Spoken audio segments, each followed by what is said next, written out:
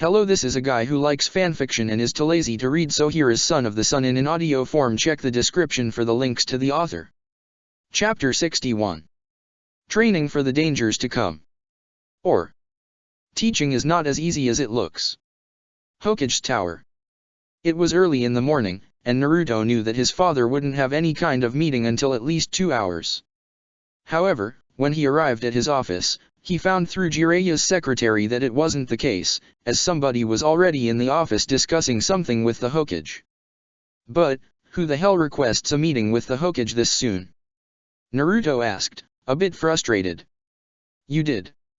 The secretary, a middle-aged woman with graying brown hair, replied. And if you're wondering, no, I'm not allowed to disclose such information with anybody. Not even with his son. Naruto huffed, and crossed his arms. And how long until Dad's free again? This is kind of important. Everybody who wants to meet the Hokage thinks they have important matters to discuss, the secretary snarked at Naruto. Fortunately, the blonde didn't have to wait much, and in a few minutes, the door to the office opened, and the last person Naruto was expecting his dad would see this soon in the morning walked out. Ino? Naruto asked, confused. Oh, hello, Naruto. Sorry if you wanted to talk with your dad and I made you wait. He's free now, Ino said with a friendly smile. What are you doing here? Naruto asked. He sounded more curious than demanding. I was giving Hokage-sama the report of my latest mission, Ino replied, as if stating something obvious. At this hour? Naruto asked, scratching his temple. There was something fishy about Ino, but couldn't tell what. Ino merely shrugged. The sooner I do it, the sooner it's out of my hair. Anyway, I should get going, I have plenty of stuff to do today. See you later, Naruto. Ino happily waved him goodbye as she left the office. Naruto shrugged, and entered the Hokage's office, where Jiraiya was sitting by his desk. Oh, hello, Naruto. What can I do for you? Jiraiya asked. I came to ask you something. But first, what was Ino doing here? Naruto asked. She was giving me the report of her latest mission. Nothing you should worry about, Jiraiya added, noticing that Naruto's encounter with Ino left him a bit uneasy. Anyway, what do you want to ask me? Naruto took a seat. It's about Fu. Land of the Waterfalls, undisclosed location. Kakashi was leaping from one tree branch to the other, as he was heading towards his destination. He looked at the sun, at his highest point in the sky, indicating it was high noon. The copy ninja felt satisfied with how fast he had managed to reach the country that hosted one of their former allies. Though with some luck, said alliance should be restored. Okay. Kakashi mumbled, looking around. This is the zone, but I have no idea where I should go.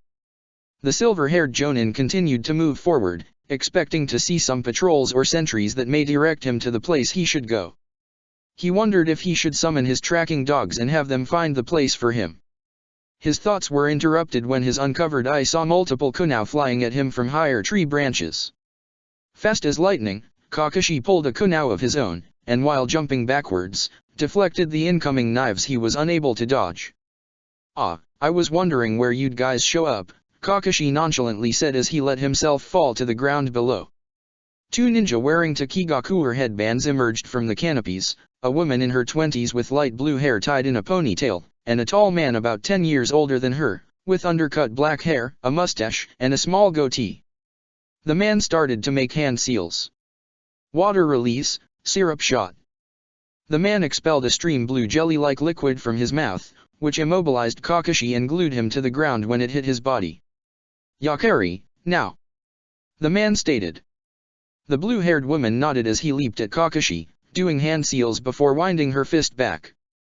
Fire release, combusting fist. Yakari's fist burst into flames, before punching Kakashi with it, producing a considerable fiery blast. However, when the smoke caused by the explosion dispelled, there was only a charred log behind, much to her shock. Oh, shit. Where is he? The Takikunoichi asked. Right here, Kakashi said, not dropping his nonchalant tone, as he appeared behind the mustachioed man, and placed a kunai on his throat. Yeah, you guys know how to treat a guest, don't you? With such a warm welcome, no wonder Hokage-sama sent me to deliver a mere message. Who are you? What do you want? Yakari angrily asked, as she leaped into a branch close to Kakashi and the male Taki ninja. My name is Kakashi Hatake. I've been sent here by Jiraiya, Hokage of Konoha, in order to inform the Takigakuwa resistance, which I presume you two are members of, about the incoming attack on your village to drive the Akatsuki out. There was a moment of silence, as if the two ninjas were trying to discern if Kakashi's words were true, or if it was a trick by their enemy. Tishi. Yakari asked her partner. Tishi nodded, making sure not to touch Kakashi's kunao. He's telling the truth.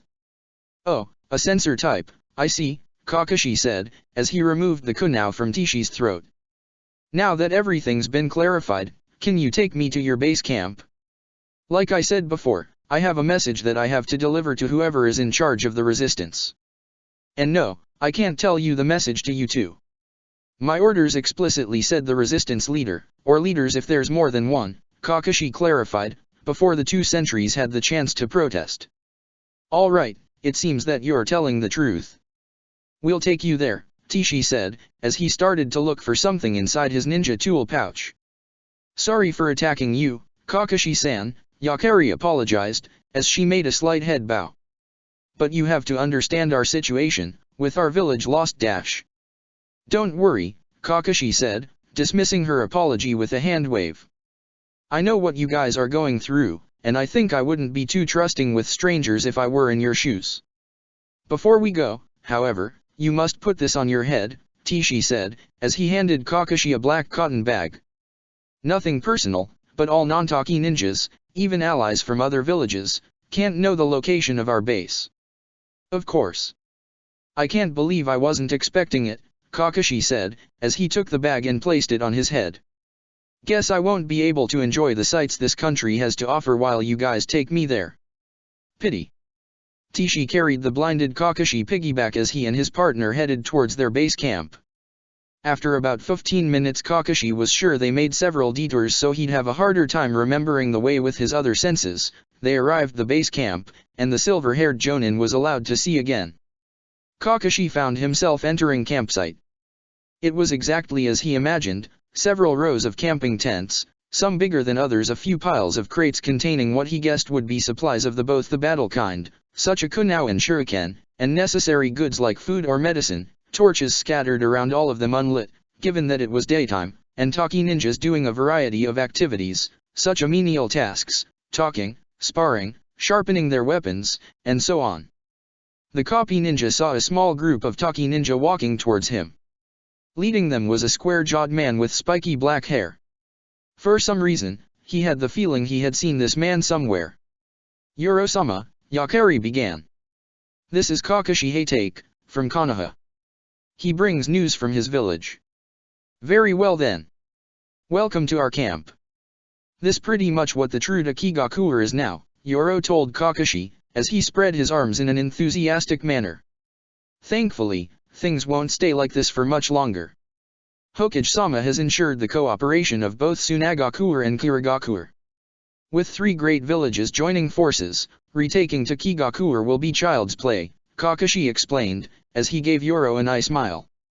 Yoro smiled in return, letting out a sigh of relief. It's really good to hear that. Morale will improve a lot when our comrades hear we're going to have such a huge support. Hokage-sama knows the threat of Akatsuki, especially since his oldest son is a Jinhiriki, Kakashi told him. Oh, speaking of which, what happened with Fu? I heard rumors that she managed to escape to Konoha, but we were unable to confirm them. Is that true? Is she in Konoha? Is she alright? Fu is alright, you have nothing to worry about her. We're taking good care of her, Kakashi said in a reassuring manner. Yoro chuckled. Heh, good luck with that. Fu can be quite the real handful, despite her age and rank. She didn't grow up, she just became bigger. Oh, now I remember, Kakashi said in realization. You were one of the 2 ninjas that came with her during the past Sannin exams held in Konoha, right? Yoro laughed awkwardly. I can't believe you still remember that. I thought that Fu would get all the spotlight, given that Kigon and I faked our defeats during the preliminaries. I usually have very good memory for faces, Kakashi stated. I knew that there was something suspicious about you two, but when I heard that you were Jonin Shibuki-sama was afraid that sending Fu to another village unprotected would be too risky. That's why he sent us with her, Yoro explained. Wait, doesn't Fu had her own teammates or sensei? Why did you have to go through such charade that the Hokage ended up finding out anyway? Kakashi asked. Well, Fu, she doesn't have a squad in the traditional sense of the word, Yoro replied, sounding uneasy. Kakashi raised his only visible eyebrow. Elaborate, please. Fu had some trouble adapting to her squad mates. Between her exuberant and eccentric personality, status as a Jinchuriki, and closeness with our village leader, she always ended up on bad terms with her teammates. She went through 4 different teams before we finally give up and decided to give her personalized tutoring, Yoro explained. I see. It wasn't just one of 2 things, but several elements that gave her a hard time making friends and connecting with others, Kakashi pointed out. Yoro nodded. Which was a pity, since Fu is one of friendliest persons that ever walked this world. We were glad she able to make friends during her short stay in Konoha. If she wasn't a Jinchuriki, I'm sure Shibuki-sama would have let her go there for a visit from time to time. Though it's no coincidence that the people she ended up befriending were the friends and former classmates of Naruto Uzumaki, our village's Jinchuriki. They more than likely were able to see past her status and judge her by the strength of her character. Knowing that she's okay in Konoha will also act as moral booster for our troops. We're the only minor village with a Jinchuriki, and she's like a symbol of pride for all of us, Yoro stated. Soon you'll be proud of her, though not for the beast that hosts inside her body, but by the actions she will take to help liberate the village, Kakashi thought. Training Ground 8. One of the requirements for a proper flight is to create a shield of chakra around your body, but mostly your face, Fu explained. Not only to protect your body from the cold of higher attitudes, but also to stop dirt floating in the air to get into your eyes, as well as not accidentally swallow insects. Unless you like to do that, I'm not one to judge. Albeit Shino-kun isn't going to like if you do such a thing. As Fu's mind drifted into one of her rather usual aimless ramblings, Hinata and Hanabi followed their teacher through the sky. Right now, they were only slowly flying in circles as they learned the basics of proper flight. The Hyuga sisters were rather surprised to learn how many things there were to flying. Fu made it look so easy, but that was only the years of experience showing. The chakra shield was only the tip of the iceberg. They had to learn how to sense wind currents in order to maximize their speed, how to jump from one wind current to the next, choose the proper attitude to fly depending on what speed did you want to go, adapt their stomachs to resist height-induced stomach sickness, and many more things. They would take a lot of time before they could reach Fu's level of expertise. The mint-haired girl interrupted her own ramble when she noticed that Hinata and Hanabi were struggling to keep her pace. She stopped midair. Am I going too fast? She asked them. The sisters stopped in front of her. At the very least, they had mastered how to remain in midair stationary. Fu guessed it was their lack of a need for wings that allowed her to master rather quickly something she still had trouble with. Flying while keeping the shield active is far more complicated than I would have guessed, Hanabi admitted, her older sister nodding in agreement. It's like those chakra control exercises. Fighting somebody on a wall or on water was hard at first, but you get the hang of it with enough practice, Fu nonchalantly explained, as she shrugged. So, you want to take a rest? Hinata looked at Hanabi, who looked back at her pleadingly. Yes, please. It would be appreciated, Hinata replied. Fu's mouth formed a cheery smile. All right then. And with that, the 3 kunoichi landed on the ground. Fu's wings disappeared into her body. Hinata and Hanabi started to pant, as if they just made some brutal training exercise with Mato Guy. My, look at how exhausted you look. Fu said, sounding so bright it was borderline obnoxious. I'm not that strict of a teacher, am I? No, but this is, well, it's way harder than it looks, Hanabi replied between pants. Then, she smiled. But it's really cool. I know, right? Fu replied, just as excited. Those landwalkers will never know the amazing feeling of seeing the world from so high above. That's why, when I met Shino for the first time, I had to share such an experience with him. Occasional screaming aside, I think he enjoyed it. Hey, Nei-chan, maybe you should take Naruto to a flying date. Hanabi happily suggested. Now, that's something I wouldn't mind trying, Hinata said, as her lips formed a smile while her mind imagined the possibilities. Though I don't think I'm strong enough to carry Naruto-kun into the air for long. Oh, don't worry, I have the best solution.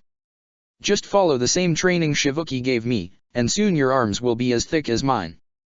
Fu proudly boasted as she flexed her rather impressive biceps. That's tempting, but I think I'm going to pass, Hinata replied, trying to sound as polite as possible. For the time being, let's stick to the flight, okay? Fu shrugged. Your loss. Hey. A new voice called. The three girls turned towards the direction of the newcomer, and saw a smiling Naruto walking towards them. Naruto-kun. Hinata said, as she ran at him with renewed forces. She wrapped her arms around his neck and greeted him with a kiss on his lips. Hello, Haim, Naruto happily replied. So, how's the training going? Slow, but we're progressing, Hinata replied. Did you come here to see us train? Yes, but that's not the only thing, Naruto said. He then looked at the mint-haired girl. There's something I want to talk with Fu about. Fu perked up upon hearing her name. Oh, and what that would be? I was wondering, are you able to tap into your tailed beast's power? Naruto asked. Fu's smile instantly vanished, replaced by shock, then by another smile, except this time, it was far more subdued. She averted her gaze, looking at her feet. Wow, you don't pull any punches, do you? Hee, she laughed weakly. To answer that, no. I don't know how to use the power of my beast. Did somebody in the village teach you how? Or have you ever practiced on your own? Naruto asked. Naruto-kun, stop, Hinata gently requested. Don't you see that you're making her uncomfortable? Such topic clearly troubles her. Naruto sighed. I know, Haim. But this is important, the blonde stated, before his eyes turned back at Fu, who rubbed her arm as she continued averting eye contact. The answer to those questions are no either, Fu replied. Well, you do remember what happened in my fight against Gaara almost 3 years ago, right? Naruto nodded. It's something hard to forget. Did that experience make you fearful of the tailed beast's power? Fu nodded. I lost control. The tailed beast took over. And if the pale redhead didn't knock me out, who knows what would have happened? I brought great shame to both Shibuki and my village with such display. Both Naruto and Hinata were taken aback, even if they managed to hide their reaction. Hearing Fu, somebody so carefree who gave the impression that she didn't have a care in the world about whatever other people think of her, admitting feeling ashamed, then that past event had to affect her way deeper than what she let others believe at that time. From that day onwards, I swore that I'd never let that incident repeat again. And that means no more using Lucky Seven's chakra, other than the wings, Fu said in determination, as she raised her sight and looked at Naruto directly in the eye. I see. And is there anything I can do to change your mind in that front? Naruto asked, as she tried to give Fu a reassuring smile. Fu raised an eyebrow. Why do you want me to do that? Think about it. Akatsuki are after us, and we're going to need every resource at our disposal to fight them. Using our beast's chakra can give us the edge against the enemy in battle, Naruto told her. Fu looked unconvinced. What kind of control do you have over the fox? Naruto chuckled awkwardly. Not much. I can use his chakra to some degree, usually to 1 or 2 tails, if I push it. And even then I tend to have a hard time keeping in control. The mint-haired girl crossed her arms over her chest. So you have the same problems as me. And you expect me to learn to use the power of Lucky 7 when you can't do the same with the fox. In my case, I have something else that serves as a replacement, Sage Mode. Sage Mode? Never heard of that, Fu replied. It's not an art many people are able to master.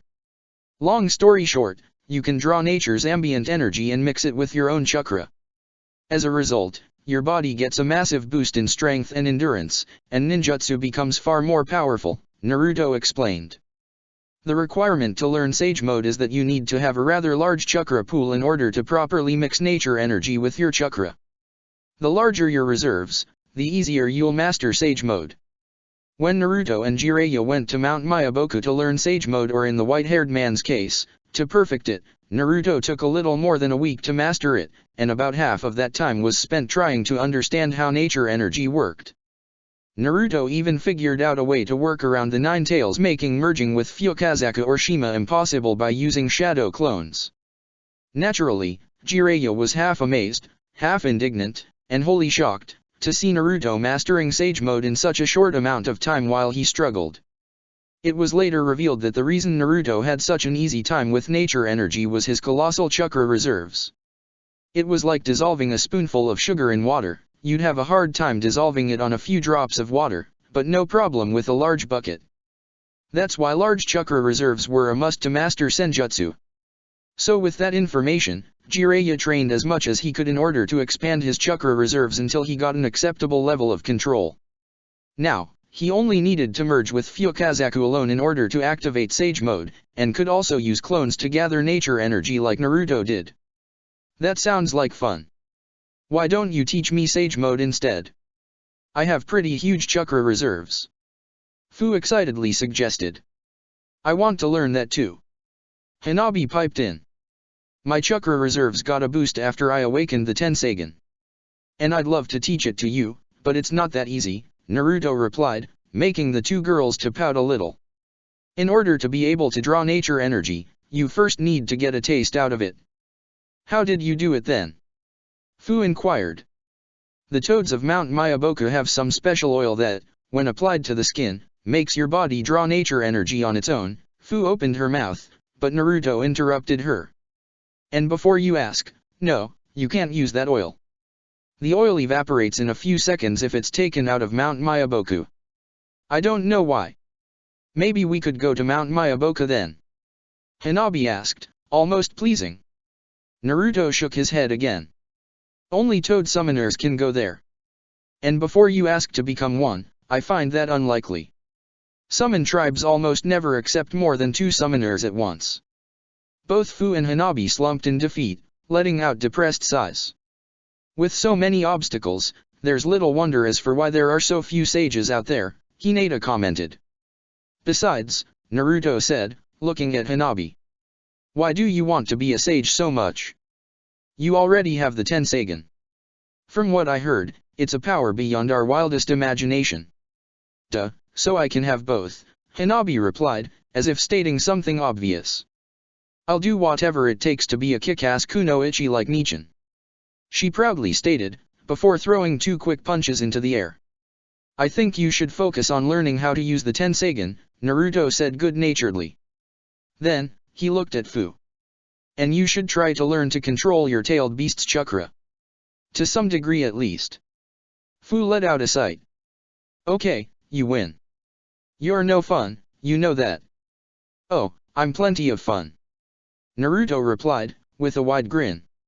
So, who's going to train me to do it? You. Fu asked. No, me. A new male voice said, as Jiraiya landed behind Naruto, and started to make poses. The Toad Sage of Mount Myaboku.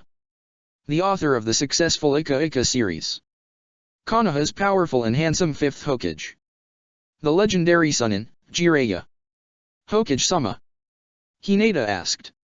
Were you hidden near here all the time until you got a cue to come out? Hanabi asked in disbelief. So what if I did? There's nothing wrong with being a little theatrical. Jiraiya protested. You're going to train me? Nice. Fu chirped. Jiraiya's brow furrowed. Nice. A living legend like yours truly is going to train you, and that's all what you have to say. That's very nice. Fu asked, looking as if she trying really hard to think something else. Is that better? With all due respect Hokage-sama, I know it might not be my place to ask, but aren't you supposed to be working right now? Hinata asked, trying to sound as deferential as possible. And I am. I'm a shadow clone reinforced with Fuinjutsu for increased durability, Jiraiya explained. Anyway, let's get to the training already. You too, Naruto. It's been a while since we last trained you on the Nine Tails Chakra. Training Ground 3. After Hinata and Hanabi went home, Jiraiya took Naruto and Fu to another training field so he could start their specialized training. Okay, we'll invade Takigakure in a few days, so we'll only have time to teach you some basic stuff, Jiraiya's clone began. First of all, tell me, what do you know about your tailed beast? Fu raised an eyebrow, looking a bit lost. Not much, honestly. Is it important? It is, it was Naruto who answered. The more you know about your tailed beast, the better you'll be able to use its power. Sometimes you'll need to ask for power. Others, you'll be able to take it by force. I mostly need to ask the Nine Tails for his chakra, but sometimes I'm able to do it without his permission. If you can do it without his permission, what stops you from doing it at all times? Fu asked. Because when I do that, I usually do it unwittingly. If I'm overwhelmed by an intense emotion, like anger, I'm able to draw the Nine Tails chakra. But I'm at risk of losing myself to the rage when doing it, Naruto explained. Fu's eyes saddened. Like what happened to me when I drank the hero water. Indeed. The water allowed you to tap into your beast's chakra freely, but it also allowed it to influence you to a greater degree, Jiraiya interjected. In my experience, when it's the beast the one who allows you to use their chakra, it's when there's the least risk in using it, Naruto added. Because you are in a calmer state of mind. Fu guessed. Exactly, Naruto told her. Fu smiled and clapped childishly upon guessing it right. That's why the first step is to try to create a bond with your tailed beast so they'll be willing to lend you their chakra. Fu started to grow uneasy, as she started to rub her arm. Do you think that's a good idea? Don't worry, I'm here if things go out of control.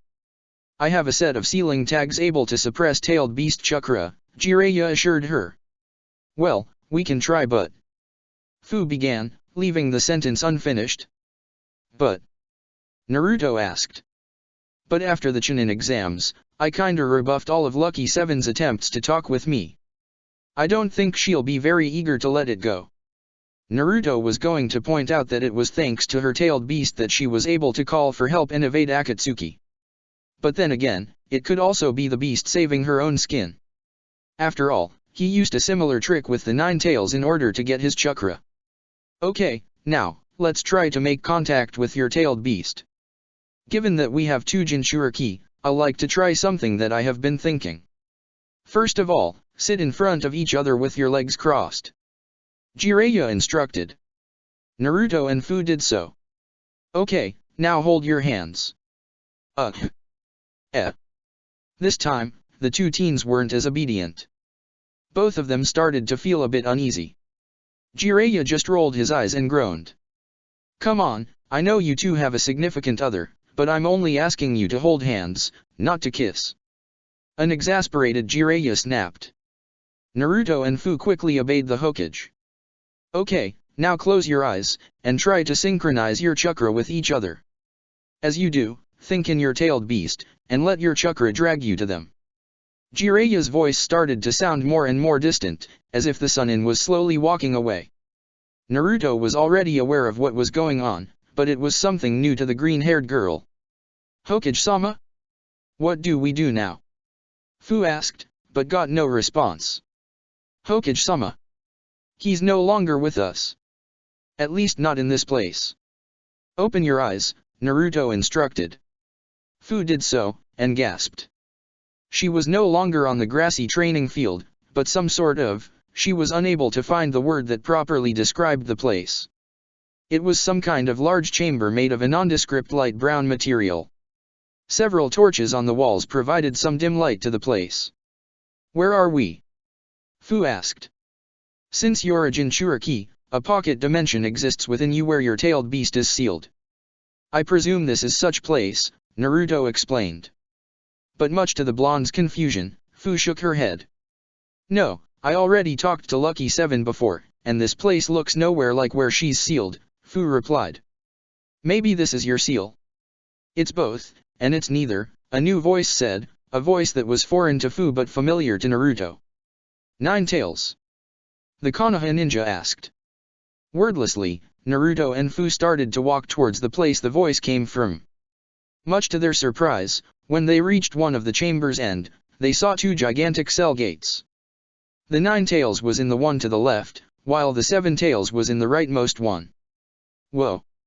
What the dash? Since you synchronized your chakra, the dimensions where we're sealed have been temporarily merged, the Seven Tails explained. Not that it's too big of a change for us, as you can see, the fox dryly said as he flicked one of the heavy bars with one of his fingers. Hey, at least we now have each other to make us company, the giant beetle chimed in. I take that back. It's change for the worse, the Nine Tails grumbled. Woof, don't be like that brother, the Seven Tails whined. You must feel all lonely on that cage. I certainly do. I am. But then I think that it could be sealed with you or the rest of our dim-witted siblings, the Nine Tails fired back. Enough you two! Naruto shouted. We didn't come here to see you squabble. The Nine Tails scoffed. I couldn't care less about what you two came to do here. I do. What did you come here? The giant beetle asked excitedly.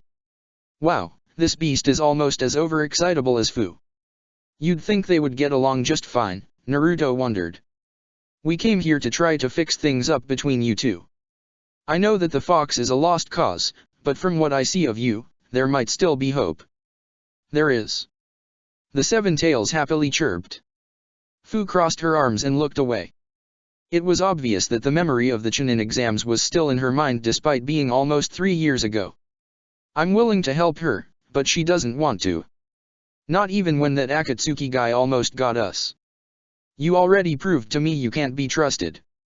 If that pale redhead wasn't as strong as he was, we could have killed him. Fu protested. Oh come on, the boy had Shikaka with him, there's no way we could have make any permanent damage, the giant beetle feebly protested. Besides, it was the first moment in a long time that I had some semblance of freedom, so I got a bit carried away. Fu, however, continued to give her tailed beast the cold shoulder. You should at least listen to her, she's willing to cooperate with you, Naruto advised Fu. The Nine Tails only threatens to kill me and everyone I love at every opportunity. Yes, and you better remember those words, you puny human. The Nine Tails growled, but Naruto ignored him. See? He told Fu, as he rolled his eyes. Fu still looked unconvinced, but decided to listen to her fellow Jinchuriki. I guess I could give her another chance, since these Akatsuki guys are a rather big threat and I'm going to need more power. Fu weakly conceded. See? That's the spirit. The next time we face that guy, use my power and tables will turn. The Seven Tails happily claimed. I still have the feeling that you only want to have a chance to escape your seal. Fu grumbled. Can you blame me? The Seven Tails replied. But don't worry, I have my priorities straight. It's not that I could keep a low profile in my true form, but anyway. If you don't trust me, just try using a little of my power. Enough to make a difference, but still not enough to let me influence you. Deal. Fu remained silent, but visibly conflicted. After she silently pondered her options, she reluctantly nodded in agreement. All right. But the moment you step out of your bounds. Fu threatened, as she pointed an accusatory index finger at the caged beast.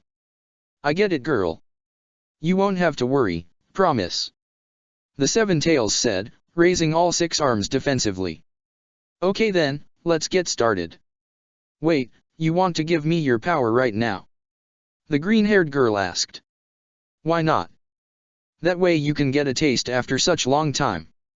Plus even I was tricking you and was biding my time to escape hypothetically speaking, of course, you have that Jiraiya guy that can suppress my chakra, the Seven Tails explained. Fu sighed. Okay then. Yay. You're so going to enjoy this. The giant beetle cheerfully said, as a wave of reddish-orange chakra emerged from her cage and enveloped Fu.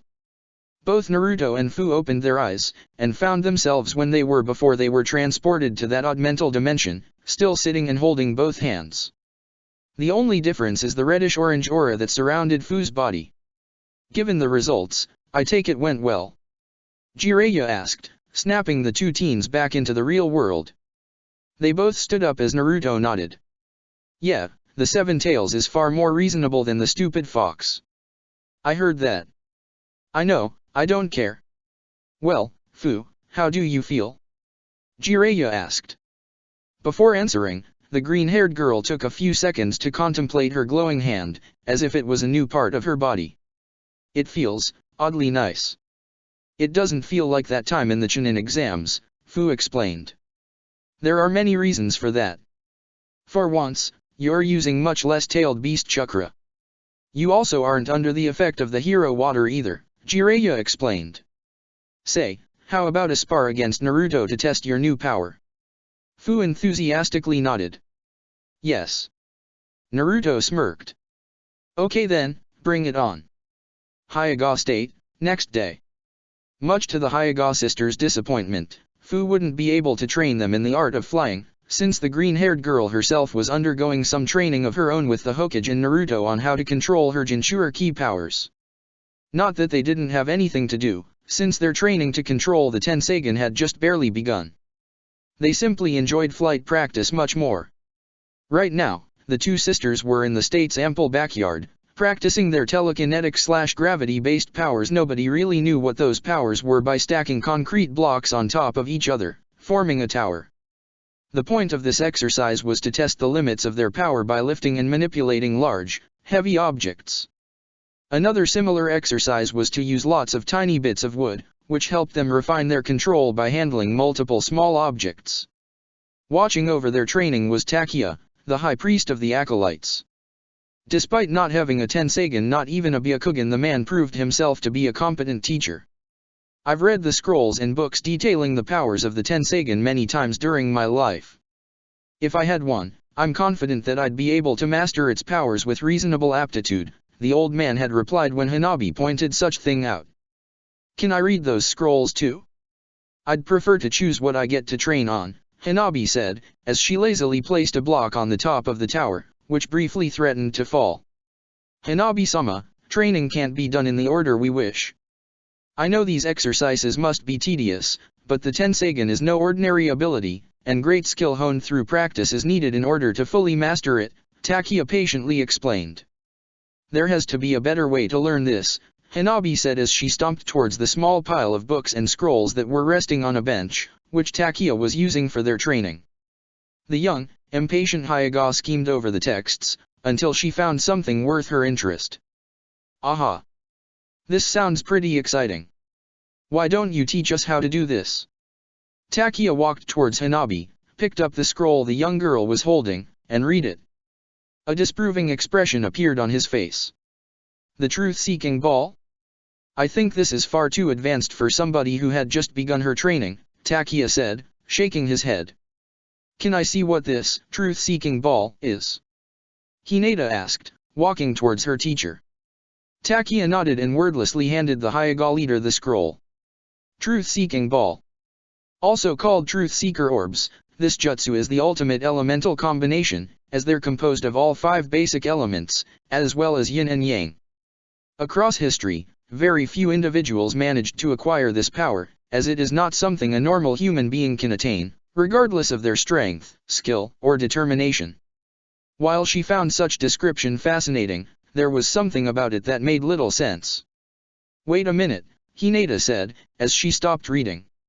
In order to combine 2 elements, one need to have affinity to said elements, and I know it's neither the case with Hanabi nor me.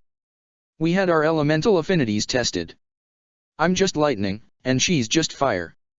This seemed to amuse Takia. But you tested your affinities before awakening the Tensagen, right?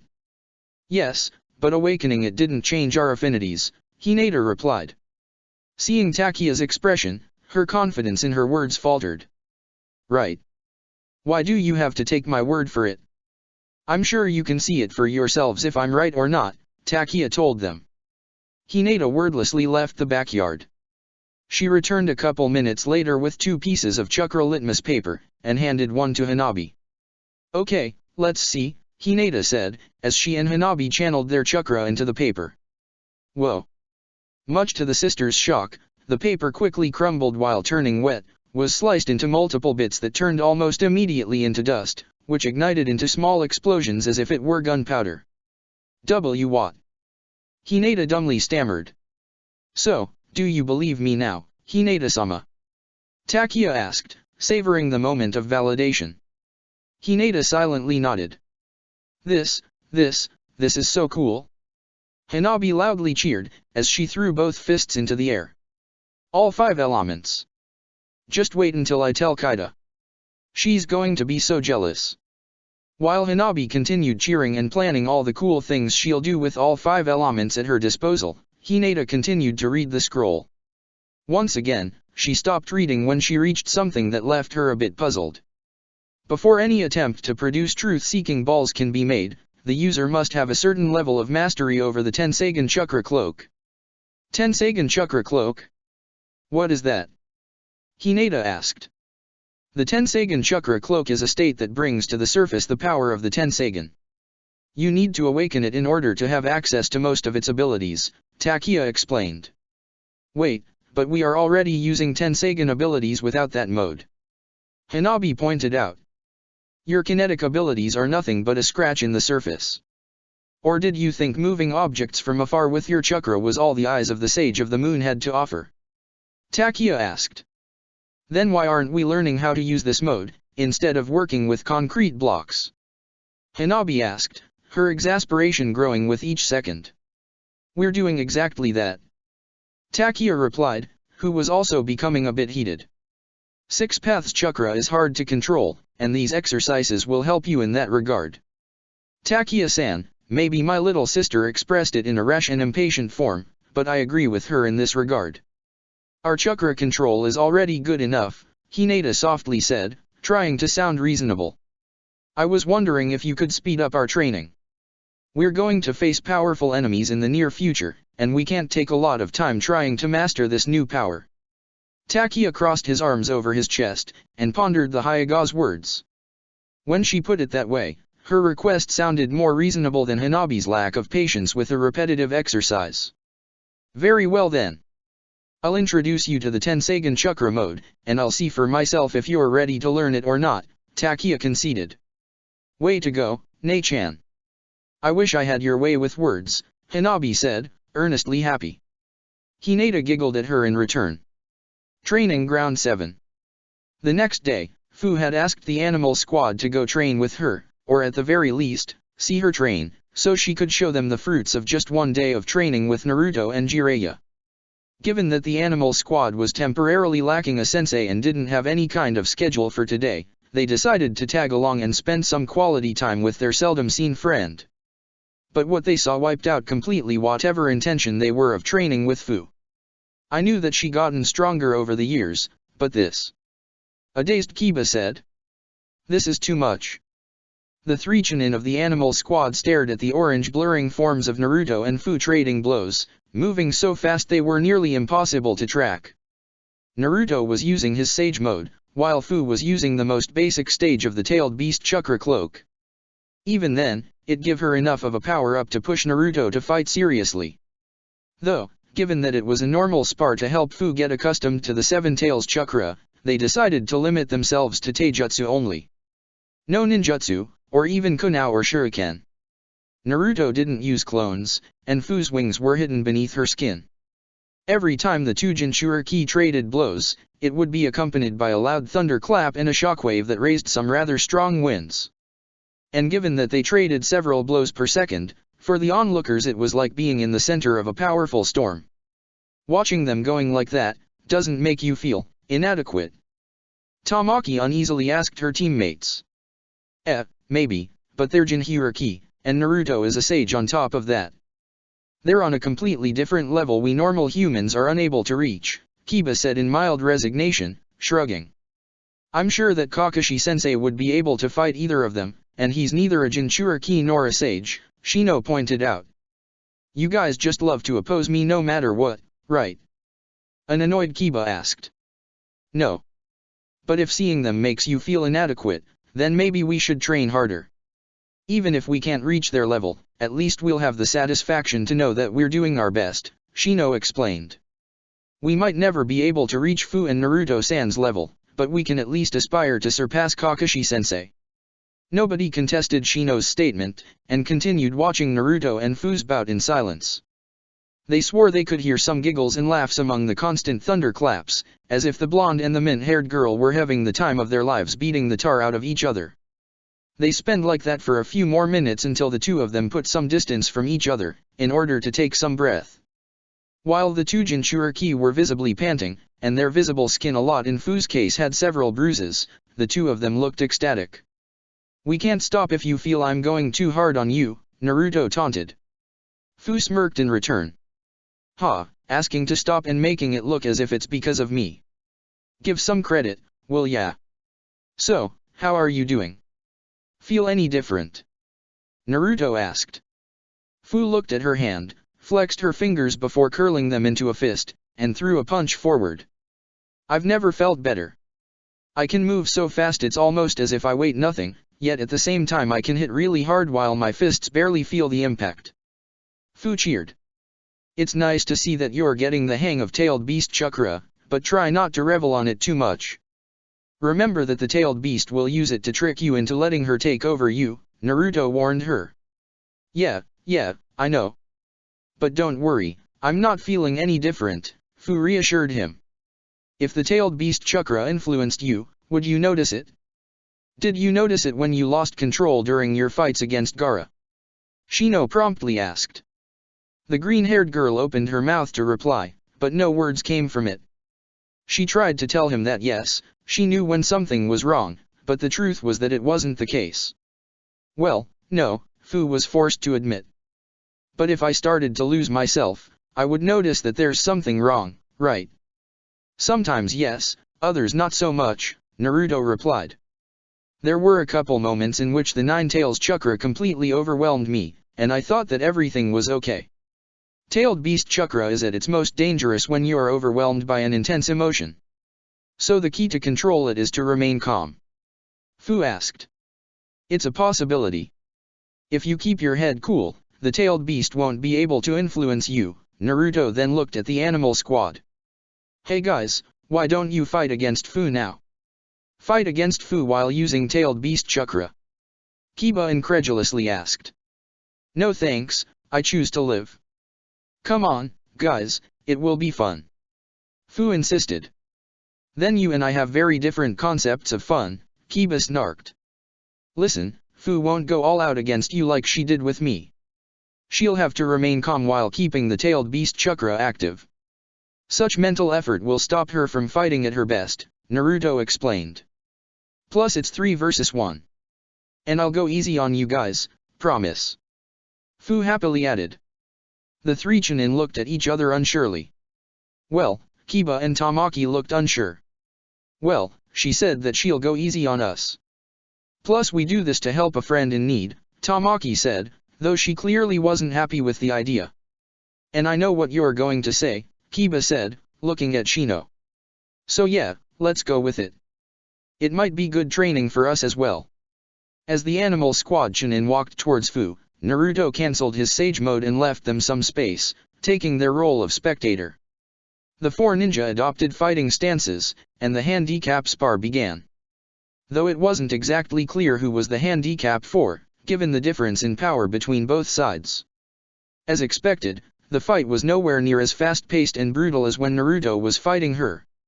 While Fu was clearly in control of the fight, she wasn't overwhelming the three Chunin, and fought with less wild fighting style. She kept her eyes on her opponents, dodged their attacks with quick movements, and then she would deliver a single, precise strikes. Not that this strategy worked all the time, not even close, especially against opponents that, unlike her, weren't holding back. Kiba and Tamaki managed to land quite a few hits on her, and on more than one occasion the Jinchuriki found herself unable to avoid her boyfriend's long-range jutsu. "Dang, this is much harder than I thought," Fu complained, as she briefly struggled against Tamaki, before disengaging her and jumping backwards, narrowly avoiding a claw swipe from both Kiba and Akamaru. "You're used to rely on strength and reaction instead of thought and action," Shino stated. "Such things will only take you so far. Eventually, one must learn to think before they act." And against superior opponents, the time to think will be severely limited. I've always been a going with the flow kind of person, Fu shrugged, as she resumed the fight. Keep going like that, Fu. You're doing great. Naruto praised, as she gave her a thumbs up. So far, the green-haired Kunoichi was doing fine with the most basic level of tailed beast chakra while remaining in control of her emotion. But Naruto wondered if that would be enough to face the Akatsuki. Training Ground 12. While Naruto helped Fu train with the animal squad, Hinata was doing the same with her little sister.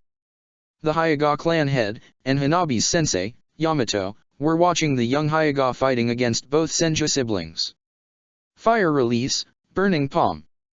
Hanabi's palms were coated in fire, as she dashed towards her female teammate, who jumped backwards while making several hand seals. Earth release, earth-style wall. Kaida slammed both hands into the ground, erecting a wall with the Senju crest carved on it between herself and Hanabi. Hanabi's burning palm strike blew a hole in the wall, but the construct did its job in stopping her tracks. Her Tensagen immediately saw Hagane, his body glowing with a white aura, leaping at her from behind, ready to deliver a flying kick. Hanabi jumped into the air just in time to avoid Hagane's incoming kick, which shattered the wall Kaida had created. Staying midair, she clenched her fists, causing the fire surrounding her hands to grow bigger. Now take this, Hanabi said, as she began to thrust her hands downwards in a rapid way. Fire release, 8 trigrams Phoenix Fire. With each arm thrust, Hanabi released a small projectile of concentrated fire that produced a huge explosion when crashed against the ground. Despite the jutsu's widespread destruction, the twins didn't falter.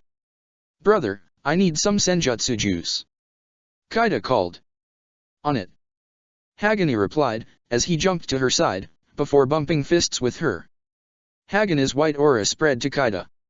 From above, Hanabi could see how some of Hagane's nature energy was being passed to his twin sister, and the two of them started to make hand seals. Water release, wild water wave. Wind release, cyclone vortex. Kaida's cheeks puffed, before releasing a massive stream upwards, while a tornado came from Hagane's hands. Hinata was a bit surprised to see one of Naruto's most used wind jutsu being used by somebody else, but she quickly came to the conclusion that it was her boyfriend himself who taught it to him. The two attacks merged into a massive, spiraling water vortex, that engulfed and contained the explosions of Hanabi's jutsu, as it continued upwards, threatening to swallow the younger Hyuga. Seeing no other options, Hanabi descended in order to avoid the twins' combined jutsu, which flew above her head, spraying everything below it. Wood release, deep forest emergence. Hanabi had been so preoccupied with avoiding the combined elemental blast that she hadn't noticed the white-haired girl preparing her next move. Thick wooden vines emerged around her, and launched themselves at the young Hyuga. Haha, got you. Where's your six paths chakra now? Kaida taunted. A fiery aura surrounded Hanabi as she started to spin. I don't need six paths chakra to avoid such an attack. Fire release, heavenly firestorm. Hanabi turned into an spiraling column of flames that instantly burned all the emerging vines, while releasing several fire bolts in every direction. When Hanabi stopped spinning, she was standing on top of a charred crater. And the moment she stopped spinning was the moment the twins chose to attack her in close combat. While it was Hanabi's specialty, she was completely wide open due still spinning. And while in the past the fight would have ended here and there, Hanabi now had one last ace in the hole. Quickly spreading her arms, Hanabi cast a kinetic shockwave that pushed both white-haired Chunin backwards with incredible force, until a tree painfully stopped their momentum. Ha! Not even the two of you are even close to dash. But Hanabi's boast was interrupted by a couple of hands coming from underground grabbing her ankles, and pulling her down with incredible force, leaving her buried to the waist. What the hell? She shouted, as she tried to use her kinetic powers to pull herself out. That's it, until a kunai touching her neck forced her to stop. I think victory is ours, Hagane, who was holding the kunai to her neck, stated. Kaida emerged from behind, and high-fived her brother, before the two of them helped Hanabi out of the ground. The match now over, Yamato and Hinata walked towards them. If there's a lesson to be learned here is that powers matters little if you lack the skill to use it, Yamato stated. Hanabi, while your Tensagen gave you a massive boost, and I'm sure one day you'll become of Konoha's most powerful kunoichi, that day is still pretty far. Well, it was 2 versus 1, Hanabi scoffed, as she crossed her eyes, and turned sideways. Plus it's not that they're a couple weaklings. Hanabi-chan, the reason you lost was because you lost sight of your opponents. With your Tensagen you should have seen that Kaida had created wood clones to distract you while she went underground, Hinata stated, sounding chastising, but not demeaning. You need to take care of those kind of details now that you're a Chunin. Listen to your sister, Hanabi. Do not let an unique and strong power blind you as to neglect proper fighting skill, Yamato added, before looking at the twins.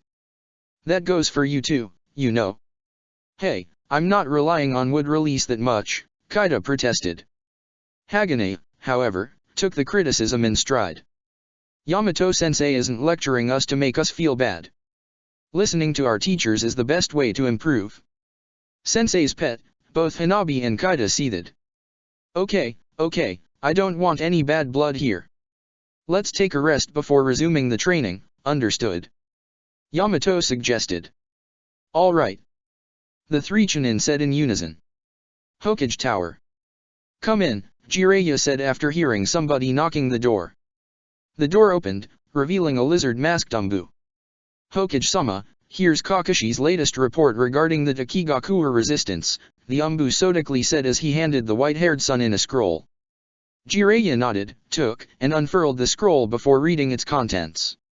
His lips formed a smile of satisfaction, furling the scroll again once he had read everything on it. All right, it seems that all the Taki ninjas outside of the village at the time of the invasion had been finally gathered, and they stand ready to retake their home. They're waiting for our reinforcements, Jiraiya stated.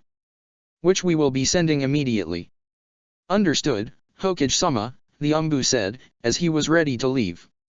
Before you leave, find my son and his teammates, Jiraiya stated. I want them to spearhead the attack. Very well, Hokage-sama, the Umbu replied, making a quick bow before leaving the office. Satisfied, Jiraiya stood up, and walked towards the window behind his desk.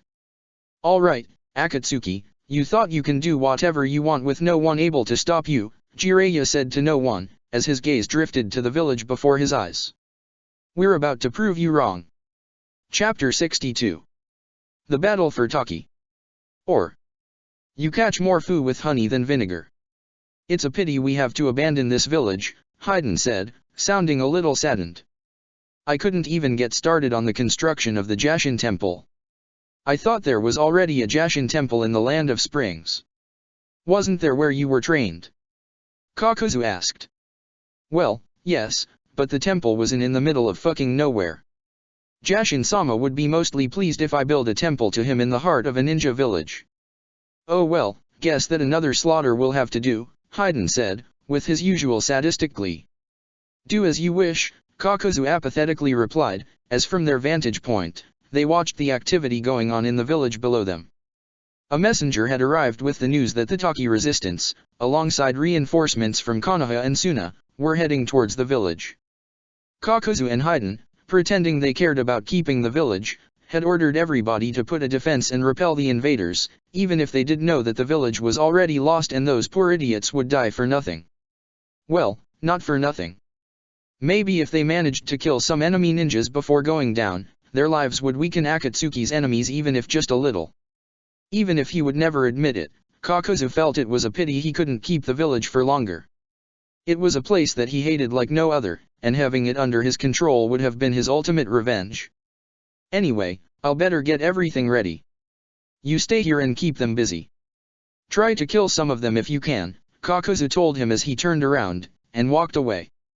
How are you so sure the Jinchuriki will come to us? Haydn asked. I know how she thinks, Kakuzu confidently said, before body flickering away. I know how she thinks, Haydn mockingly repeated. I'm Kakuzu and I'm a fucking smart ass that knows everything, yet doesn't worship Jashin-sama. Oh well, at least he gave me the fun part of the mission. Meanwhile, not far away from there, said group of ninjas, about 500 strong, were leaping from one tree branch to another, getting closer to Takigakuwa. The Konoha and Suna ninja would expect traps or an ambush the more they got closer, but the Taki ninjas told them that the Akatsuki wouldn't bother with that. The secret entrances to the Kigakuer were pretty much bottlenecks, and the defenders would use that to their advantage. That's why they decided to send their strongest asset to deal with such situation first, Naruto Uzumaki. The blonde Jinchuriki would infiltrate to Kigakuer on his own, create some ruckus with his clones and summons, and thus allowing the bulk of their forces to enter the village unimpeded. Right now, he was being led by a Kigakuer Jonin, a blonde-haired man he remembered from the Chunin exams as one of Fu's teammates. Kigon was his name. They stopped when they reached a small waterfall that fed into a lagoon. "Here we are," Kigon announced. "So, where's this secret entrance?" "Behind that waterfall," Naruto guessed. "It is," the Taki Jonin confirmed. "That's kind of cliché," Naruto pointed out, crossing his arms over his chest. "It's not a direct way into the village," Kigon replied, a little annoyed. "Behind this waterfall there's a grotto. Said grotto is pretty much a maze where you will get lost unless you know where to go." The blonde Taki man handed Naruto a small scroll. "Follow the indications on this scroll, and you'll be able to reach an entrance at the edge of the lake." Naruto nodded as he took the scroll. "Understood," he replied, as he gave Kigon a thumbs up. "Make sure you're quick, because the moment I return to the others and tell them you're inside, we'll wait only 10 minutes to attack. Will you be able to clear a zone big enough for our forces to enter unimpeded in such little time?" Naruto smirked confidently. "I'll only need 5 minutes. For the sake of our village, hope you can back those words up," Kigon replied. "Anyway, now you'll be on your own. Good luck." And with that, Kigon leaped away, leaving Naruto to his mission. Despite his initial impression, he had to admit that the secret entrance wasn't as lame as he thought. Without the scroll telling him where to go, he would have gotten lost in no time. Or maybe I could summon an army of clones and have them move around until one of them found the exit, Naruto thought, pleased with his idea. The blonde Jinchuriki exited from a small hole in the ground that was hidden by several strategically placed bushes. From that point, he could see the village of Takigakuer. Most of it was in the island in the middle of the lake, built around the roots of the great tree, with a single bridge connecting it to the mainland. There were also several clusters of houses built at the edge of the lake as well. Okay, those houses at the edge of the lake look like they're from civilians, so I shouldn't worry too much about them.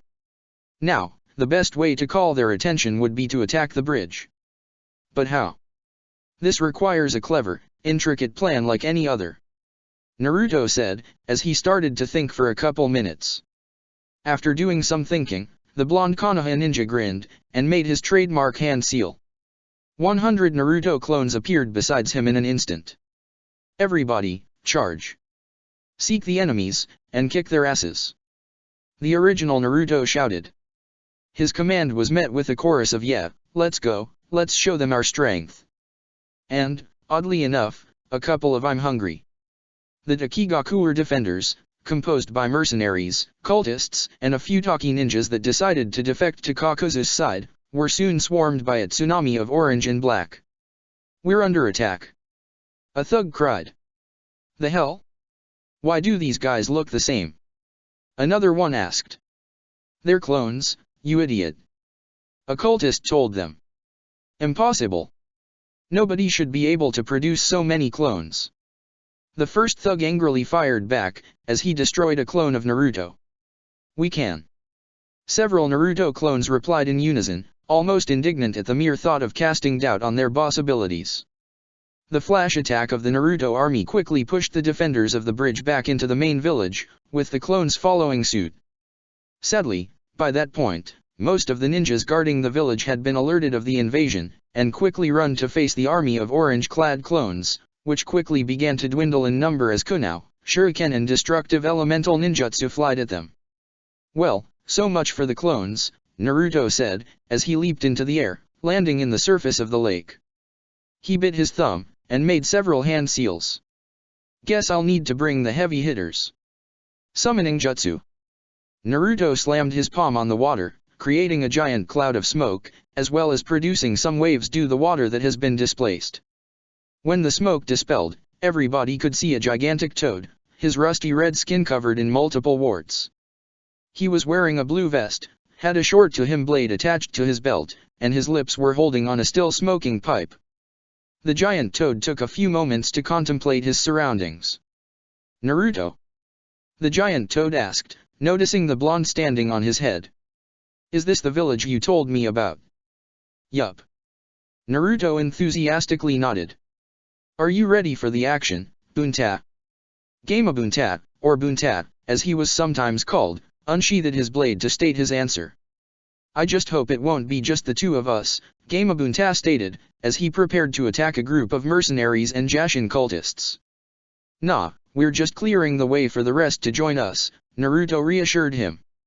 Good, because otherwise this would be kind of boring, Gamabunta said, as he leaped to the edge of the island in the center of the lake, creating a quake and producing more waves on the lake. Come on, come at me, ants. Gamabunta taunted, as he swung his blade at a group of enemies, some which avoided the swipe, others not so fortunate. Boy, you can hear the sound of the battle even from here. The 10 minutes long gone, the Takigakuwa resistance and their Konoha and Suna allies decided to move and attack. They were split in 3 groups, one for each secret entrance the village had. They would attack from 3 different sides in a pincer maneuver, and meet in the middle. I can believe that Naruto went on his own like that, the madman, Kiba continued, shaking his head. The cocky bastard must think he can take on a village on his own. Kakashi's animal squad was also taking part in the battle. Though rather than direct combatants, they have been appointed as Fu's bodyguards due their close friendship with the female Jinchuriki, as well as their tracking skills just in case Fu disappeared, either on her own, or if she was abducted by the enemy. They were jumping from one branch to another like the rest of their group, while Fu flew above them. Naruto knows he isn't doing that. All he's doing is draw attention to him so we have a bigger window of opportunity to strike, Kakashi reminded him. Alright then, what secret entry are we going to use? Tamaki asked. No one, Fu interjected before Kakashi could answer. We'll attack from the air. Fu? Maybe you can do that, but no one else here can fly, Tamaki uneasily asked. Fu shot a smirk at the cat Kunoichi, which sent chills down her spine. Then, without any kind of warning, Fu dived and, in one fell swoop, grabbed Shino, Kiba, and Tamaki in a 2-armed hug. Kakashi-san, grab onto me, I can't carry any more people in my arms. Fu told the silver-haired ninja. Fu. Just, what are you doing? The surprised Jonin asked in shock. The secret entrances take too much time. I prefer if we take a more direct route. And yes, I know that you guys are my escorts and I'm not going to leave you behind. But I will if you don't make up your mind. Fu protested. Seeing that the Taki Jinchuriki was gaining altitude, Kakashi jumped and latched onto one of her legs. The additional weight added to the already heavy load didn't seem to hinder Fu in the slightest, as they continued to gain altitude. Kakashi silently thanked that this girl wasn't one of his students. Fu continued flying as easily as if she wasn't carrying anybody, her eyes locked into the thick forest on a plateau that hid Takigakuwa. While those orange eyes usually shone with the glint of youth and happiness, now they reflected her determination and steel-hard resolve to take back her home. Fu, I know this battle means a lot to you but... Kakashi began. Shouldn't we attack alongside the rest of the group? If we arrive too early, we will find ourselves outnumbered and away from backup. Naruto should have taken care of that, Fu replied, as she pierced the forest that surrounded Taki, skillfully avoiding all the thick and lush branches without having to slow down. Plus, we aren't going to take part in the main battle. We aren't. Kiba and Tamaki asked in unison. Fu, you can't dash, Kakashi was going to say before being interrupted. Our mission will be to find and rescue Shibuki, Fu firmly stated. You're a tracking squad, you will be able to track him, right? And taking advantage of the chaos of the battle, we'll take him to safety while the rest of our forces take back the city. Genius plan. Kakashi didn't share Fu's optimism. Fu, there's the chance that Akatsuki might be counting on you trying to rescue Shibuki, and thus making you leave the security of the bulk of the army, Shino pointed out. I already thought of that. But that's why you're also here, silly. You're also my escorts, right? So as long as you guys keep close to me, nothing will go wrong. Fu excitedly said, as her lips curved into an innocent smile. The bulk of the Taki resistance and their allies took very little time to arrive at the village and join the battle. Thanks to Naruto drawing all the attention to him, the rest of the ninja could get into the village with little problem, and engage the enemies. Come on everybody. For Takigakuer. Let's kick these invaders out of our home. A Taki ninja shouted, with his comrades cheering back. Alright then, I think I can fight normally now. Gamabuntat, cover us while we liberate the village. Naruto said, as he jumped off of the giant toad, as he pulled out and activated his wind blade. You got it, brat. Gamabunta replied. Naruto landed in the water, and rushed towards the central island, eyeing the ongoing battles and wondering which one he should join. Naruto-kun. The voice of his girlfriend coming from above snapping him from his thoughts. Looking upwards, Naruto saw Hinata flying down at him. Haku was with her and, oddly enough, he was flying as well. Hinata-hime. Haku. Naruto cheered, waving at them. Good to see you're here. Now we can fight the three of us together. Indeed. Let's end this battle as quick as possible so the losses for Taki and our forces are kept to a minimum, Haku agreed, as he landed near Naruto. Hinata remained floating above them. Haku? Were you flying? Naruto asked, scratching his head. The ice ninja shook his head. No. Hinata-san has become proficient in her abilities to share her flight with somebody else. So far I can only carry one person with me, but I'm working to expand that limit, Hinata chimed in. That way, the assault squad can be a flying unit. Neat idea, Hime. Though for the time being, we won't need it, Naruto said, as he directed his eyes to the battle in front of them. There doesn't seem to be any trace of the Akatsuki, and the ones defending the village are made of rabble.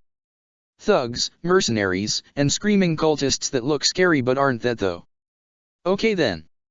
Let's clear the battlefield by the time the Akatsuki show up, Hinata agreed. Suddenly, a near-piercing scream echoed through the village. The battle stopped for a few seconds, as everybody directed their eyes to the canopy of the great tree, where the scream had come from. Then, a mass of black creatures emerged from the canopy of the tree, and rushed to the battlefield, some of them running, those who had wings flying. What are those abominations? Hinata asked in horror. With her Tenseigan, she could see them close. Ugly, nightmarish creatures with inky black skin, long, bony limbs, several maws full of razor-sharp long teeth, multiple eyes across their uneven bodies, or no eyes at all. I don't know, but I have the feeling that they aren't on our side, Haku uneasily said, as his hand grabbed a handful of senbon from his ninja tool pouch. Oh no! Not those monsters again! A Taki ninja cried in despair, taking a step back. You know those things? Naruto asked the Taki ninja. The fearful Taki man nodded. The cultists summoned them when they first attacked us, but there weren't so many of them before. Of course, it would be naive on our part to think that this would be easy and that Akatsuki wouldn't have a nasty surprise in stock for us, Naruto said, sounding a bit annoyed, but he quickly lightened up. But if there's no challenge, there's no fun. Hinata, Haku, let's focus on those creatures while the rest of our forces deal with the human opponents. All right. The two of them chorused in unison, as they followed Naruto towards the incoming charge of demonic creatures. Meanwhile, not far away from there, but far enough from the main battle, Fu and Kakashi's animal squad had located the Akatsuki, and were heading towards their alleged location, with Shino leading the group. Given the threat Kakuzu made, Fu guessed that Shibuki wouldn't be far away from them. How do you know where they are? Kakashi asked his quiet student. During our brief confrontation, I had a Kikai beetle latched onto the Akatsuki that was chasing Fu. Said beetle is now releasing a pheromone only my hive of Kikai can smell, Shino explained. Good one, Shino. I'll have to give you a really big reward for being so efficient. Fu cheerfully said, winking at her boyfriend. Shino blushed for a few seconds. That's very nice of you, but let's leave the celebrations for the moment the Akatsuki is defeated and Taki is again free of its grasp. Akamaru then barked. Guys, Akamaru can smell him as well. Kiba stated. He says that he remembers the foul scent of his chakra. Wherever they go, they won't evade our senses. Alright then, everybody, prepare for an imminent fight. And Fu, stay close to us. I know what you must be feeling right now, but don't stray away, that's what Akatsuki wants. Kakashi sternly stated, looking at Fu with his one visible eye. Don't worry, I won't let those bastards capture me so easily, Fu replied.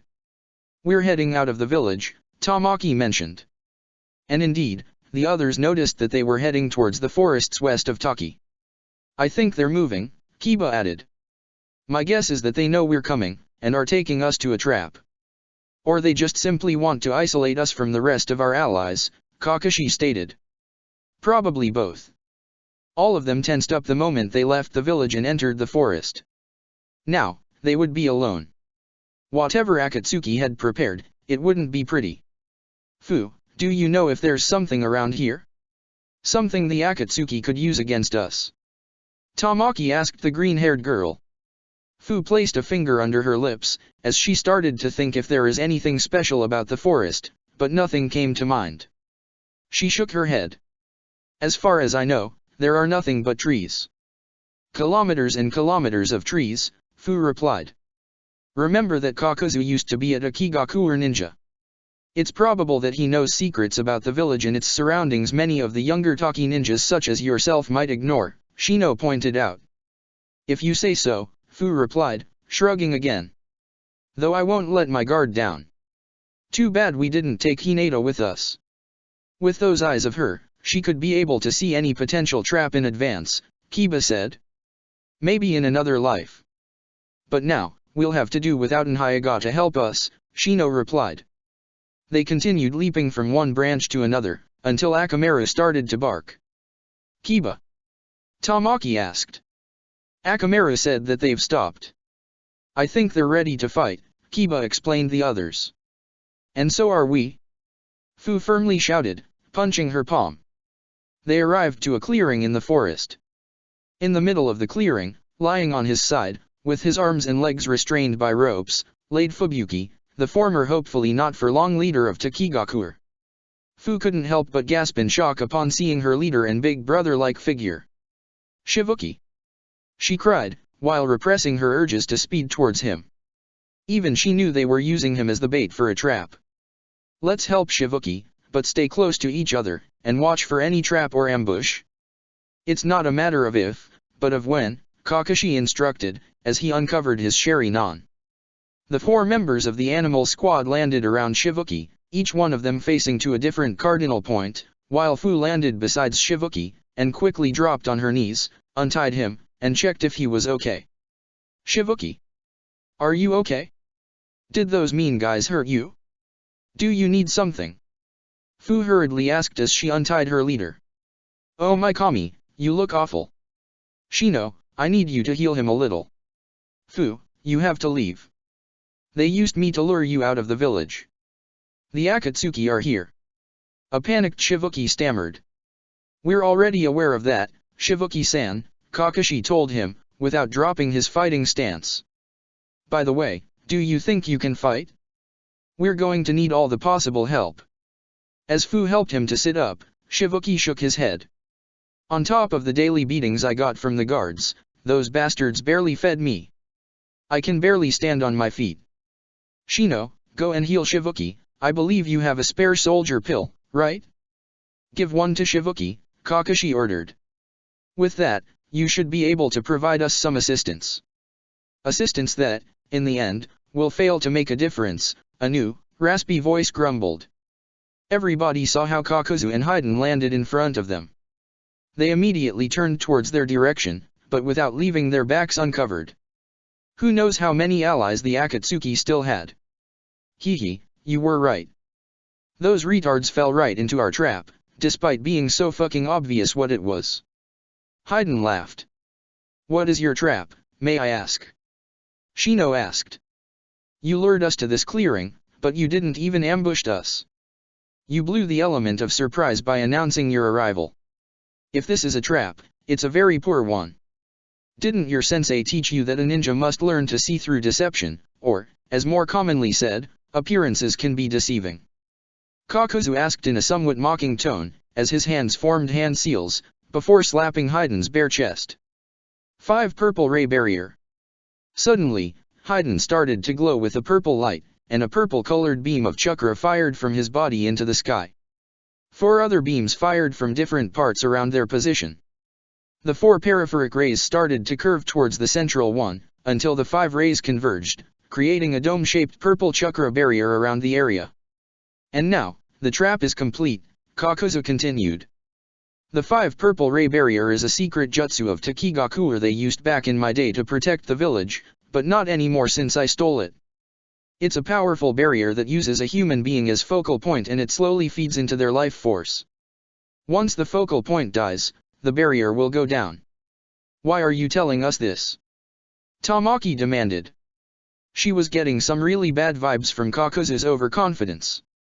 Because I'm immortal, you dumb bitch. There's no way that barrier will go down until Kakuzu or myself decides to take it down. Hayden shouted, laughing maniacally. Meaning that you are now trapped here with us, with no reinforcements, and no chance to escape. And if by some miracle you are able to kill Hayden, Kakuzu said, as he briefly eyed his partner, you will have my eternal gratitude. Yeah. Hayden cheered, before Kakuzu's words registered in his brain, and shooed his partner an indignant look. Wait, what? Enough chit-chat, we have a job to do, Kakuzu said, as he started to make hand seals. Earth release, Earth Dragon bullets. A giant dragon head made of mud formed in front of Kakuzu. It opened its jaws, and fired a volley of mud bullets at the group of 6, which jumped away in different directions, while Fu deployed her wings and took off to the sky. Let the slaughter begin. Hayden hollered, as he leaped towards Tamaki, ready to strike her down with his scythe. Shit. Tamaki cursed as she parried the powerful blow with her blade gauntlets. Still, Hayden was undeterred, and in his mad frenzy continued to deliver a flurry of furious swipes at the cat Kunoichi, who could do nothing but defend while the demented cultist pushed her back with each swipe. Come on, little girl, put on a better show. Make your death worth something. Hayden cackled as he continued to attack. Suddenly, he heard a loud buzz, and looked upwards as a shadow was cast over the two of them. Much to his surprise, he saw a massive swarm of beetles angrily buzzing and flying at him. What the fuck? Bugs? Like, fucking seriously. The pissed Akatsuki shouted, as the swarm of insects forced him to disengage Tamaki and jump back. Fang passing Fang. Suddenly, Hayden saw 2 drilling tornadoes flying towards him. The cultist was barely able to dodge them, shredding part of his Akatsuki cloak. When the tornadoes stopped spinning, they revealed to be Kiba and Akamaru, who landed between Tamaki and Shino. One with bugs, the other with a dog. Just what kind of ninjas are you? Hayden asked, almost indignant. The ones who are going to kick your sorry ass. Tamaki replied, as her hands flew through hand seals. Fire release, blistering fire cat.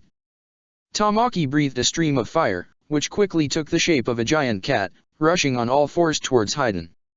And I guess that you use cats, right? Fucking flea-ridden pests. Hayden said, making no effort in dodging the attack.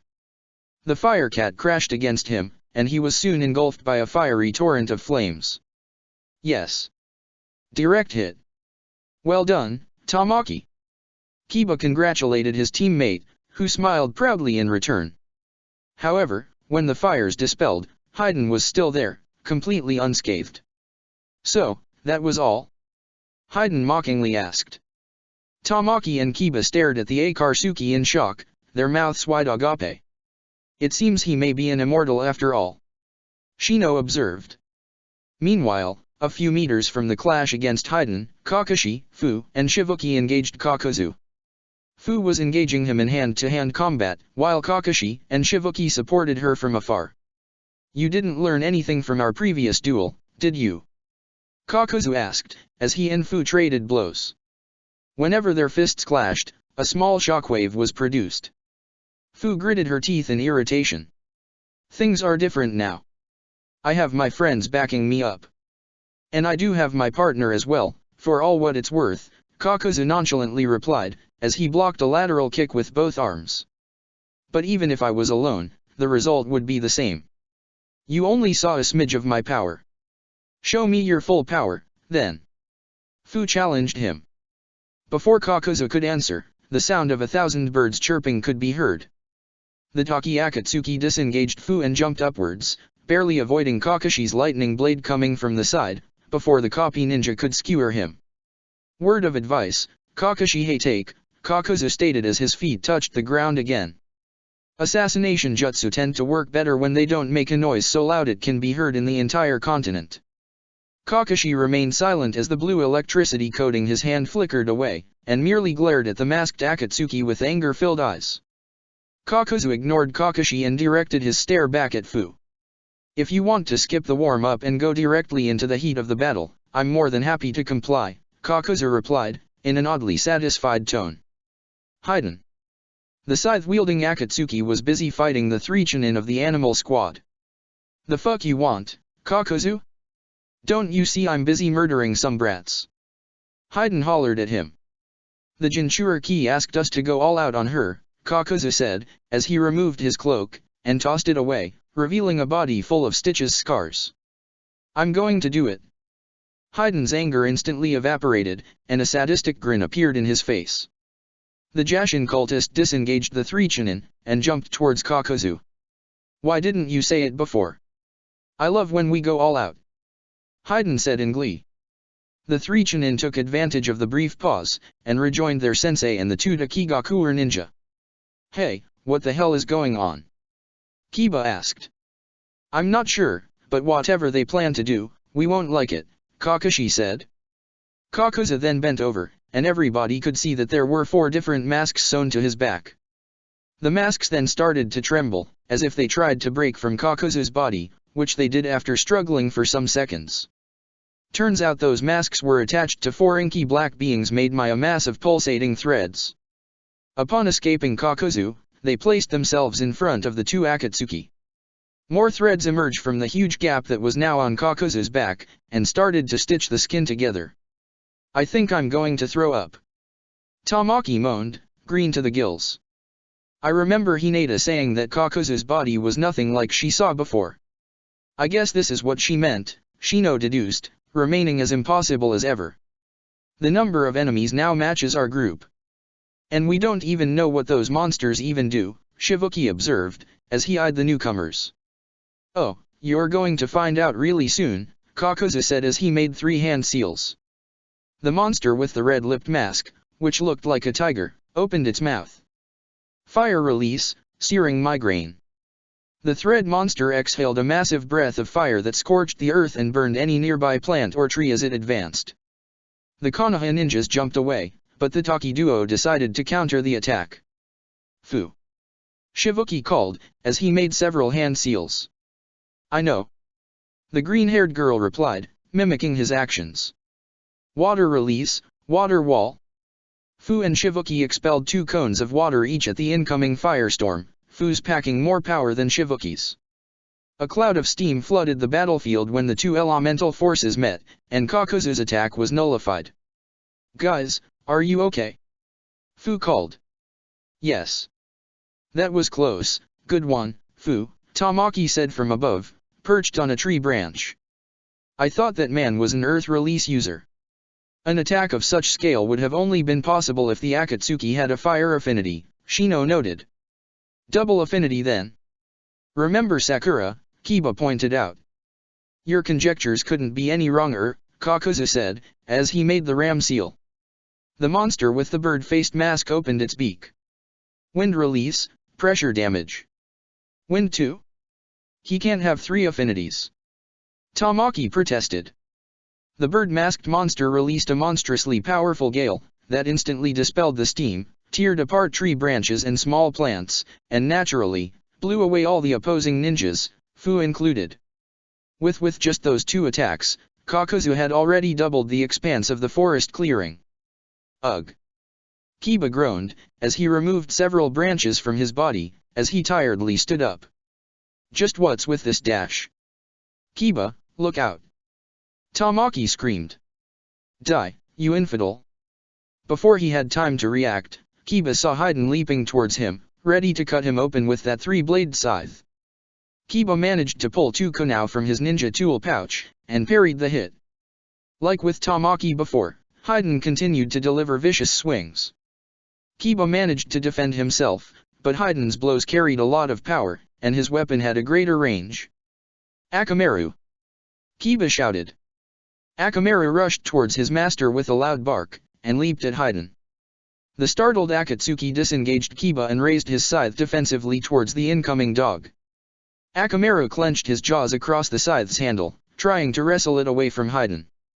How you dare to touch the High Priest's sacred scythe, you flea-ridden bitch! Haiden hollered, as he tried to wrestle the scythe from the snarling dog. Keep him like that, Akamaru, Kiba said, as he dashed towards them. However, much to his horror, he realized the fire monster was aiming another of those fire attacks towards them. Oh shit! Oh no, you won't! Tamaki's voice said, as the cat Kunoichi delivered a flying double kick to the monster's side, making it to release the fire attack into the sky. You owe me one. Haiden, meanwhile, managed to retrieve his scythe from Akamaru's grasp, but as he did, he was unable to dodge Kiba lunging at him, ready to slash him with his elongated nails. His face and exposed part of his chest felt the pain of Kiba's slashed. God damn it! What the fuck you think you dash? Lightning blade. Despite the initial sound, Kakashi's trademark jutsu hit its mark, and pierced the Jashin cultist's heart from behind, running him his arm through, his still electrified hand bursting from his chest. Haiden, however, looked more angry rather than in pain. You don't seem to understand what immortality means, do you, you retard? Haiden asked, as he grabbed Kakashi's hand, keeping him stuck. I had to test it to see if it was true, was Kakashi's answer. After all, I'm not going to take the enemy's word for granted. Whatever, dude. Kakuzu! Haiden hollered. Another one of Kakuzu's monsters, this time one with a mask that looked like a horned demon, leaped towards them. Its body started to crackle with electricity as Kakuzu made the snake seal. Lightning release, false darkness. The demon-masked monster opened its mouth, releasing a stream of lightning bolts at the startled Kakashi. This is bad. The copy ninja distressingly though, trying in vain to pull his right hand from Haiden's chest. Before the lightning could strike, he used his left arm and, without the aid of seals, tried to use his signature jutsu once again. Lightning blade. With his electrified hand, Kakashi managed to swat away the lightning attack. Then, he felt that Haiden was no longer grabbing him, and pulled his hand from the hole he had made. However, Haiden spun over his feet, ready to deliver an horizontal spinning slash with his scythe. Kakashi jumped back, but wasn't fast enough, and the scythe slashed his chest, piercing his flak jacket, and drawing some blood. Yes. Ha ha ha, ha ha ha ha, ha ha ha ha. You'll make a fine sacrifice to Jashin-sama, copy ninja. Haiden said, as he licked Kakashi's blood. While Team Kakashi dealt with Haiden and some of Kakuzu's monsters, Fu hadn't lost sight of her initial goal, and flew to face Kakuzu once again. The masked Akatsuki didn't fail to notice the enraged Jinchuriki. It's rare to see a prey seeking their predator with such energy. Kakuzu deadpanned as he engaged into another brutal hand-to-hand duel with the green-haired Jinchuriki. Are you that foolish to believe that you have a chance against me? I have more than a chance.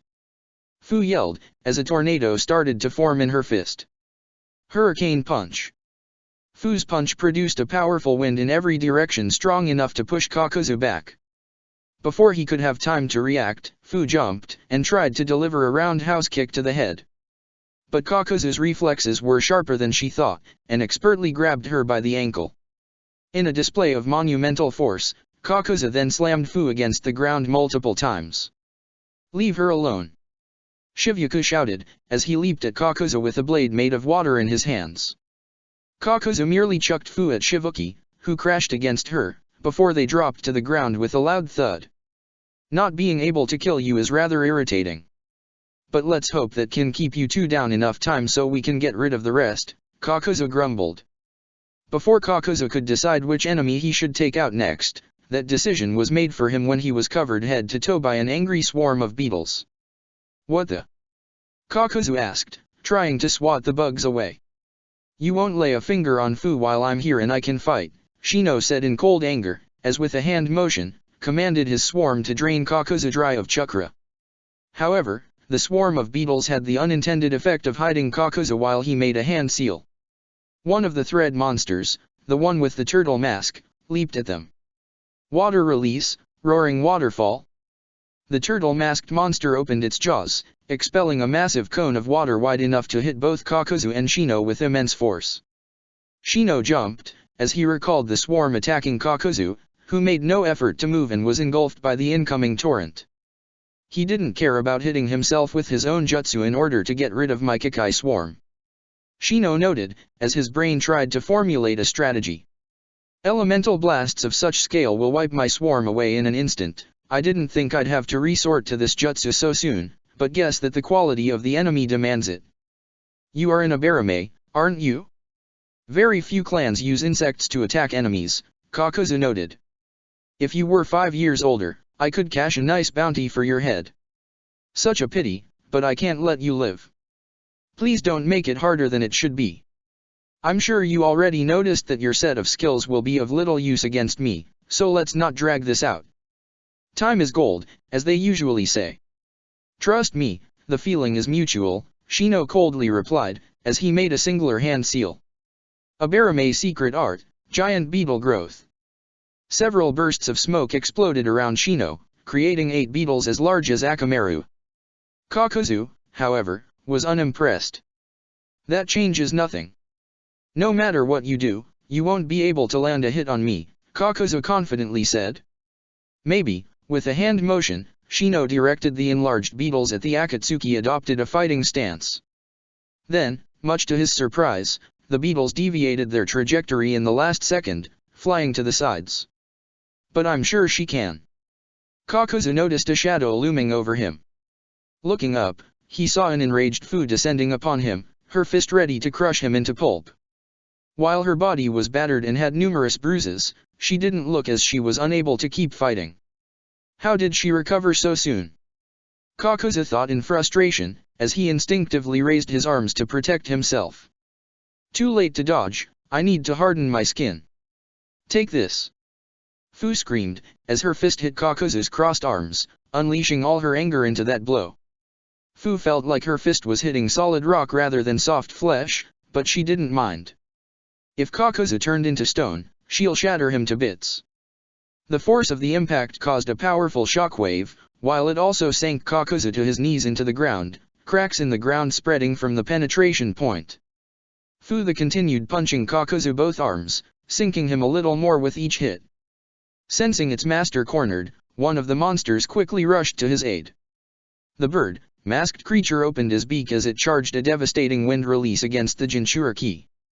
No, you won't, Shino said coolly. If it weren't for the group of giant beetles slamming against the monster, latching onto him, and devouring its chakra as well. The monster didn't scream. It seemed it was unable to, but tried to struggle against its predators by wildly shooting wind bullets in random directions, failing to hit any of the enlarged insects, who wisely positioned themselves to avoid being hit. What? Kakuzu asked in shock. The first creature failing its task, and being already defeated, it was the turtle-masked monster who attacked Fu with a powerful stream of water, forcing the mint-haired girl to fly away, and allowing Kakuzu to get out of the hole Fu had sunken him into. Inconceivable. How did I lose one of my hearts so soon, to these children? Kakuzu thought in frustration. My greater experience should give me enough advantage to deal with these kids easily. Fu, Shivuki-san, are you okay? Shino asked, as both he and Fu converged with Shivuki. I'm fine, but Shivuki doesn't look that hot, Fu said, before turning towards Kakuzu, and raising her fists in front of her face. I'll keep the Akatsuki busy while you heal Shivuki, okay? You need healing too, Shino protested. Not as much as Shivuki. Now heal him already. Fu ordered. Shino decided not to oppose his girlfriend anymore, as he started to heal Shivuki while Fu went back to engage Kakuzu. Takigakuer. Lightning release, thunder arrows. Flying above the battle that was taking place in the village, Hinata fired several arrow-shaped lightning bolts with her chakra bow at some of the sons of Jashin. That's how the cultists called those horrible creatures that entered her range. The arrows exploded in a splash of electricity, hitting every enemy in a small radius. Had she used her lightning release jutsu from such distance, she could have hit her allies, who were fighting very close to the enemies. But with this weapon, I can shot accurate attacks at the enemy without being afraid of hitting my allies, Hinata thought, as she floated over the battlefield. Haku-kun, two coming from behind. Hinata warned him. Haku wordlessly nodded, and made several hand seals, before slamming his foot on the ground. Ice started to grow on the ground around him, suddenly generating multiple ice spikes that impaled the sons of Jashin that tried to ambush him. "Thank you, Hinata," Haku replied, as he weaved hand signs to pelt with ice blades a group of mercenaries and Jashin cultists in front of him. "Hey, do you guys know where is Fu?" Naruto asked, as he sliced more sons of Jashin with his wind blade. "I can't see him anywhere." "Hinata-hime." Hinata nodded, and extended the range of her Tensagen to cover the whole village. Still, she was unable to find her physical body nor her chakra signature. A worried expression crept on her face. "I can't find her," she said in horror. "What? No, she has to be here. What are Kakashi-sensei and the other doing?" Naruto shouted in frustration. "There's no way Akatsuki could have get their hands on her so quick." "Hinata-san, can you scan the area surrounding the village? She might still be around here," Haku suggested. Hinata nodded, and did as she was told. As she inspected the surrounding forests, her desperation grew when no signs of human activity were found. That's it, until she saw some flickers of chakra coming from the west. Focusing her sight in that direction, she finally saw it. "There's a domed chakra barrier in the forest to the west," Hinata pointed out. "I can't see what's inside, but I have the feeling that both Fu, Team Kakashi, and the Akatsuki might be there. In that case, we should go and help them." "I believe the situation here is under control," Naruto said. "Indeed, those horrible creatures are retreating," Hinata pointed out. And just like she said, the sons of Jashin disengaging the Taki, Konoha, or Suna ninjas fighting them, and run back to the Great Tree. However, they didn't look as if they were abandoning the fight, but more like regrouping to plan a counter-attack. Could those beasts think complex strategies? She was taken aback by what they did next. "What?" Hinata asked. "Hinata-hime, what's going on?" Naruto asked. "They're merging. It seems that, since they have the same chakra signature, they can combine themselves and dash." Hinata's explanation was interrupted when Naruto, Haku, and their allies saw a massive black mass rise above them. The mass took a vaguely humanoid form, with a massive top body, large, thick arms, short but stocky legs, and a featureless tiny stump in place of a head. The giant creature had multiple eyes of varying sizes across his body, as well as many mouths full of sharp teeth. Several small tentacles protruded from several parts of his body, constantly wiggling as if they had life on his own.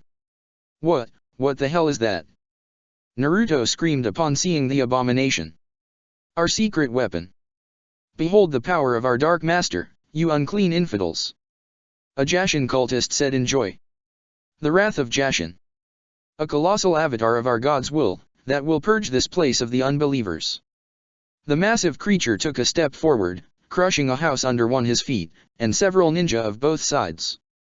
This caused all the Taki, Konoha, and Suna ninja to flee from that monster's vicinity. "We need to take that thing out of the village," Hinata said. "I know," Naruto replied, as he leaped onto Gamabunta's head. "Boss, you think you can take that creature away from here?" "I'll try, but I won't promise anything," Gamabunta replied, as he went to engage the giant creature. "Try to get everybody else out of my way." Gamabunta leaped out of the water, landing in front of the wrath of Jashin with a loud rumble that made the earth shake. The abomination set all its eyes on the gigantic toad, identifying it as the main threat. Moving one giant arm, the monster tried to slam Gamabunta, but giant toad proved to be more nimble than his size let on, fainted, and latched onto the creature. "Hinata-hime, Haku, come on, we need to help the boss deal with this guy." Let's try to finish it as soon as we can so we can move to Hepfu and the others. Naruto cried. Naruto's teammates nodded and jumped or descended in Hinata's case onto Gamonunta's head. Let's take this somewhere more private, shall we? Gamabunta said, before leaping high into the air, with the wrath of Jashin in tow. They cruised the skies at high speed, before falling down a kilometer or so away from Taki. The abrupt landing caused an earthquake and blasted a multitude of trees away, creating a clearing. Alright then, now I don't need to hold back anymore. Gamabunta said with a glee. Neither do we, Naruto added, as he prepared his wind blade. Back inside the chakra dome. Holding his bleeding, slashed stomach with one hand, Kakashi watched in confusion as Haiden licked the blood from his scythe, and changed. His skin turned pitch black with white motifs that somehow resembled human bones. The condition has been met. Not, let us begin, Haiden cryptically said as he pulled out a ritual dagger from within his cloak, and stabbed it on his palm. He used the resulting gush of blood to draw a circle with a triangle inside it around him. I don't know what the hell is he doing, but my instincts are screaming not to let him finish. Kakashi thought, as he lunged at Haiden with one hand still holding his stomach, and the other firmly grabbing a kunai. However, he was forced to cancel the attack when his Sharingan noticed the lightning monster coming at him, ready to fire an electric blast at the copy ninja, who jumped away to avoid it. Still, the monster persisted in his onslaught, and fired more electric bottles, forcing the silver-haired Jonin to continue jumping. Kiba and Tamaki had noticed what had happened, and decided to stop Haiden before he could finish whatever he was doing. Come on, Akamaru, Kiba said, riding his large dog, as they charged at Haiden. He needs to stay still to finish whatever jutsu he's planning to do. We can't waste this chance to finish him off. Tamaki said, leaping beside him. Unfortunately for them, Kakuzu still had one more monster left, the one with the tiger mask that spewed fire. And fire did spew, a massive torrent of flames, forcing Kiba, Tamaki, and Akamaru away from Haiden. And done. Haiden cried triumphantly, as he started to laugh. Ha ha ha ha, yes. Now, Jashin-sama, accept this measly sacrifice from this unworthy servant of yours. Haiden said, almost chanted, as he raised the ritual dagger over his head. I need to stop him. He changed when he drank my blood, that means he created some sort of connection between us, and plans to use it in some way to cause me harm. Kakashi distressingly thought as he tried to avoid the demon-masked monster while rushing towards Haiden. Kakashi's hand crackled with electricity, as he jumped over the demon-masked monster. The pain in his stomach became greater the more he moved, made it even worse by all the blood he was losing. He only had a chance to top it. He forced his Sharingan to his limits in order to have a clear shot at the Akatsuki cultist. Lightning release, lightning beast tracking Fang. But he was too late.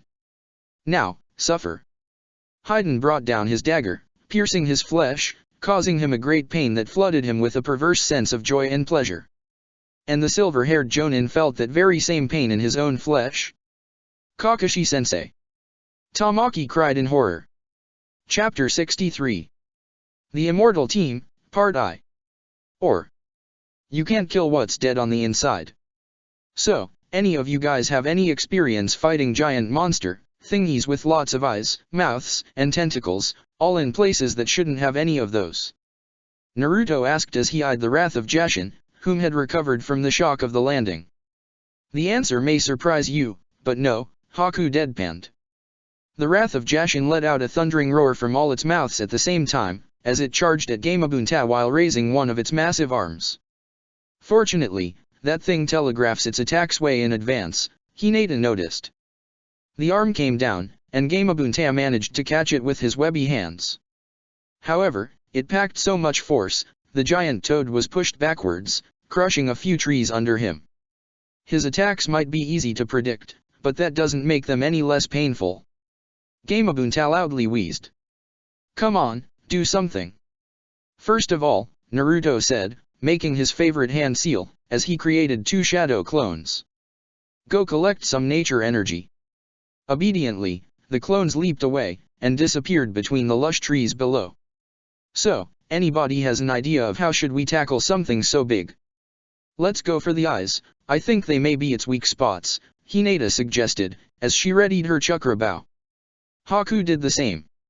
Very well then. Let's go. Naruto agreed, as he and his teammates leaped from Gamabunta towards the Wrath of Jashin. Naruto landed on its right shoulder, Haku on its left forearm, while Hinata stayed floating in front of its chest. The tentacles that randomly wiggled weren't there for no reason. The moment Naruto and Haku touched the monster, nearby tentacles lunged at them, wrapping around their bodies. Oh no, you don't. Naruto shouted, as he pulled his wind blade, and with a well-directed swipe, cut the tentacle clean, releasing him at once. More tentacles flew at him, but they ended up sharing the same fate. Haku, meanwhile, opted to make several hand seals. Ice release, walking winter. The ice ninja generated a powerful icy aura that quickly froze the tentacle restraining him. The tentacle frozen, Haku shattered it by slamming his chakra bow against it, breaking free from the appendage. Come on, before it has the chance to get us again, attack at once. Naruto commanded. The others nodded. Lightning release, thunder arrow. Ice release, freezing arrow. Arrows of lightning and ice impacted against two of the creature's many eyes. Naruto, meanwhile, stabbed his wind blade on a large nearby eyeball. The Wrath of Jashin let out a loud, thundering roar, as it trashed wildly, trying to get rid of its comparatively tiny but painful attackers. Gamabunta, attack now! Naruto shouted. You got it, brat! The giant toad shouted, as he leaped into the air, unsheathed his katana, and delivered a vertical swipe. Take this! Gamabunta's blade vertically bisected the monster from the stump where its head should be, right to the chest, but the blade didn't do down any further. Oddly enough, rather than blood or organs, sons of Jashin started to pour from the cut, some of the falling to the ground, others trying to crawl back into the wound and repair it, and others remained on the monster's skin, not knowing what to do. The creature is gathering chakra. Watch out, it prepares to attack. Hinata warned. And just as the Hyuga clan head said, the Wrath of Jashin opened all its mouths at once, releasing streams of blue fire. As if it had life on its own, the fire flew in arcs towards the Konoha ninja and the giant toad, who pulled his giant blade out of the monster. Ouch! Hot! Hot! Hot! Gamabunta shouted, as the flames made him jump back. My skin is not made to withstand fire. Naruto, Hinata, and Haku tried to dodge it as best as they could. They noticed that, even if the flames they dodged crashed against the monster, its skin wasn't burnt, and the creature didn't appear to feel any pain. Goddammit, is this creature fireproof? Naruto complained. I believe this is not normal fire, Haku conjectured, as he made several hand seals. Water release, water wall. Haku expelled a stream of water from his mouth to an incoming blaze of blue fire, which did nothing to stop it other than slow it down a little. Haku was forced to dodge once again. Indeed. The chakra of the flames doesn't look like normal fire chakra should. It is shaped like fire, but it's not fire, Hinata observed. But it still burns like fire. Gamabunta loudly complained. Maybe the skin is fire resistant, but maybe the eyes are not. Let's try to direct the flames there. Naruto suggested. Haku and Hinata nodded, and the moment the next homing streams of blue fire came, they tricked them into hitting their eyes. Grey-arg. And Naruto was right, much to his satisfaction. The creature's many mouths let out multiple high-pitched growls of pain, as it trashed wildly in order to futilely fight the pain and those who were causing it. It worked. Naruto cheered. I can see that. However, even if we destroy all the creature's eyes, I doubt we'll be able to kill it, Hinata pointed out. I know, but at least it won't use that attack anymore. Plus I have a plan, Naruto said. I'll keep this guy distracted. Can you immobilize it? Leave that to me, Haku volunteered, as he started to descend from the monster to the ground level. Though I believe this may take some time. We'll buy you that time, then. Hinata exclaimed, as she and Naruto faced the Wrath of Jashin again. Electricity from Kakashi's arm flickered away, as it was replaced by an intense feeling of pain. Blood started to soak the sleeve of his dark blue shirt, pouring from a gash that hadn't been there a second before. Kakashi-sensei. Tamaki screamed. Just, what did that guy do? A confused Kiba asked. Using his ritual dagger, Haydn had stabbed his right arm, a deranged smile appearing on his face as he did so. He let out a soft, but demented laugh. Ha ha ha, the pain, it feels so good. Haydn moaned, sounding like somebody who was experiencing the greatest of the pleasures. He pulled the dagger from his bloodied arm. Shall we do it again? Just like I expected, using my blood, he used a jutsu to create a link between us. Whenever he suffers an injury, the same happens to me. But since he's immortal, he can wound himself all what he wants without running into any risks. In fact, he looks as if he already did this plenty of times. Kakashi thought, as he held his arm in pain. But the question is, what can I do to stop him? You know what, Kakashi? My jutsu allows me to shut down my pain receptors if I wish. But I don't want to, Haydn began. Do you know why? Because I want to know what my victims feel as I slowly erode their lives away. And the pain, oh, the pain. Is there a more wonderful sensation? Kakashi-sensei. Kiba shouted, as he and Akamaru rushed to attack Haydn. No, stop. Haydn linked our chakra in some way. If you cause him any harm, said harm will go to me as well. Kakashi warned his student. Heh, not bad. Most people only realize what's going on when they're about to die, Haydn praised the copy ninja. Not that it's going to be of any help here either. We'll see about that. Kakashi shouted. Soldiering through the pain, Kakashi grabbed a kunai with his unwounded arm, and dashed towards the Jashin cultist. Okay, I think I know how can I incapacitate him without causing lethal harm. I only need to dash. Nuh-uh. Haydn said in a chastising manner, as he drove his dagger into his right leg. The silver-haired Jonin felt an intense pain on his right leg, lost balance, and fell to the ground face first. You may not know it already, Kakashi, but you're already dead. I'm merely toying with you, milking you for all the delicious pain in your body, until I have no more use for you, and I send your soul to Jashin-sama, Haydn gleefully said. Kakashi tried to fight desperation and keep a cool head, something that was becoming increasingly difficult to do, due not only knowing that Haydn could kill him whenever he wanted to, but because the increasing number of bleeding wounds was making such task progressively harder. No jutsu is perfect, all of them have a weakness and ways to be countered, and this can't be an exception. Come on, Kakashi, think. The silver-haired Jonin desperately thought, as he tried to scan Haydn with his Sharingan. But, unfortunately, from his position, he could only see his legs, and that strange symbol he made with his own blood at the beginning. A symbol he was standing over, could it be? Kiba, Tamaki, that Akatsuki is standing on a symbol he drew with his own blood. Push him away from it. Use shuriken with ninja wire. The masked man commanded. Haydn's expression went from sadistic smugness to utter shock in less than a second. And it was all what Kakashi needed to prove his theory right. The fuck? How did you guess that? An indignant Haydn exclaimed. You know what? Fuck it. You might have discovered how my jutsu works, but it was for naught, since I'm going to end this now. Haydn said, as he prepared to stab himself in the heart. Not so fast. Tamaki shouted. 2 shuriken with ninja wire attached flew at Haydn.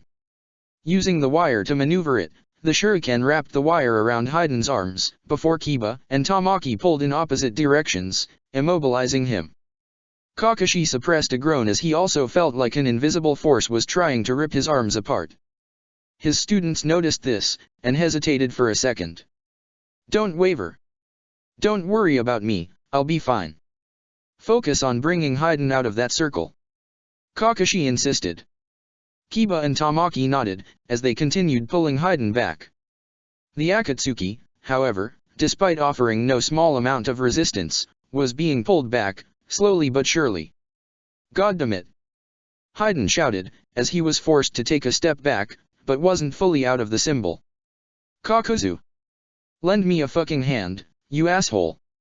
Meanwhile, at the other side of the clearing, Shino, Fu, and Shivuki were fighting Kakuzu. Or more specifically, Fu was engaging Kakuzu in a brutal hand-to-hand duel while the men fought against the 3 remaining elemental creatures made of threads. Haiden's screams momentarily interrupted the fight, dragging their attention to the other battlefield. It seems that Haiden can't even finish the job himself, Kakuzu grumbled, as he caught a punch from Fu.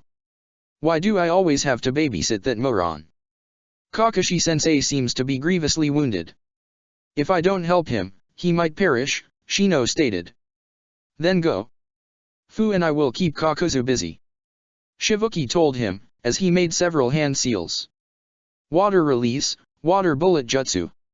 Shibuki expelled a stream of water from his mouth, to counter the turtle-masked monster's own water jutsu, giving Shino a chance to escape. Wordlessly, Kakuzu disengaged Fu, and rushed to intercept Shino, but the green-haired girl wouldn't let him. I am your opponent. Fu shouted, as she appeared in front of the rogue Taki ninja, blocking his way. Don't even dare to ignore me. Realizing that he had no way to go past the Jinchuriki, Kakuzu commanded his masked monsters to aid Haiden in any way they could. While the help arrived, Haiden continued to struggle against the 2 Konoha Chunin. You fucking brats. You won't interrupt the Jashin's scared sacrifice. Haiden protested, as he struggled to remain within the symbol of blood. Akamaru, now. Kiba commanded. With a bark of agreement, the large white dog dashed at Haiden, and bashed him in the chest with his head. Added to the force pulling him back, the immortal Akatsuki fumbled out of the symbol, before he finally fell on his back. Alright then, just to be sure, let's check if my theory is correct. Kakashi said, as he pulled out a single shuriken from his ninja tool pouch, and tossed it at the downed Haiden. The shuriken stabbed on his chest. No such wound appeared on Kakashi's. Theory confirmed. Now, to make sure you can't continue that ritual. This time, Kakashi pulled out a kunai with an explosive tag attached to it, and tossed it to the blood symbol. No! Haiden screamed. Kiba, Tamaki, and Akamaru jumped away in time before Kakashi detonated the explosive note, destroying the blood symbol, and leaving a crater in its place. At that moment, Shino landed beside Kakashi, and started to heal all his wounds. I hope the time of my arrival wasn't too late, Shino stated. You couldn't have arrived in a better moment, a thankful Kakashi said. Then, his eyes grew wide upon seeing what was coming. Guys, watch out. The other Akatsuki sent reinforcements. Kiba and Tamaki saw the 3 remaining masked monsters flying at them. While the 2 Chunin could deal with them without troubles, Kakashi and Shino would be like sitting ducks for them. Kiba, we need to protect Kakashi-sensei and Shino from those things, as well as the Akatsuki. Tamaki urged, as she adopted a fighting stance. Agreed. I think that this is a good moment to use the new jutsu I've been working on for the past weeks. Shadow Clone Jutsu. Kiba said, and a clone appeared besides him. Tamaki was unimpressed. A shadow clone?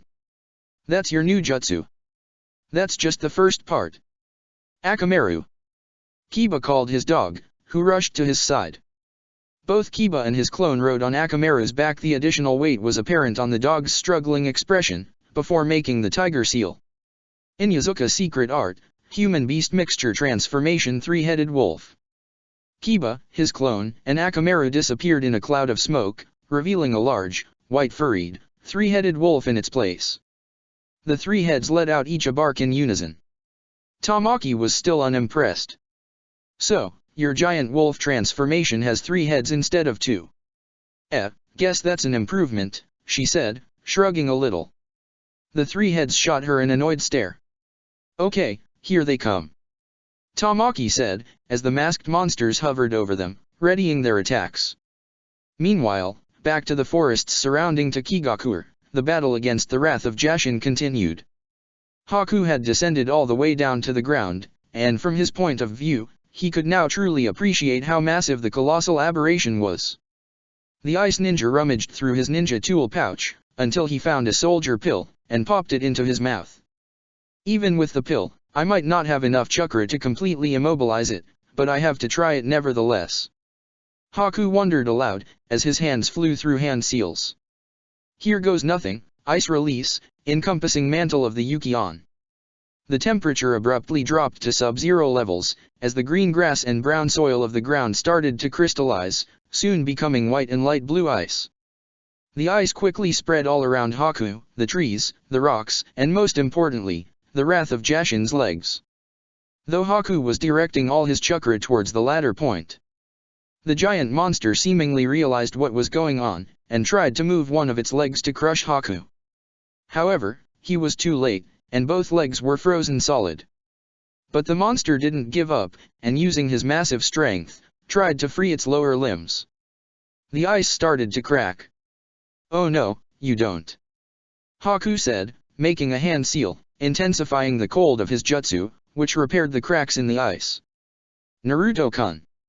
Hinata-san. I'll try to hold it down as much as possible, but whatever you plan to do it already," Haku yelled from below. Many meters above, Naruto was already in position, firmly on the handle of Gamabunte's weapon. His eyes were now yellow with orange eyeshadow, signaling that Sage Mode was now active. "Okay Bunta, now, before it attacks. Hack it to pieces," Naruto said. "Haku, get out of the way." "You got it," Gamabunta replied, as he began to wind his sword back. "The monster is gathering chakra again. Watch out," Hinata warned. Pieces of flesh from the wrath of Jashin's chest started to slip back, revealing a massive orange eye below. The eye started to glow with a crimson light for a few seconds, before it fired a chakra blast of the same color at Naruto and Gamabunta. "Oh shit," Naruto cursed. However, Hinata got in the way between the crimson missile and its target, and using her telekinetic powers, it held it in place, slowing it down as much as she could. "Naruto-kun, I'm trying to," Hinata said, as she poured every ounce of her power into stopping that attack. "Got it, no time to waste. Gamabunta, let's do it now," Naruto called. "All right." Gamabunta agreed, as he jumped in the air, and readied his sword for a downward slice. "Here it goes," Naruto said, as he started channeling all his chakra into the giant toad's katana. The blade started to glow with a blue and white fire that swirled around it. Sage Art, Majestic Destroyer Sword. This time, Gamabunta's katana sliced through the monster as easily as if it was made of butter. With 2 precise blows, the monster was split into 3 parts, which fell apart instantly, while at the same time releasing multiple sons of Jashin, that tried to reform again. "Naruto-kun, the monster will reform in a few minutes. Please tell me that your plan didn't end there," Hinata pleaded. "Of course it didn't," Naruto shouted, as he jumped from Gamabunta's sword, and landed on the toad's head, and started making hand seals. "I'm gonna need some oil." "All right," Gamabunta replied, as his dewlap swelled up, before releasing a stream of oil, covering the reforming monster under the sticky substance. "Fire release, Flame Toad Bullet." Naruto breathed a single fireball into the oil, igniting it, which instantly produced a massive blaze that consumed not only the wrath of Jashin and all the smaller demons that formed it, but many trees around the area as well. "It's chakra, it's receding. I think that attack destroyed it completely," Hinata informed, as he scanned the creature with her Tensagen. "All right then. Tell me when it's completely dead, and Gamabunta will put that fire out before it goes out of control," Naruto stated. "While Fu and the others might need our help, we can't leave this place with a forest fire waiting to happen." Hinata nodded in agreement. "These wounds are very deep," Shino noticed, as he healed Kakashi's gash on his right arm. "Meaning that you will take some time to mend them?" "I know," Kakashi replied. "No, I mean you're lucky to be alive.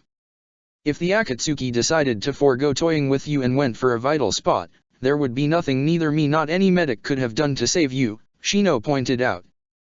"Guess we must be thankful Haiden is so unhinged. His partner doesn't seem to be the kind of fooling around," Kakashi commented, before his eyes opened wide. "Shino, get out of here." Shino turned around, and saw one of the masked monsters looming above them. It opened its maws, and started to charge a fireball.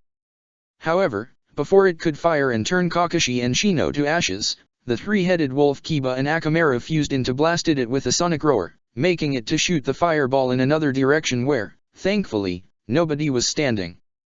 The wolf then placed himself in front of Shino and Kakashi as if to protect them from further attacks, and snarled menacingly. The fire monster got back on its feet, and insisted on its attack. Opening its maws, it released a massive wave of fire at the same spot. The wolf took a deep breath, and countered it with a continuous sonic roar. The sound waves and the fire pushed back and forth, with none of them gaining ground over the other. Not far away from there, Tamaki was engaging Haiden, while Shivuki dealt with the lightning and water monsters. Though in Tamaki's case, she was mostly trying to dodge Haiden's scythe swings. "Stop moving, you dumb bitch!" Haiden shouted, as he tried to skewer Tamaki. "Fat chance. I know what happens if you manage to get a drop of my blood," Tamaki replied. "It's going to happen sooner or later. I'm immortal, you're not. I can fight for as long as I want, while you will get tired, and when you do, you'll become my sacrifice. And then that silver-haired bastard of a sensei of yours will go next." Haiden screamed, before delivering a vertical slash. Tamaki nimbly dodged it with a backflip, and the three blades stuck themselves into the ground. Haiden pulled, but the scythe didn't come out. "Come on, this has to be a fucking joke," Haiden loudly complained, as he struggled to pull the scythe from the ground. "This is my chance." Tamaki jumped backwards, retracted her claws, and made several hand seals. Fire release, blistering fire cat. The cat Kunoichi breathed a massive wave of fire, which took the shape of a large cat, and dashed towards the Akatsuki. Haiden said, noticing the incoming fire cat, before chuckling. "You really have a hard time understanding what immortal means, don't you?" Haiden laughed, before letting go of the scythe, and spreading his arms. "Your jutsu won't have any effect." The fire cat clashed against Haiden, exploding into a torrent of flames. And while such jutsu would have cooked any normal being alive, once the flames receded, Haiden could see that he didn't have a single burn in his body. "Ha! What did I told you?" Haiden gloated, before realizing that Tamaki was nowhere to be seen. "Huh? Where did you go, you cat bitch?" Meanwhile, Kiba and Akamaru were still trying to hold the fire monster off, but his continued sonic roar was starting to strain the three-headed wolf, and the fire was slowly pushing the sound waves back. "Shino, leave me.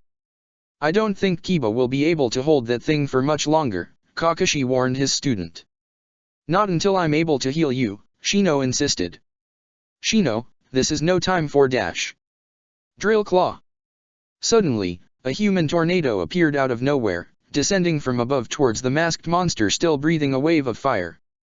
Noticing the threat too late, the fire monster was unable to move away, and the human tornado shredded the strange creature to black thread strings, and, oddly enough, blood and gore. And in the middle of all that mess, Tamaki stood, covered in some thread and blood. She smiled confidently. "Another one down," she said with a satisfied grin. "And you guys are welcome." The three-headed wolf grinned in return as well. Kakashi sighed in relief. Shino didn't say anything, and continued healing the copy ninja. Of course, the destruction of a second masked monster didn't go unnoticed to Kakuzu, who was still engaging Fu. "What? Another one of my hearts down. Just how some brats offer such an incredible resistance." The old Akatsuki thought, as he gave his two remaining monsters a mental command. The creatures, who were targeting Shivuki, immediately left him, and dashed towards Fu, as they charged an elemental attack each. "Fu, watch out!" Shivuki warned her. Thankfully, Fu heard the warning, and her hatred of Kakuzu didn't trump her common sense. She disengaged the masked ninja, deployed her wings, and flew high into the air, albeit not too high, since the chakra dome didn't allow her to, before the elemental barrage of water and lightning could hit her. The monsters placed themselves at Kakuzu's flanks, as if they were his bodyguards. Haiden, noticing what Kakuzu was doing, also fell back and jumped towards him in order to regroup. The Konoha and Taki ninjas did the same. "Kakashi-san, are you okay?" Shivuki asked, as he went to check the silver-haired Jonin, whom Shino had finished healing. "Yes, I'm fine. Not at 100%, but I still can carry my part of the weight," the copy ninja said, as he was helped by Shino and Tamaki back on his feet. Plus the Akatsuki didn't come out unscathed either. Good job destroying 2 of those things. But even if by doing so we've weakened the enemy, I'm sure they'd now fight with more caution, if not fiercity, Shino noted. A cornered animal is at its most dangerous. Don't worry, Shino. I will put those rabid beasts out of their misery, Fu stated, as she punched the palm of her hand. At the same time, the Akatsuki were discussing the course of the battle, and what would be their next move. Just what the hell, man? How are you letting a bunch of kids kick your ass? Haiden asked Kakuzu. The same could be said about you. You had the Jonin's life in your hands, yet you botched it instead of finishing the job, Kakuzu fired back. Hey, you fucker, what does dash? There's no time to argue who's more at fault. The fact is, this fight is not going our way, and we must do something about it, Kakuzu stated. Okay then. What's your brilliant idea? Haiden asked. Wordlessly, Kakuzu pulled out something from his ninja tool pouch. It was a small vial with a blue liquid inside.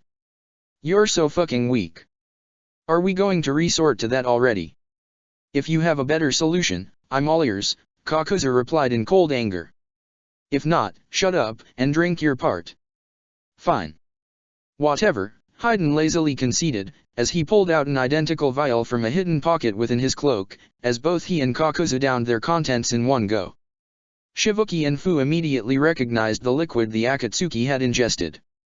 Thankfully, it didn't take long for Hinata to confirm that the wrath of Jashin had been completely destroyed. After that, Gamabunta put out the fires with a powerful water jutsu, before bidding Naruto farewell. After that, the members of the assault squad headed towards the Chakra Dome as fast as they could. Right now, it was only a matter of destroying the only barrier that prevented them from helping their friends. Lightning release, Thunderbolt. Hinata released a myriad of lightning bolts from her fingers, and crashed against the bright purple barrier. Multiple small blasts were produced when the electric attack clashed against the barrier. But when the smoke dispelled, the barrier was still there. No damage, Hinata pointed out. Maybe we can dig a tunnel that goes under the barrier. Naruto suggested. Hinata shook her head. The barrier goes all the way underground, forming a perfect sphere. This is no normal chakra barrier. Whoever did this, they made a very good job. I could generate a demonic ice mirror to the other side of the force field, but I'm afraid I have no way or letting you pass, Haku pointed out. The ice ninja then looked at Naruto. Naruto-kun, do you think you could use a seal to dispel the barrier? Naruto grunted, placing a hand under his chin, as he started to think of all the seals he knew, which one could be of help. Sadly, I don't think there is a seal specifically created to destroy a barrier, but...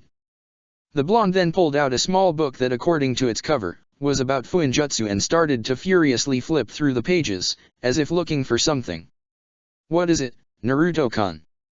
Hinata asked. This. Naruto replied, showing a certain page of the book to both his teammates. A chakra dampening seal? Haku asked, reading the headline of the page. Yes. The seal is used to reduce, or even suppress completely, the amount of chakra a ninja can mold and release.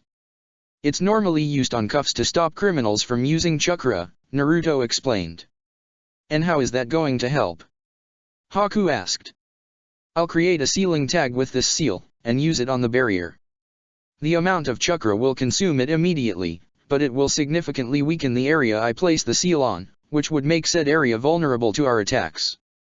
Though it will only last a few seconds before the barrier reforms, so we must be quick, Naruto told them. That won't be a problem. How long do you think you'll take in making that sealing tag? Haku asked. 5 minutes, give or take, Naruto said, as he pulled out from a sealing scroll a brush, ink, and a blank sealing tag. He then made a hand seal, and created other 2 clones, as well as replicas of his sealing tools. I'll make other 2 at the same time, in case the first one fails. Very well then. Be quick, Naruto-kun. Our friends are counting on us, Hinata told her boyfriend. Shivuki, is that? Fu asked. The hero water, yes. Of course, I should have expected that Kakuzu would get his hands on it, With the village under his control, Shivuki replied. Hero water? Is the same elixir Fu drank during the fight with Gaara, right? Kakashi asked, vaguely remembering said event. Yes. It provides a temporary power boost. Due to the backlash it causes to the body once the effects wear off, we usually drink it in small doses, and only in dire situations, Shivuki explained. But since one Akatsuki is immortal and the other has multiple hearts and a modified anatomy, they don't have to worry about such effects, Shino said, being more a statement rather than a question. I'm afraid so, Shivuki uneasily replied. Once they drank their contents, they lazily tossed the vials to the ground, the soft glass shattering in pieces. The effect was immediate, and Haiden and Kakuzu were surrounded by a fiery blue aura. Oh yes. This is some good shit. Haiden hollered, as he gripped his scythe with both hands. Let's go. Suddenly, Haiden vanished and reappeared in front of a stunned Tamaki, ready to slice her in two with his scythe. The cat Kunoichi was unable to react in time when the weapon came down, but thankfully, Kakashi, just as quick, parried the blow with a kunao.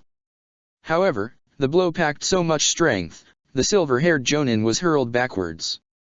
The hero water made him really fast.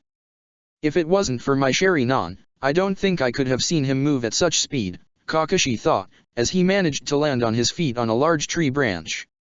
And the swipe was so powerful, the force pushed me back. Then, in an instant, Haiden was leaping towards Kakashi, his scythe winded back. The Akatsuki had a demented grin on his face. Don't think I forgot about you. Your soul belongs to Jashin-sama. Haiden screamed, as he delivered a horizontal chop. Despite slashing thin air, the blow projected a crescent-shaped chakra blast at Kakashi, which bisected him horizontally, before slashing the canopies of several trees in its path. Haiden smirked upon seeing Kakashi's body sliced in two. Poof. And his smile disappeared when, after a cloud of smoke, Kakashi was replaced by two halves of a sliced log. Godamit. Haiden hollered, as he childishly stomped on the ground. You won't be able to evade death forever, you fucking heathen. Turning around, he saw the real Kakashi regrouped with his students. Kakashi-sensei, are you okay? Tamaki asked. Yes. Thank goodness I got that body replacement prepared in advance, Kakashi replied. The hero water has increased Haiden's power exponentially. With his newfound speed and strength, I believe he won't even need that ritual to kill any of us. Don't face him, only I can match him now. Are you confident you'll be able to beat him in your current state? Even if I healed your wounds, you lost a lot of blood, Shino pointed out. Truth be told, no, I'm not sure. But I'm our best bet. You did a good job destroying Kakuzu's monsters, try to get rid of the remaining two, Kakashi instructed. Yes, Kakashi-sensei, Tamaki said, as he watched her sensei facing the incoming Haiden. Kiba, Shino, Akamaru, you ready? I believe I am, Shino replied. Woof. The three-headed wolf barked in agreement. Meanwhile, Fu continued her one-on-one duel with Kakuzu. However, the effect of the hero water in the Akatsuki soon became evident, since the old Takigaku were missing Nin moved much faster, and even if Fu was able to block his punches, they left her sore due the additional strength. Soon, her exposed skin was covered in bruises. And on top of that, Fu was barely attacking, and her fighting was limited to just blocking or dodging Kakuzu's attacks. I need to put some distance. The Jinchuriki said, as she deployed her wings, and flew high into the air. Wordlessly, Kakuzu raised his arm, and shot his forearm like a missile at Fu, which remained attached to the rest of the arm through multiple threads. Fu felt how a hand caught her leg in a strong grip, before being brutally yanked downwards. But not happy with that, Kakuzu raised and slammed her against the ground multiple times, before tossing her against a tree with such force, the tree was toppled. Did you have enough, Jinchuriki? Kakuzu asked, as he walked towards the downed green-haired girl. You're lucky I need you alive, or else you would been dead already. Groaning, Fu pushed the tree branches away, as she tried to shake off the pain and got back on her feet. Damn it, this doesn't look so good. Fu lamented. Hey Fu, I think it's time to use my power, don't you think? The Nanabe asked. I think there's no other choice. But I don't want you to try anything funny, okay? The situation is serious. Fu chastised her tailed beast. You have my word I won't try anything, the seven tails agreed. Fu suddenly felt a rush of power flooding her body. Now go and kick his ass. A reddish-orange aura enveloped Fu's body. She slowly felt the pain being washed away, as the bruises on her skin started to heal. Her muscles swelled up a bit, as the sheer energy she was releasing produced gusts of wind. A single tail of chakra formed behind her. Fu smirked. With this kind of power under her control, she could tip the balance back into her favor. Wordlessly, the Jinchura Ki charged at Kakuzu, who resumed the fist fight. The strength of both combatants was so great, every punch produced a loud booming noise accompanied by a shockwave, and the two of them moved so fast, it was almost impossible to follow their movements. An spectator would only see a pair of blurs moving across the clearing, followed by booming shockwaves. As they traded blows, their fists slammed into each other, producing a deafening boom, and a shockwave so powerful, it created a crater big enough to encompass the two fighters, before said shockwave pushed them backwards. According to our intelligence, you weren't supposed to be able to use your tailed beast power, Kakuzu pointed out. Your intelligence isn't very intelligent then, Fu mockingly replied. So, you didn't plan for this, do you? I admit I don't. But in the world of ninjas, plans rarely unfold as intended, and thus you need to develop a sharp mind in order to rethink your strategies as you go by. Otherwise, I wouldn't have lived as long as I did, Kakuzu calmly replied. Trust me, girl, your power may match mine, but your experience is a drop of water while mine is an ocean, and that will end the battle in my favor. We'll see then. Fu yelled before vanishing. Kakuzu vanished as well, and their brutal duel continued. Meanwhile, not far away from there, Kakashi continued his clash against Haiden, who pushed the copy ninja into the defensive, barely avoiding the onslaught of lightning-fast attacks the Haiden cultist was putting the copy ninja through. Ha, you think that you can beat me being only on the defensive? Haiden taunted as he delivered a flurry of slashes. The silver-haired Jonin dodged them with an aerial backflip, landing on top of a large tree branch. Undeterred, Haiden leaped at him. He's right, I can't just defend. Even if he's immortal, I'm sure I can incapacitate him in some way, Kakashi said as he made several hand seals. Fire release, Great Fireball Jutsu. Through his mask, Kakashi breathed a massive fireball, flying in the same direction Haiden was coming. The cultist didn't even bother to dodge the Uchiha clan's signature jutsu, and plowed through the fiery projectile. Weak. Haiden laughed, as he prepared to cleave Kakashi. The sound of 1,000 birds filled the air as the Akatsuki saw Kakashi lunging at him, his right hand coated in electricity, ready to impale him. Even if he knew the attack wouldn't kill him, it would be the first step to incapacitate him. From this distance, and with such momentum, dodging is impossible, Kakashi confidently stated. Lightning blade. Or it would have been, if it wasn't for what Haiden did next. In the blink of an eye, Haiden stabbed his scythe in the ground, and used it to stop his momentum and spin around, safely dodging Kakashi, and leaving him wide open. Haiden quickly retrieved his scythe, and prepared to cut him in two. Nobody escapes Jashin's judgment, infidel, nobody. Haiden screamed, as the scythe came down. Now die. Vacuum palm. A vacuum shell appeared out of nowhere, and blasted Haiden's scythe out of his hands. The scythe was sent flying into the air, before it fell to the ground, a few meters behind the Akatsuki. Taking advantage of the momentary confusion, Kakashi turned around, and tried to thrust his lightning blade at him once again, but Haiden proved to be too fast, and jumped backwards, avoiding the attack, and landing beside his weapon. The fuck? What the hell happened? Haiden angrily hollered. Kakashi-sensei. Much to his immense relief, the copy ninja saw the teen members of Kurene's assault squad landing beside him. The copy ninja allowed himself to relax, and the tension and stress of the recent fight all washed over him. Thank goodness you arrived. I don't know about the others, but I don't think I would have lasted much longer against this guy, Kakashi said, panting a little. What the fuck? Haiden screamed. How the hell did you dipshits bypass the barrier? It's still standing, I can feel it. Your barrier was impressive, yes. But no barrier is impenetrable, keep that in mind, Naruto boasted, without giving any more details. Naruto then turned to the silver-haired Jonin. What about Fu and the others? They're fighting Kakuzu to the west, not far away from here, Kakashi replied. Hinata focused her Tenseigin on the direction Kakashi mentioned, and she quickly found the other members of the animal squad, Fu, and a man she didn't recognize, fighting against Kakuzu and two weird creatures. Found them. All of them seem to be okay, but they're struggling against the other Akatsuki, Hinata explained. Kakashi-sensei, what can you tell us about the Akatsuki? Haku asked. This one is called Haiden, and his main power is immortality. Kakashi noticed the dubious looks the three teens were shooting at him. Yeah, I thought the same, but he repeatedly survived multiple fatal hits without any kind of consequence. Don't let him draw your blood. If he drinks it, he can use it to create a link with you, making you suffer all the wounds he does.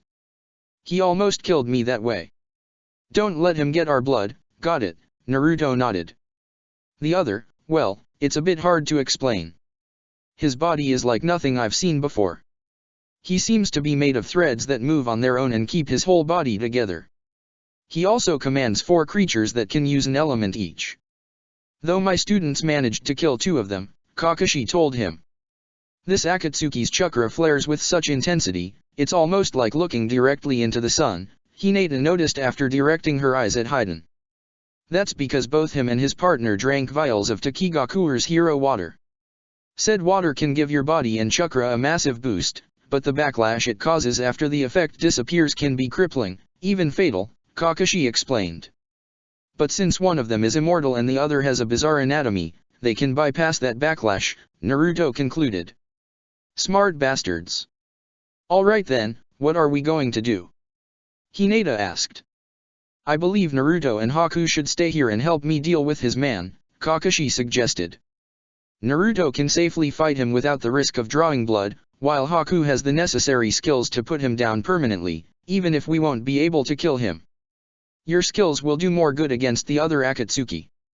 Understood. I better not waste any more time. Good luck. Hinata said, as she flew away towards the other battlefield. Alright, Kakashi-sensei, I guess you're in charge now. What do we do? Naruto asked. Listen to me closely, because I don't think we'll have more than one chance to pull this off, Kakashi looked at Haku. Haku, you will be key to ensure our victory. The ice ninja nodded. Hey, stop whispering among yourselves.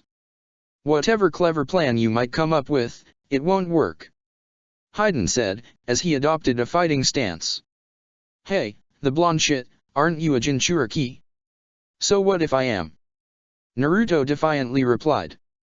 That means that I won't be able to kill you. Just my fucking luck. Oh well, guess that torturing you to the point of begging me to kill you will have to do then. Haiden happily said, as he charged towards the trio. Thanks to her ability to fly, it didn't take Hinata long to reach the other battlefield. A quick scan over the R, and she saw Fu fighting against Kakuzu, the two of them moving at an almost imperceptible speed, while Shino, Tamaki, Kiba, and Akamaru, fused into a giant, 3-headed wolf, and a young Taki ninja she was unable to identify, were holding against 2 of Kakuzu's monsters. Hinata focused her sight on the masked creatures. They were mostly made of some kind of weird thread, but they also had organs and blood vessels, even if arranged in a way that had nothing to do with the human body. And of course, they had chakra.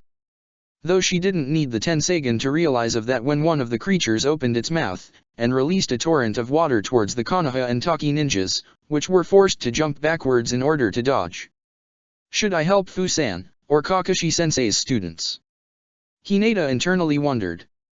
Those monsters seem to be connected to him in some way. Meaning that if the Akatsuki is defeated, they'll go down with him. After all, it was a similar situation that the battle against Sasori. Kill the mastermind, and the minions won't be a threat.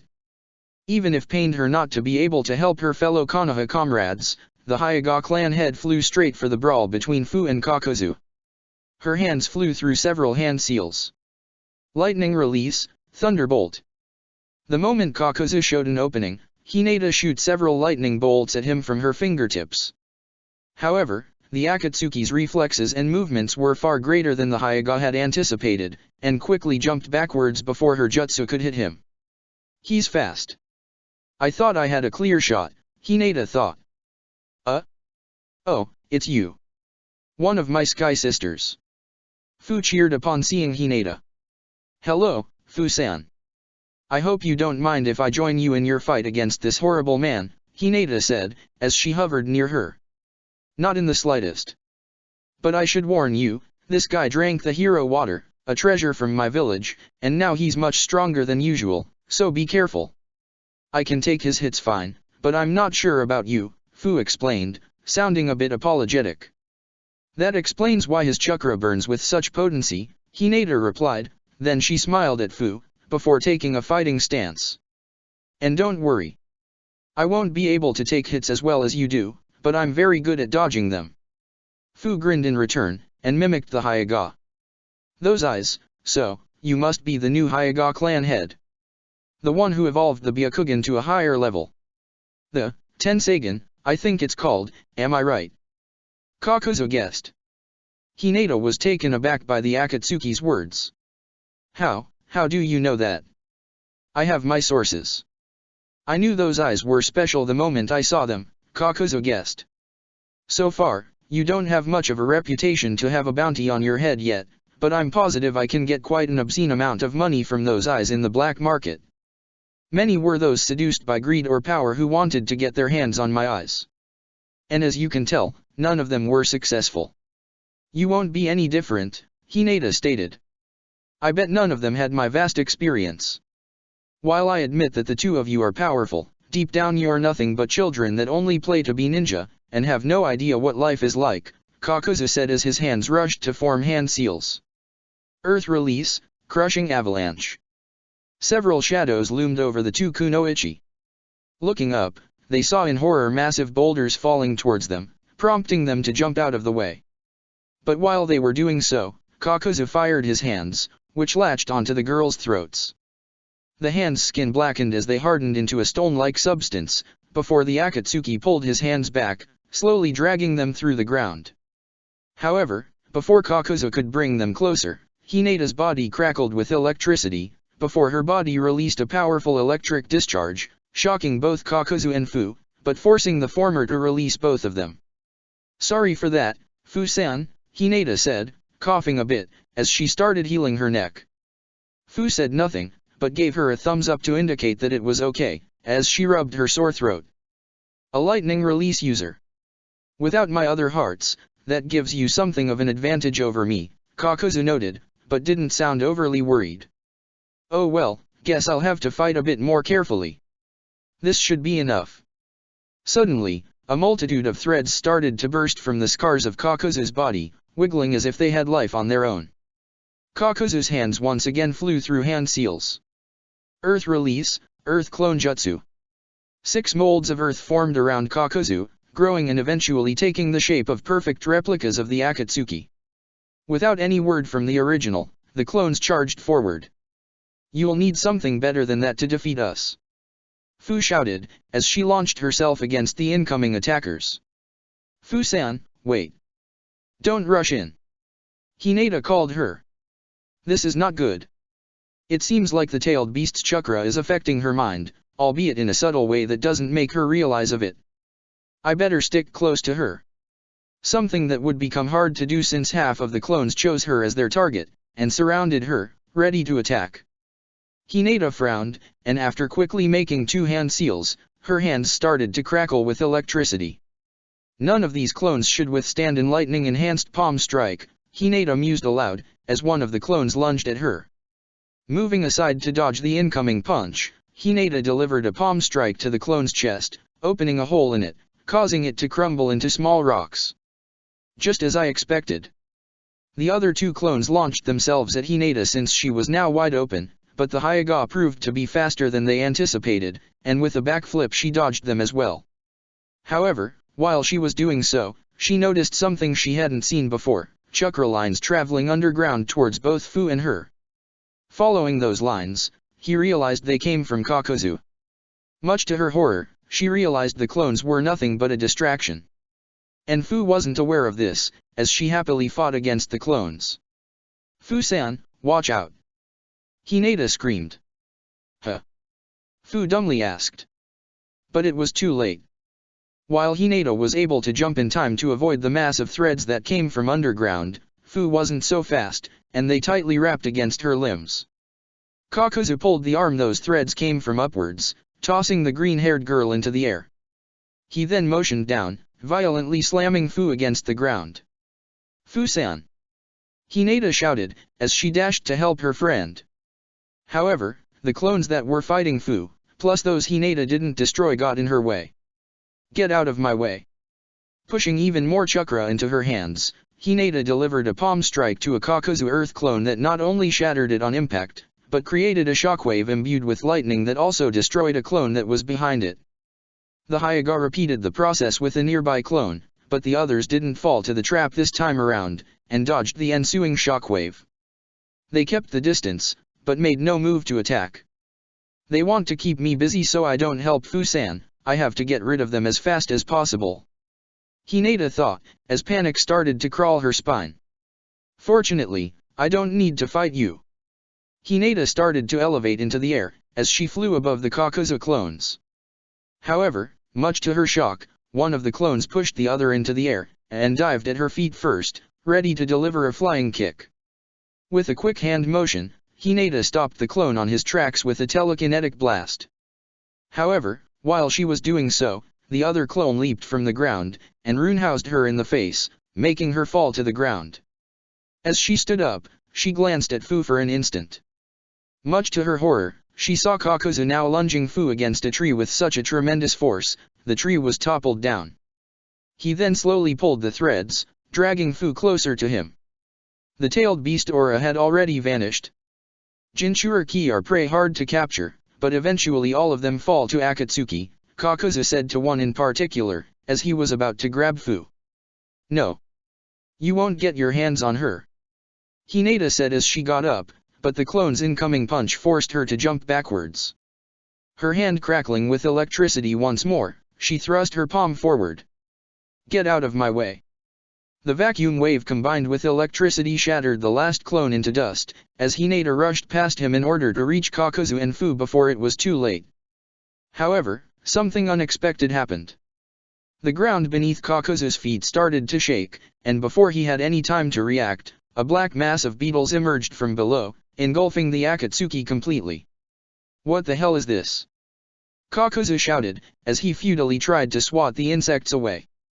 And from within the swarm, Shino emerged, carrying Fu in his arms, and struggling with her upon realizing that her height and muscle mass mean she weighted quite more than he expected, rushing towards Hinata.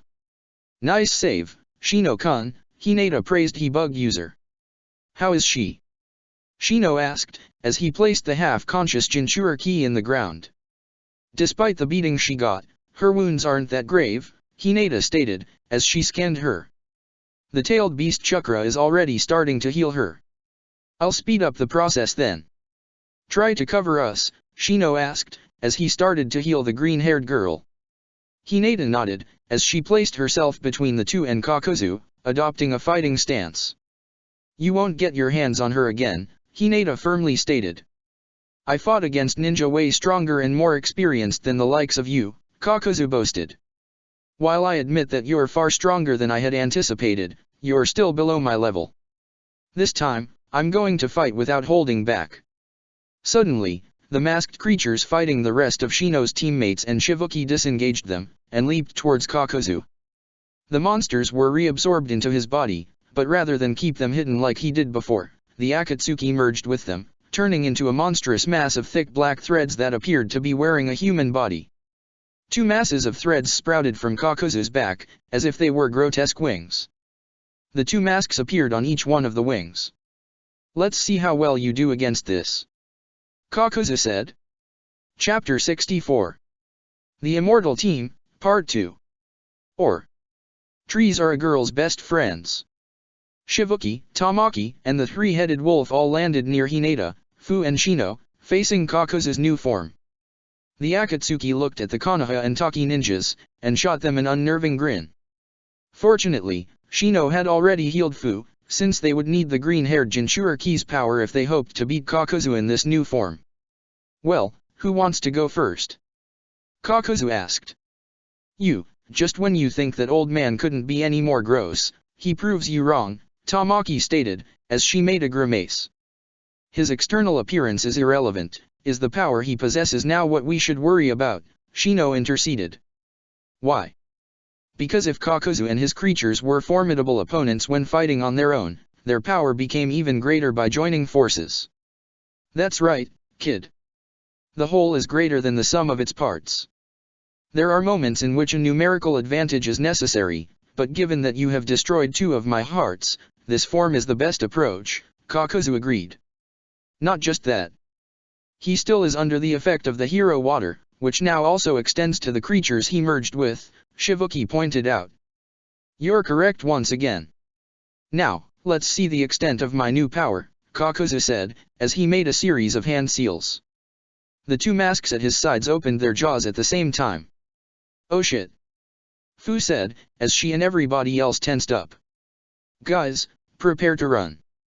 As expected, the masks fired from their mouth a massive torrent of water and a barrage of lightning bolts. Everybody jumped aside in different directions, lest them be obliterated by the empowered elemental attack, which not only was stronger, but had a longer reach and wider radius of effect, doubling as a good means of defense. Fu. Let's go into the air. He won't be able to attack both us and the others in the ground. Hinata suggested. Fu nodded, deployed her wings, and joined Hinata several meters above the ground. You think yourself so smart, don't you? Kakuzu mockingly asked, as he directed the stream of water and barrage of lightning towards the flying Kunoichi. He must think we're the biggest threat, and thus wants to take us out first, Hinata realized, as she thrust her palm forward, releasing a telekinetic pulse forward. Fu, meanwhile, formed seals at great speed. Wind release, breakthrough.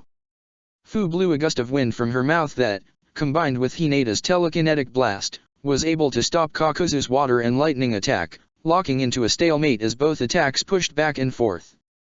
Now that they're keeping him busy, let's strike. Tamaki shouted, as she, Kiba and Akamaru, and Shivuki charged forward. Your naivete is almost adorable, Kakuzu stated. Suddenly, dozens of black threads emerged from underground, as they tried to wrap the charging ninja, which were forced to jump back. Let's try ranged attacks. Shivuki suggested, as he and Tamaki started making hand seals. Water release, water bullet jutsu. Fire release, blistering fire cat. Shivuki expelled a stream of water from his mouth much smaller than those used by Kakuzu while Tamaki breathed a wave of fire that took the shape of a cat which rushed at Kakuzu, leaving a trail of embers behind. The 3-headed wolf that was Kiba and Akamaru merged took a deep breath, and let out a powerful sonic roar. This time, Kakuzu couldn't afford to treat the ground ninja as mere inconveniences, and was forced to redirect the stream of water towards their incoming attacks in order to cancel them out. However, that left only the lightning bolts to deal with Fu's wind and Hinata's telekinesis, which was unable to hold them back on its own, and was pushed back. Much to his annoyance, Kakuzu was forced to jump back in order to dodge. Well done guys. If we attack all at once from different directions, one of us will end up nailing him. Fu cheered from above. Kakuzu, however, frowned at the muscular girl's confidence. Let me show you how little that strategy is going to help, Kakuzu snarled. Displaying frightening speed, Kakuzu dashed towards a startled Shivuki, who generated a water sword to defend himself. Tamaki and the 3-headed wolf charged from the flank. You're wide open. The cat Kunoichi said, as she was about to sink her metal claws into the Akatsuki's flesh. Am I? Kakuzu mockingly asked. The masks at his sides turned at Tamaki and the 3-headed wolf, and blasted the former with lightning and the latter with a powerful stream of water, pushing both of them backwards several meters. Kiba! Tamaki-chan! Fu screamed, as she dived at Kakuzu while making hand seals. Fu, wait. That's what he wants. Hinata said, trying to reach Fu, but she wasn't fast enough. So predictable, Kakuzu said in the same mocking tone, as several tendrils of threads shoot at Fu. Wind release, Breakthrough. Once again, Fu expelled a gust of wind from her mouth, but her target wasn't Kakuzu, but the ground. Using the wind jutsu to alter her trajectory, Fu moved above the Akatsuki in an arc, safely dodging the tendrils, before winding her fist back, which started to swirl with chakra. Take this. Hurricane Punch. Fu slammed her right fist into Kakuzu's head with such force, not only sinking the Akatsuki into a crater, but producing a shockwave and a gust of wind that expanded outwards. Kakuzu's massive threads that sprouted from his back started to wiggle.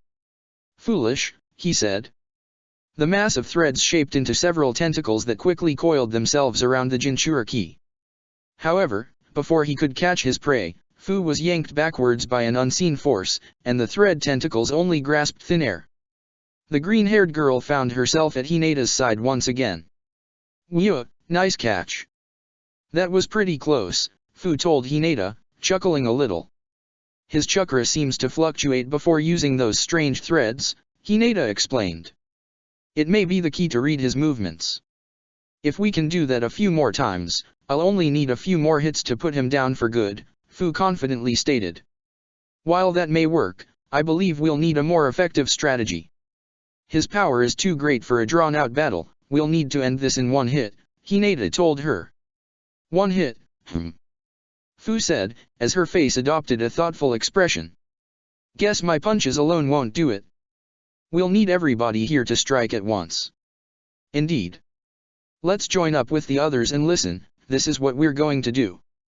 Not far away from there, at the same time, Naruto and Haku assisted Kakashi with his fight against the crazed Jashin cultist.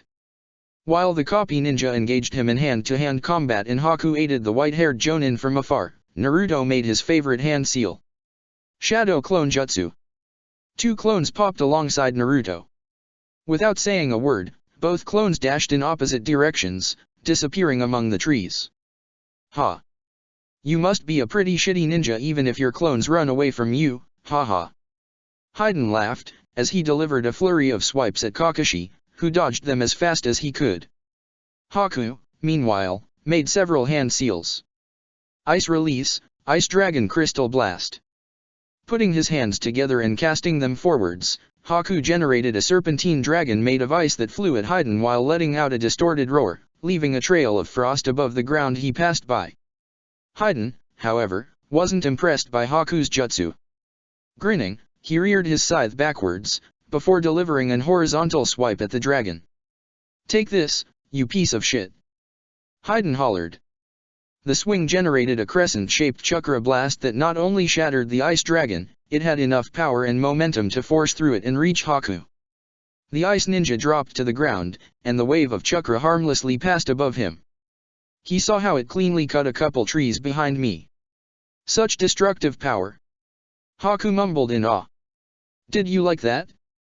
"Well, that's nothing compared to what I can do now." Haiden laughed. "Get a load of this." Haiden dashed at Haku at an insane speed, brandishing his blue glowing scythe above his head. Haku had barely time to generate an ice sword on both hands, and used them to parry the blow, which predictably shattered his makeshift weapons, but stopped his momentum in order to give him time to jump back.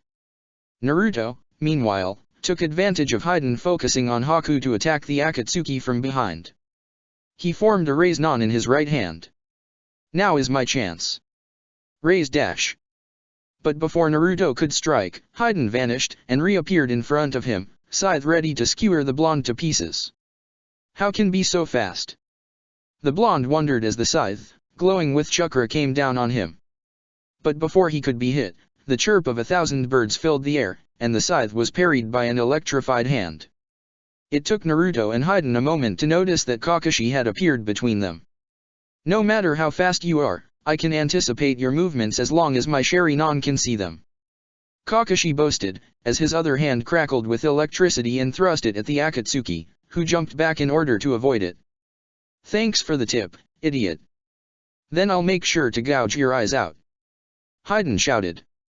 Ice Release, Crystal Blade Field. A crinkling sound warned Haiden of Haku's attacks, and jumped backwards once again before a row of large ice spikes could skewer him. "So, that's your tactic, you pieces of shit?"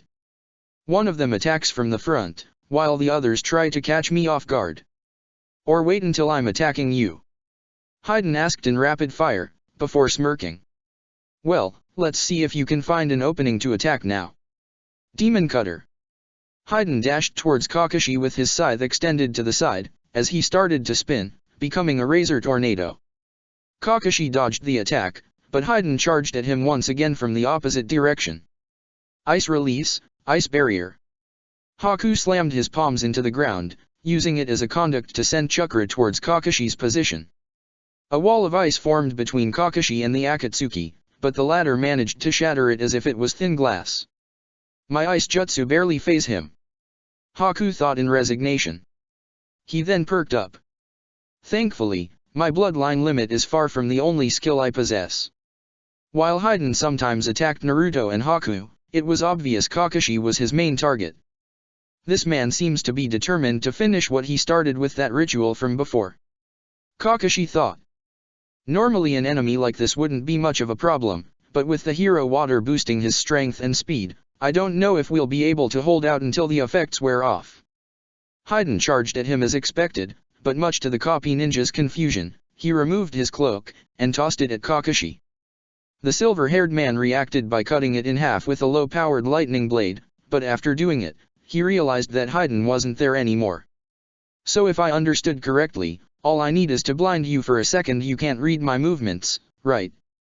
Haydn mocked from behind, as the scythe came down on Kakashi. This time, you won't escape. But Haydn was unable to stab Kakashi, as an orange blur shot out of nowhere, delivering a brutal flying kick to his face, hurling the Akatsuki backwards until he crashed against a tree. What the fuck? The Jashin cultist groaned, as he pulled himself together. Even if he was immortal, the pain of that attack was very real. Sage mode completed, Naruto stated, as he placed himself in front of Kakashi. Leave this to me, Kakashi-sensei.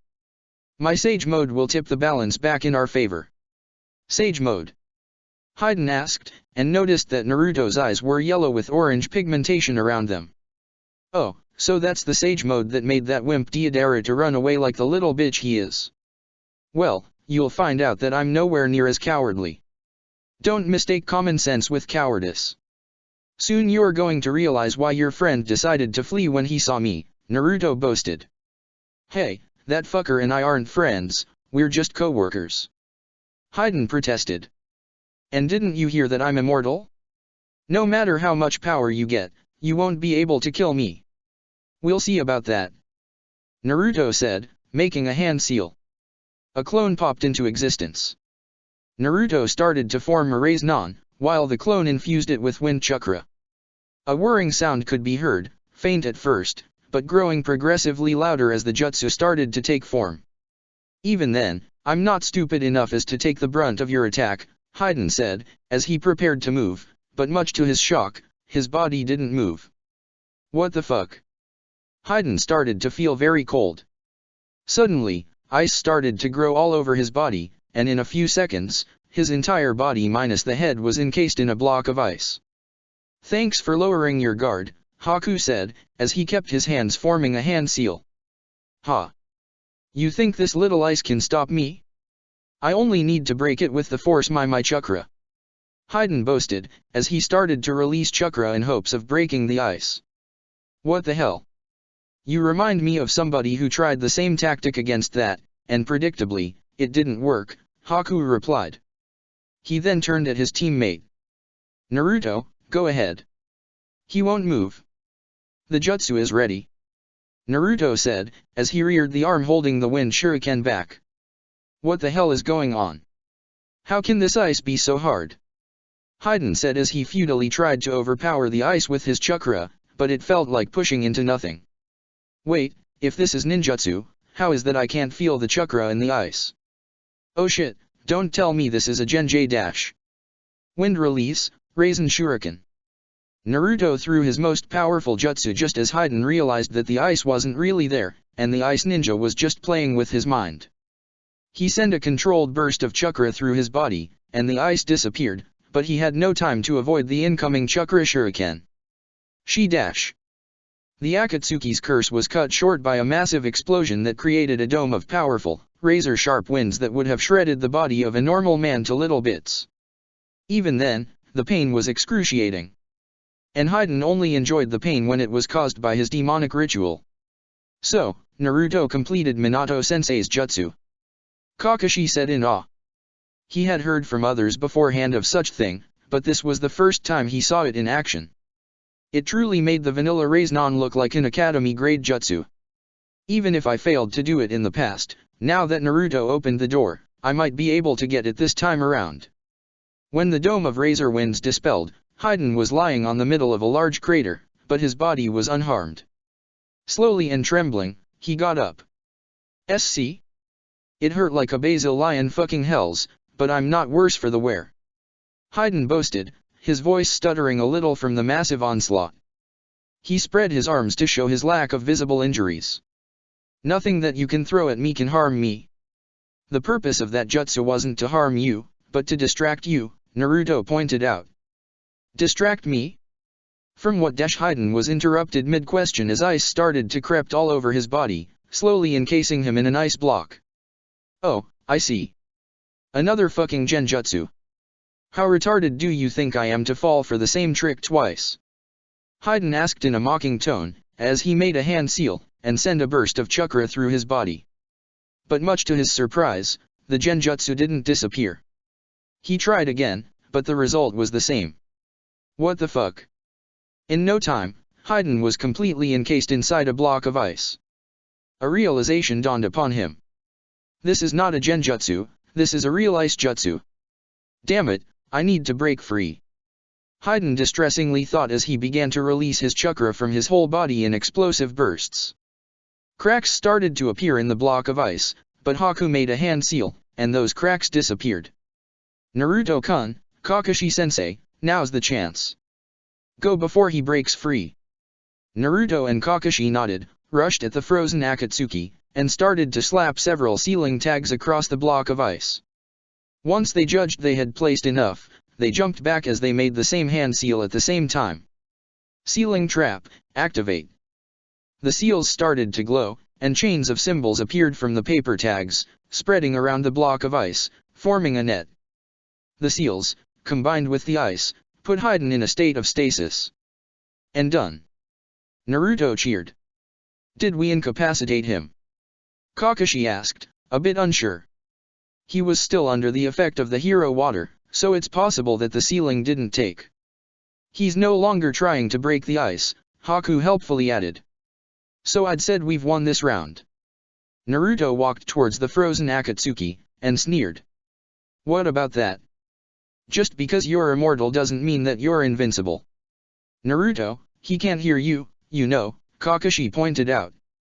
Don't take away my right to boast after a well-earned victory, Kakashi-sensei, Naruto grumbled at the silver-haired Jonin, as he crossed his arms over his chest.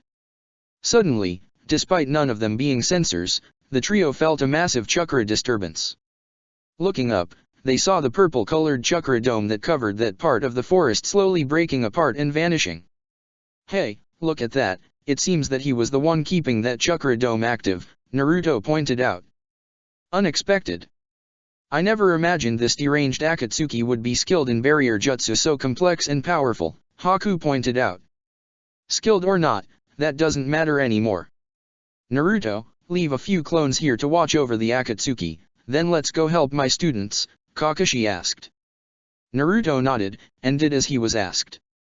He and Haku then followed Kakashi to where the other battle was taking place, hoping that they could reach in time to help their friends. Shortly before Haydn's defeat, Fu, Hinata, and Kakashi's students were still fighting against his partner. Kakuzu was still on the offensive, since doing otherwise would be a waste of the boost provided by the hero water, but his moves were more calculated than before, in order to stop his enemies from getting any more hits and ending the fight as soon as possible. Lightning release, false darkness. Kakuzu's demon-looking mask released a barrage of thunderbolts at the ground of Konoha and Taki Ninja. Hinata stepped forward in order to take the brunt of the attack. Lightning release, thunder palm. Hinata's hands started to crackle with electricity, before she started to move quickly them forward in a pushing manner. Protection of the 8 trigrams, 64 palms. As Hinata's arms became blurs due to the speed she was moving them, she was able to deflect Kakuzu's electric attack, giving the others a chance to counter-attack. "Come on everybody, let's go," Kiba called, as he and Akamaru dashed forward, ahead of everybody else. "Suicidal fool," Kakuzu growled. Suddenly, multiple tentacles and tendrils made of threads burst from underground around Kiba and Akamaru, and moved to trap them. "Tamaki!" Kiba called. "Cat Claw Dash!" A red and brown blur appeared out of nowhere, and slashed the emerging threads before they had the chance to tangle their prey, giving Kiba a chance to continue forward. "Thank you," Kiba said, not looking back, with Tamaki following him. Kakuzu decided to intercept them mid-charge, and dashed towards them as well. But when Kiba and Tamaki prepared to attack, Kakuzu nimbly jumped above them, avoiding their onslaught, and dashing towards a mildly stupefied Shino. "Shit, Shino isn't that good in hand-to-hand combat," Kiba angrily thought as he and Tamaki spun over their heels to pursue the Akatsuki. Noticing what was happening, Shino jumped back several times to stop the gap between himself and the Akatsuki from getting any wider. He bit his thumb as he made several hand seals as quickly as his hands allowed him, before slamming his hands into the ground. Summoning Jutsu. Kakuzu stopped in his tracks, moving aside to also dodge Kiba and Tamaki coming from behind as he waited expectantly to see what kind of creature the Aberame had summoned. And when the initial cloud of smoke dispelled after a few seconds, revealing nothing, Kakuzu snorted. "You Konoha ninjas grow more incompetent with each generation," he mocked, before making a hand seal. "Now die." Kakuzu shot multiple tendrils made of threads in every direction, trying to either catch or skewer the Konoha Chunin around him. They tried to jump away, but they were too close to him when he launched the attack, and the mass of threads penetrated their bodies, before they were pinned to the ground. "You cost me 2 of my hearts already," Kakuzu menacingly said as he dug his threads deeper into their bodies. "So it's only fair that I take your hearts to replace them, don't you think so?" "No." Fu screamed. "Guys, attack now!" Kiba shouted, after coughing a bit, as he tried to stop the threads invading his body from ripping his heart out. At that moment, Hinata, Fu, and Shibuki lunged at Kakuzu from different directions. Kakuzu smirked under his mask. "So, acting as decoys in order to force me to stay still. You must be so proud of such basic strategy," Kakuzu deadpanned. He then made a couple of hand seals. A neck made of threads formed under the masks, and moved away from Kakuzu. The two masks intertwined their necks several times, almost like forming a ribbon. "Take this." "Double elemental release, lightning maelstrom," Kakuzu shouted. The masks then untangled at the same time. They released bolts of lightning and a stream of water, forming a spiraling barrier of electrified water that stopped the other 3 ninjas in their tracks, and hurled them backwards. "Like I said before, even if you have power and potential, your experience is pitiable compared to mine. Once I'm done with you 3, catching the Jinchuriki will be considerably easier," Kakuzu said in delight.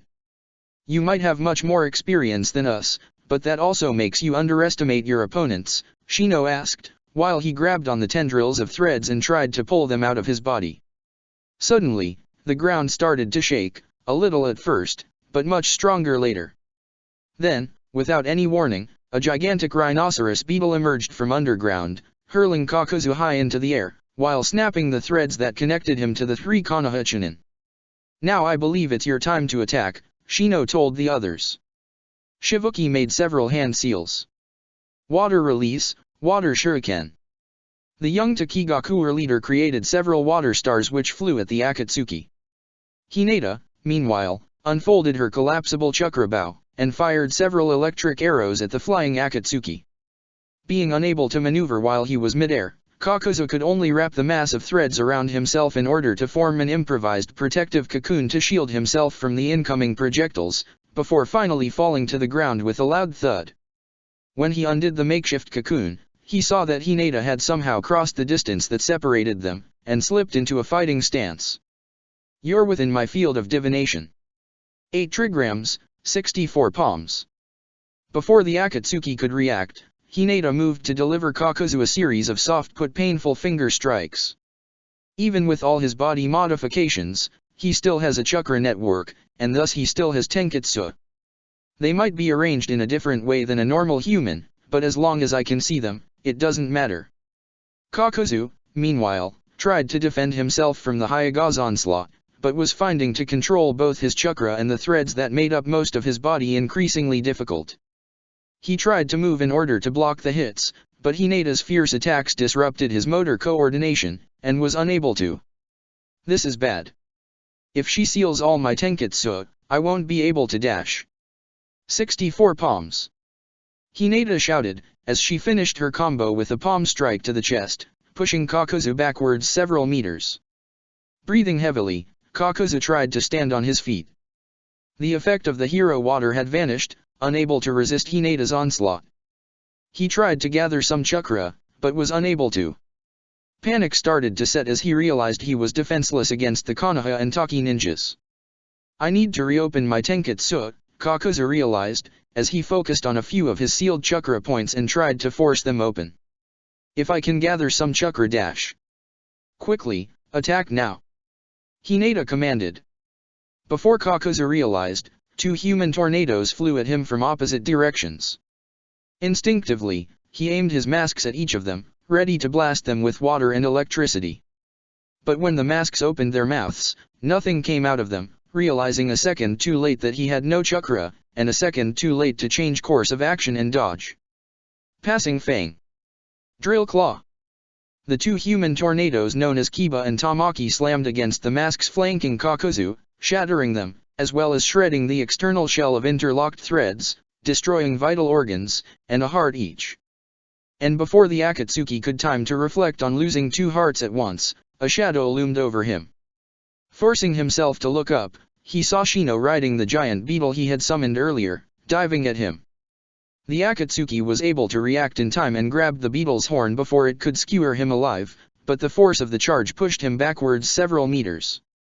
Shino then commanded his beetle to go back into the sky. Kakuzu thought that he was getting ready for another charge, but what saw next told him otherwise. The green-haired Jinchuriki was charging at him, holding a rather large tree. One of those toppled during the fight with both arms, resting against her shoulder as if it was normal weapon. It was easy to guess what she planned to do with it.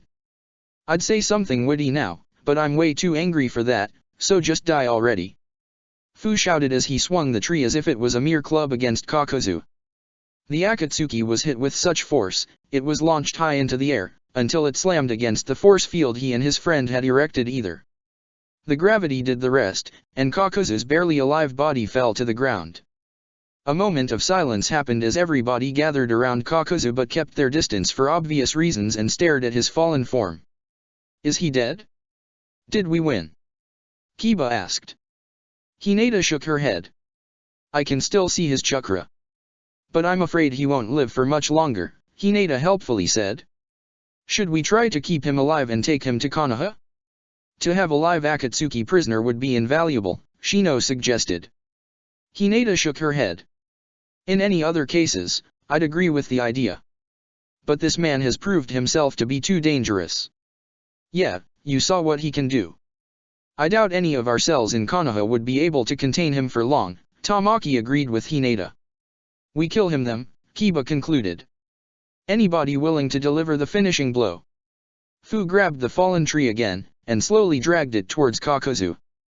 Despite the lack of words, the message was clear. How? Kakuzu began, his voice sounding more like a croak. A pool of blood started to form around his broken body. How ninjas, so young, could have beat me? It isn't obvious? You just forgot to take your pills, old man, Fu said with a dark scowl, before it was suddenly replaced by a sunny, bright smile. Oh, I did it, a witty one-liner. They do come better when you're calm. And here's another one, enjoy this, natural remedy. Displaying once again her monstrous natural strength, Fu raised the large tree above her head, before slamming it against Kakuzu's body with such force, it created a small shockwave, followed by a land tremor. I can't see his chakra anymore. He's dead now, Hinata confirmed. No shit, I could have reached that conclusion myself without needing to see his chakra, Kiba deadpanned, as he crossed his arms. Suddenly, there was a loud noise coming from above. All of them instinctively looked up, and saw that the barrier that kept them trapped was breaking apart and dissolving. The barrier is gone. That means that Kakashi-sensei must have defeated the Akatsuki with the scythe. Tamaki cheered. At the same time as we defeated this one. How convenient, Kiba observed. Now is not time for sarcasm. We should meet with Kakashi-sensei. I presume that Naruto-san and Haku-san aided him in the fight, Shino guessed, confirmed by a nod from Hinata. They might be wounded and in need of medical assistance. Fu and I will stay here watching over the Akatsuki's body until somebody takes it away. Though I doubt he'll go anywhere, Shibuki told them. A few minutes later, the two groups met with each other at the site of Kakuzu's defeat. They were all happy to see that they were okay and had defeated the other Akatsuki. It was quite a surprise when several Naruto clones appeared carrying a block of ice covered in seals with Hiden frozen inside. By the way, do you know how was the battle in Taki going before the Akatsuki lured you here? Shibuki asked. I believe we were winning, Shino replied. Though it's likely that without the Akatsuki leading and supporting them, the forces they gathered wouldn't be of much help against the combined might of several ninja villages. Yeah, not even summoning that giant monster was enough to stop us. Naruto cheered. What giant monster? Tamaki asked. There was a giant monster. Fu excitedly asked. Come on, let's go back. If we hurry, I might be able to see it. The monster no longer exists. Naruto-kun, Haku-kun and I destroyed it, Hinata told her. Fu's face fell, as she slumped forward. Damn. She weakly cursed, as she kicked a pebble away, before Hinata patted her back sympathetically. Kakashi then walked towards the group, holding a storage scroll. Alright, I already stored Kakuzu's corpse or what was left of it inside this scroll. Kakashi raised the scroll for everybody to see. And with his partner on ice, I believe we're already done here. Let's return to the Kigakure and see how things are going there. Yes sir. Everybody chorused in unison. As they began to walk away, Kiba noticed that Fu went back, and grabbed the uprooted tree she had used to smash Kakuzu, and rested it over her shoulder. Fu, what are you doing? Kiba asked. I'm taking it home. It was very useful. I think I found my weapon of choice. Fu happily said, patting the tree with her free hand. Your weapon of choice? You plan to fight with a tree? Kiba incredulously asked. Fu scowled at him, as she slammed the tree down for added emphasis. Yeah. Got a problem with that. Kiba wasn't going to argue with a girl who could lift and swing a large oak as it was a mere club. Half an hour later, the group arrived at Takigakure. Much to their relief, the battle had already ended, with Akatsuki's forces defeated. The Konoha, Suna, and Taki joint forces had occupied the village, and were now putting out the fires that had been caused by the battle, taking the wounded to the makeshift infirmaries, and rounding up all the thugs, mercenaries, and cultists that didn't die and were unable to run away once it was obvious that the battle was lost. However, even if they had won, Shibuki and Fu couldn't help but feel a pang of sadness upon seeing how their once beautiful village was so ravaged, with damaged, or completely destroyed buildings everywhere, craters and burn marks splashing the streets, and dust and debris everywhere. Our village is ruined. Shibuki moaned, as tear fell down his cheek. Yes, but it's nothing that can't be fixed, Naruto interjected. Look, it seems that most of the Taki population survived. That's the most important thing.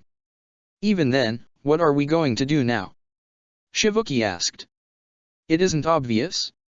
Start rebuilding, Kakashi pointed out. Listen, we in Konoha are no foreigners to the concept of our village getting trashed. During the past decade and a half, we were attacked by the Nine Tails, had to put down an Uchiha upheaval, and fend off an invasion by Otagakure. But we always remained strong, rebuilt and moved forward. Yeah. If we can do that, then so can you. Kiba cheered. It's not that easy. Konoha is a great village, Taki is not. We don't have that many resources. We were never that strong even at our most powerful, Shibuki insisted. So? We will help you. That's why we're allies, Naruto stated with a smile. Hey, look, Shibuki-sama is back. A Taki ninja noticed. Yes, it's Shivuki-sama. Another added. Not just him. Fu is also back. A civilian man said. They finally defeated those horrible Akatsuki. A civilian woman said. Soon, a large crowd formed around the newcomers, that cheered Shivuki and Fu's names in unison. The young leader was amazed at how the gloomy post-battle mood suddenly shifted in the opposite direction the moment they returned. Especially since, even if he helped taking down Kakuzu, it's not that his assistance was decisive.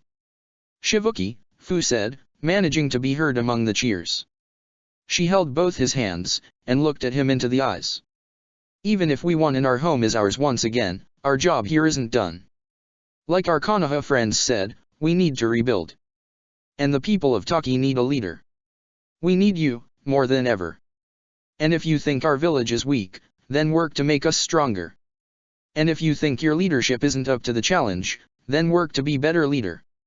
Wow. Shivuki said in awe, before chuckling. When did you become so smart? Fu shot him a playful scowl. What do you mean? I've always been smart. Anyway, now that the battle is over, we should send a message to Hokage-sama so he can decide what to do next, Kakashi said. A Megakuer. Sitting alone on the edge of the top of tower, Pain, the Akatsuki leader, looked the industrial-looking ninja village below. It was his favorite pastime. He didn't know why, but looking over the village from such height was something enthralling to him. Maybe because there was a time in which said village made him feel small. And now, said village was under his control. Much to his annoyance, Pain wasn't alone for long. And it wasn't his faithful companion Konan who disturbed his peace, but a spiraling vortex, from which a certain Uchiha emerged from. Pain, Obito stated, being one of the few people that didn't address him with the Sama honorific. In private, at least. Obito, Pain replied, as he stood back on his feet. What do I owe this visit? I came here to tell you several news. The first one is that Kakuzu and Haiden have been defeated, and Taki has been liberated, Obito stated. Kakuzu has been reported dead, while Haiden has been neutralized and captured. He's being taken to Konoha as we speak. Pain's stoicism didn't falter as Obito gave him the bad news. 2 more members lost after Sasori's death was troubling indeed. I see. Anything else? Pain asked. Yes. I'm planning to capture a Jinchuriki myself, Obito stated. Given the recent developments, I believe we shouldn't take this so slowly. Which one? Pain asked. One from Kumo. I have a plan that will make at least one of them leave their hideout and go into the light, where they can be captured, Obito explained. And I think it's about time we put our newest asset to use. Do you think it's a good idea? Doing so would draw even more attention to Akatsuki, Pain replied. More than it already has? Everybody knows we have 3-tailed beasts under our control. We kidnapped and nearly killed the Kazekige's son, and Haiden and Kakuzu took over a minor village. I believe the time for subtlety has long passed. We should try to capture the remaining Jinchuriki as soon as possible, before the ninja villages decide to join forces against us, Obito explained. I find that unlikely, Pain stoically replied. The great villages are too unwilling to let go of their grudges, and too willing to use them to restart wars. Even the current alliances are tenuous at best. Except it already happened. The reason behind Haiden and Kakuzu's defeat and Takigakure's loss was Konoha and Suna joining forces to liberate it, Obito replied. And from what my informants told me, Kiri would have joined the battle as well if it wasn't for logistical problems. To have all villages united against a single enemy, would that be a way to peace better than the one we're walking? Pain pondered, unclear if he was being rhetoric or if it was a genuine question. Obito shook his head. The peace will last as long as there's a common enemy. The moment the threat goes away, old hatreds will resurface. That's the way it has always been. Thought so. Fortunately, this cycle of hatred has its days numbered, Pain agreed. Though you'll have to excuse my skepticism in your ability to capture a Jinchuriki. All your efforts to get the 9 tails ended up in failure. I know. My repeated attempts at capturing it made Konoha aware of our intentions, and increased their protective measures. That's why I'm going after a Jinchuriki nobody has ever dared to touch, Obito explained. I will be taking Kisame with me as well, just to be sure. Very well then. May you be successful in your endeavor, Pain told him. What about you? Don't you plan to capture any Jinchuriki yourself? I know you're needed running the organization, but soon we will need the power of the Rinnegan, Obito reminded him. What you say is true, but it should be unwise to reveal all our cards yet, Pain replied. Let the villages think that they can handle us before they realize how outmatched they are. Very well then. But try not to stay idle too long. The sooner we finish this, the less risks there will be, Obito replied. I'll go and make the preparations for my trip. And with that, Obito disappeared into a spiraling vortex, leaving Pain once again alone with his thoughts. 3 days later. As Jiraiya promised, Konoha, Suna and Kiri would lend their help in order to rebuild Takigakure. It would take a lot of time to leave the village in a state similar to the one it was before the Akatsuki arrived, but the morale overall was high. In fact, the Hokage himself went to see the village, and organize the rebuilding efforts. So, are you sure you want to stay? Jiraiya asked Naruto. The reconstruction could last quite some time. I've talked with Hinataheim and Haku, and they both agree with me. We want to help Taki, Naruto confirmed. As you wish. I thought you'd prefer to something less long-term in case Akatsuki shows up again, Jiraiya told him. Hey, with my shadow clones, we'll speed up the reconstruction efforts a lot. The village will be good as new before they realize of it. Naruto cheerfully said. As father and son were talking, they realized they were approached by Shibuki and Fu. They both had a solemn look in their faces, almost as if they were going to give Jiraiya and Naruto some sort of bad news. Upon getting closer, Shibuki was the first one to speak. Hokage-sama, let me tell you how grateful I am for the HLP you and the other villages are providing to Takigakure, Shibuki said, making a slight bow. No need to thank me. We're allies, and allies help each other, Jiraiya said with a hearty chuckle. I know, that's why it pains me to do this, Shibuki said, averting his gaze. To ask for more after all what you gave? Come on, I'm sure it won't be that bad, Jiraiya reassured. What do you need? It will take time before Taki recovers some of its former strength. But even when before this invasion, we were unable to stop Akatsuki. If it wasn't for Konoha's timely intervention, Fu would be dead right now, and the 7 tails in the Akatsuki's hands, Shibuki began. Jiraiya and to a lesser extent, Naruto, started to see where this was going. What I want to ask you is, would you mind letting Fu stay in Konoha until this crisis passes? I'm afraid that she won't be safe here anymore, Shibuki asked, almost in a pleading tone. Yes, I know I'm asking you a lot.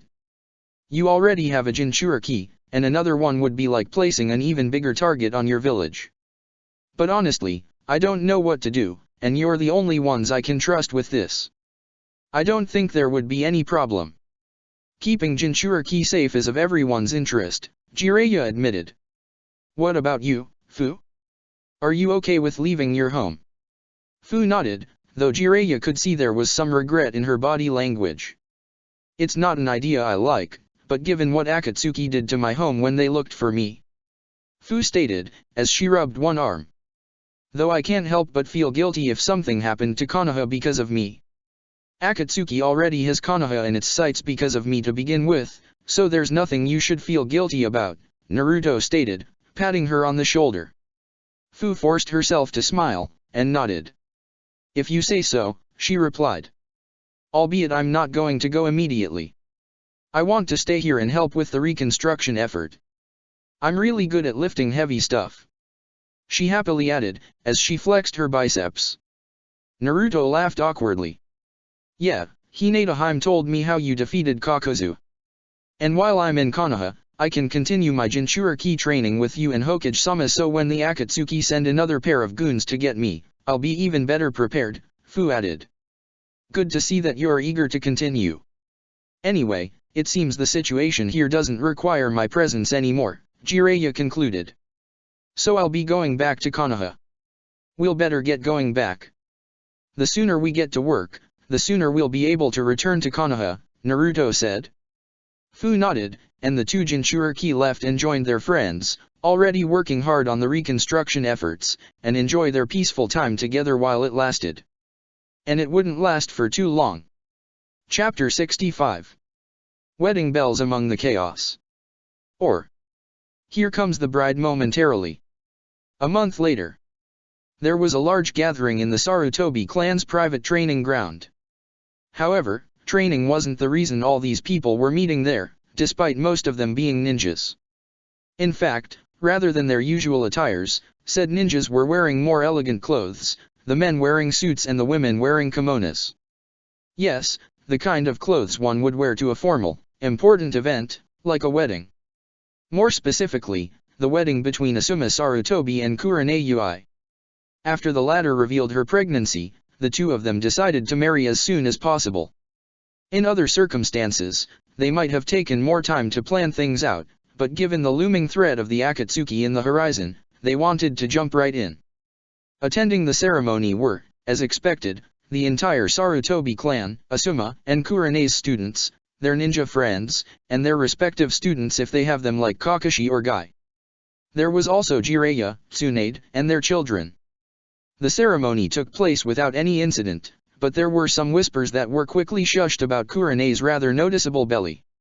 When the priest declared them husband and wife, Asuma and Kurenai kissed for the first time as married couple, and the guests erupted in a chorus of cheers, whistles, and applauses. After the ceremony, they moved to the reception, which also took place in the Sarutobi training ground, inside several large sunshade tents that the clan had rented for the occasion. At that moment, Kurenai was having a talk with her 3 students. Neither of their drinks were alcoholic, the former because of her pregnancy, and the latter 3 because of their age. "I'm glad you guys managed to come," Kurenai told them. "I was afraid that, with how busy you've been in Taki, you might miss it." "Never," Naruto energetically stated. "How could you think such a thing?" "Yes. Regardless of the current state of our team, you will always be our sensei, and we will always be there for you," Hinata added. "Speaking of which, now that I have the chance to ask, how are you doing without me?" Kurenai asked. "We manage," Haku laconically replied. "We might not be in the need for a replacement, but I'm sure things will be easier once you come back to us." "Because, you plan to come back, right? You aren't going to retire?" Naruto asked, a bit of worry dripping from his voice. Kurenai laughed in return. "Of course not. I'm just 30. Ninjas only retire at that age when they suffer crippling injuries. Once the baby is born and I get back in shape, I'll be with you. I mean, Shizune had 2 kids already, and she's still a kunoichi. Speaking of which, have you thinking any name for the baby?" Hinata asked. Kurenai smiled at Hinata. "No, not yet." "Why, do you have any suggestions?" "Yeah, if he's a boy, call him Naruto Jr." Naruto chimed in. Kurenai laughed again. "I don't think I'll be able to survive with 2 Narutos in my life. Plus I don't want to give my future son such a burden by naming him after an amazing ninja like you." "Bummer. But you have a point," Naruto admitted, then he chuckled. "I mean, Sasuke's parents named him after the old man Hokage's dad, which was one of the Warring States period's most feared ninjas, and look what it did to him. All ego and no talent. Better than be named after a piece of food." Sasuke replied from the other side of the tent, sounding rather annoyed. "Learn to take a joke." Naruto shouted back. "Maybe he should have been named after somebody with a sense of humor. Then again, there's still a lot of time before we have to decide a name," Kurenai said, bringing the conversation back to the topic. "Whatever name you end up choosing, at least try to be more original than Shizune and Shisui," Naruto pointed out. "And don't name the kid something like Kurasuma or Asurane or something like that." Kurenai laughed again. "Don't worry, above all things, I plan to give my kid a name with personality." "What about the honeymoon? Do you know where you want to go?" Hinata asked. "I'd always liked to visit the land of the moon. I heard is a really beautiful place ideal for such things," Kurenai said, before her face fell a little. "Sadly, with the current situation, we can't afford going that far away, so in the end we decided to go to the land of the hot springs. Not as exotic, but it has a very nice resort, and it's close to the Land of Fire. My parents also went there for their honeymoon. They said it was a pretty nice place, so I'm sure both you and Asuma-sensei will have a nice time, Naruto said with a smile. Not far away from there, the groom, now husband, was having a chat with his students just like her wife was doing. Well, the male ones at least, since Ino was somewhere else. Man, who would have guessed that the day we met, Ino was right about you, Asuma-sensei, Shikamaru pointed out. Yeah, why did you even deny being in love with her? It's not like Kurenai-sensei is somebody to be ashamed of, Koji added, as he put more and more appetizers on a trail he was carrying. If you want an answer, well, we both like to keep our personal and professional lives apart. And we don't like people asking about the former, Asuma replied. Let me guess, in your case, it was because being the son of the third Hokage brought you unwanted attention. Shikamaru asked. You could said that, Asuma agreed with a shrug. Hey there. A new female voice chimed in. What are you talking about? The men of the tactical squad turned around to see their only female member walking towards them, smiling happily. She had her arm wrapped around the arm of a pale, black-haired boy in a suit with an uncannily neutral expression. On the other hand, the boy was holding a folder. Oh, hey, Ino. I had lost sight of you for a moment. I thought you left already, Asuma pointed out. Please, like I would ever leave a wedding so soon, especially the one from somebody so close to me, Ino replied with a hand wave. Anyway, do you guys remember Sai? As if on cue, the pale boy smiled. Hello there. Nice to meet you, Ino has told me a lot about you. Ah, yes, you've been hanging out with this guy a lot recently, Shikamaru noticed. Is he your boyfriend? Koji directly asked. I think it's a bit too soon for that. So far, I tasked upon myself to make him a little more social. You know, being inducted into Umbu from such a young age can't be healthy, Ino said as she shook her head. How did you meet him, by the way? Shikamaru asked. Sai went with us to the mission to liberate Kiri, Ino stated. Oh, I remember now. Koji said in realization. You're the guy Sakura punched out of the ship, aren't you? Koji. Why did you have to bring that up? Ino angrily chastised her rotund teammate. Sorry, but it was the only thing I remember from him, Koji said, shrugging. It's okay, I already put it past me. Ino told me that Sakura can have quite the temper, and my way with words wasn't as good back then, Sai softly said, widening his smile at the end. Oh, by the way, I came here to bring you my wedding gift, since Ino told me is accustomed to give a gift to the newlyweds. I don't have much money, so I decided to do something myself. Sai then handed the folder to Asuma.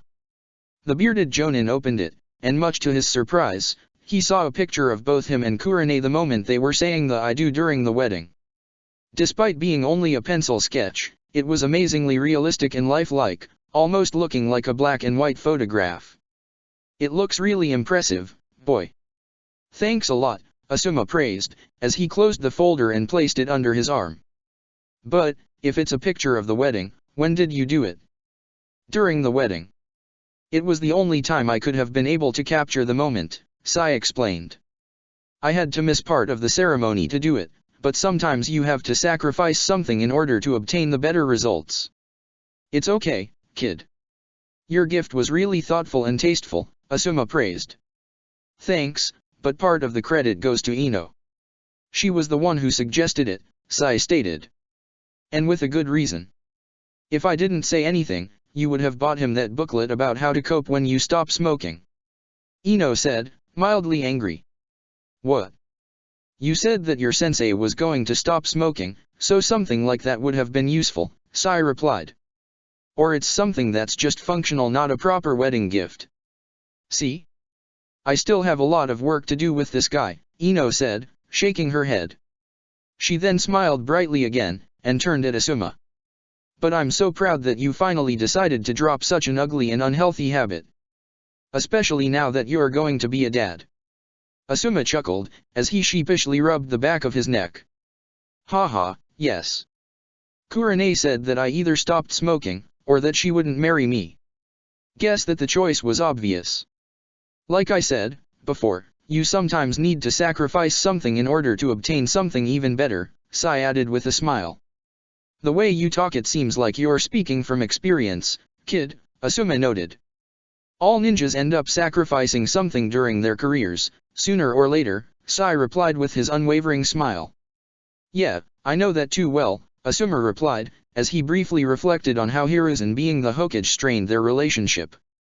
Come on Sai, this is a wedding, let's talk about something less depressing and a bit more fitting with the situation, okay? Ino asked, as he nudged him a bit. All right, Sai agreed. He then turned at Koji and Shikamaru.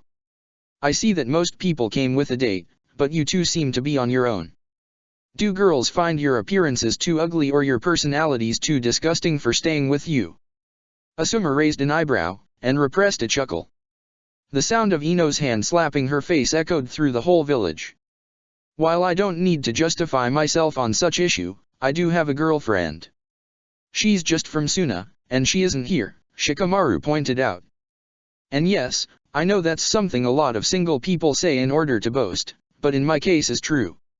Ask anybody here. And while I don't have a girlfriend, I've been in touch from a girl from Kumo I met during the Chunin exams. Though sadly I don't get to see her as often as Shikamaru sees to marry, Koji replied. Which isn't that much, Shikamaru pointed out. You know what? I take back what I said. You're no longer ready to interact with other people on a casual level, Ino stated, as he grabbed Sai's arm and dragged him away. It was nice to meet you, Sai stated, as he was pulled away by the embarrassed blonde. While some people have been watching with some amusement how Sai embarrassed Ino in front of her teammates with his sheer lack of tact, certain two people have been paying more attention to the exchange than most others. Your friend certainly spends a lot of time with that guy, don't you think so? Suzuki pointed out. Indeed. I don't know why. Ino surely can do much better than him, Sakura replied. She said Sai's pretty nice deep down, but not even she herself seems to be sure of it. Are you worried about her? Suzuki asked, noticing Sakura's tone. The pinkette nodded. There's something odd about that guy. Something I can't put my finger on. And that's not counting on how little we know about his past. I'm afraid he might be using Ino for whatever purpose.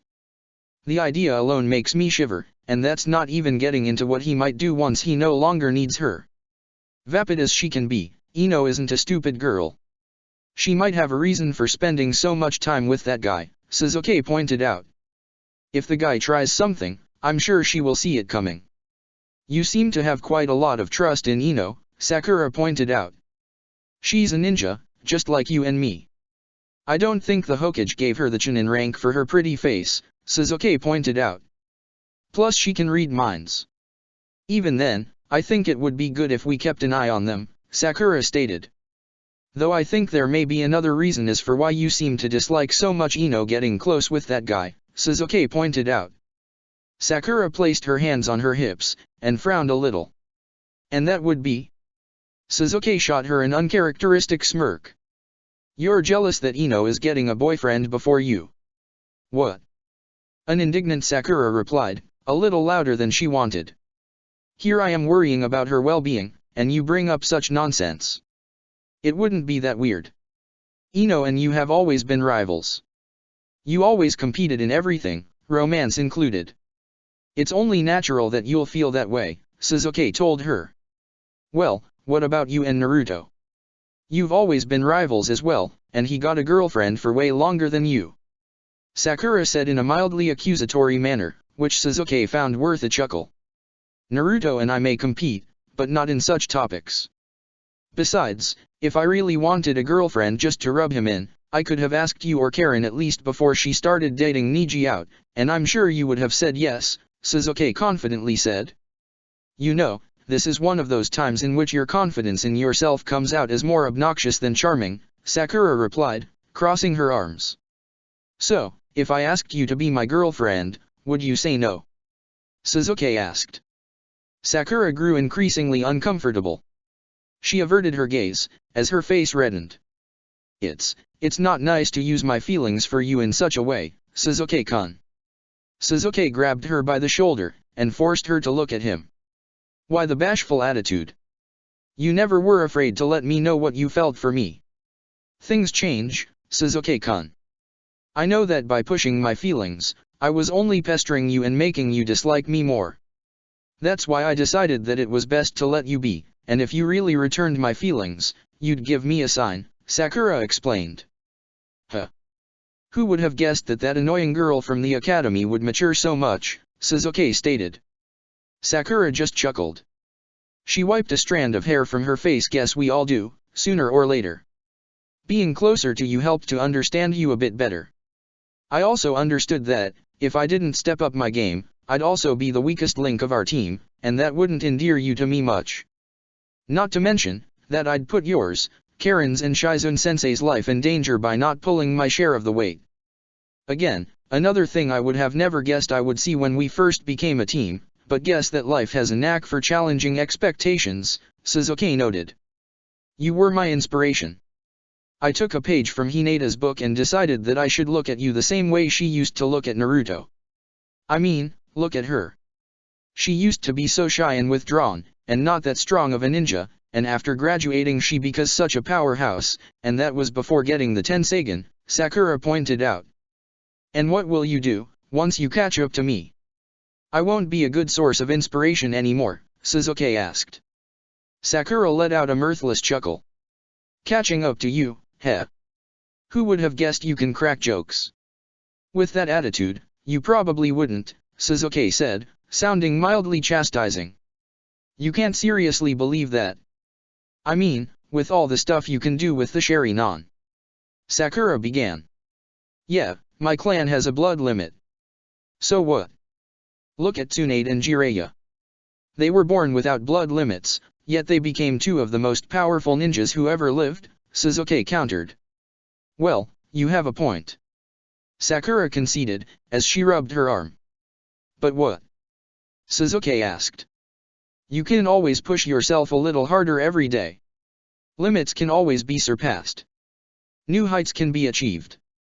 That's what you've been doing so far, why you should stop now. Who said I did stop? Sakura asked, crossing her arms. Your quitter attitude, Suzuki replied. Quitter? I'd like you to see training with Guy-sensei, Sakura said, rolling her eyes, before shivering a little at the memory of the beginning of such torture. Which I still do, by the way. The problem here is that you see a big gap between our level of skill and power, and think that since there's no chance of catching up to me, why bother trying? You probably feel pretty comfortable with the level you achieved. But then you realize that such thing may not be enough, Suzuki said. It's good that you see me as an inspiration, but you shouldn't mistake it for a goal. You sound like you talk from experience, Sakura noted. And I do. Remember that even before the clan's downfall, Itachi and Shisui were the two strongest Uchihas the clan ever produced. And I felt very frustrated when I was unable to catch up to them, no matter how hard I trained.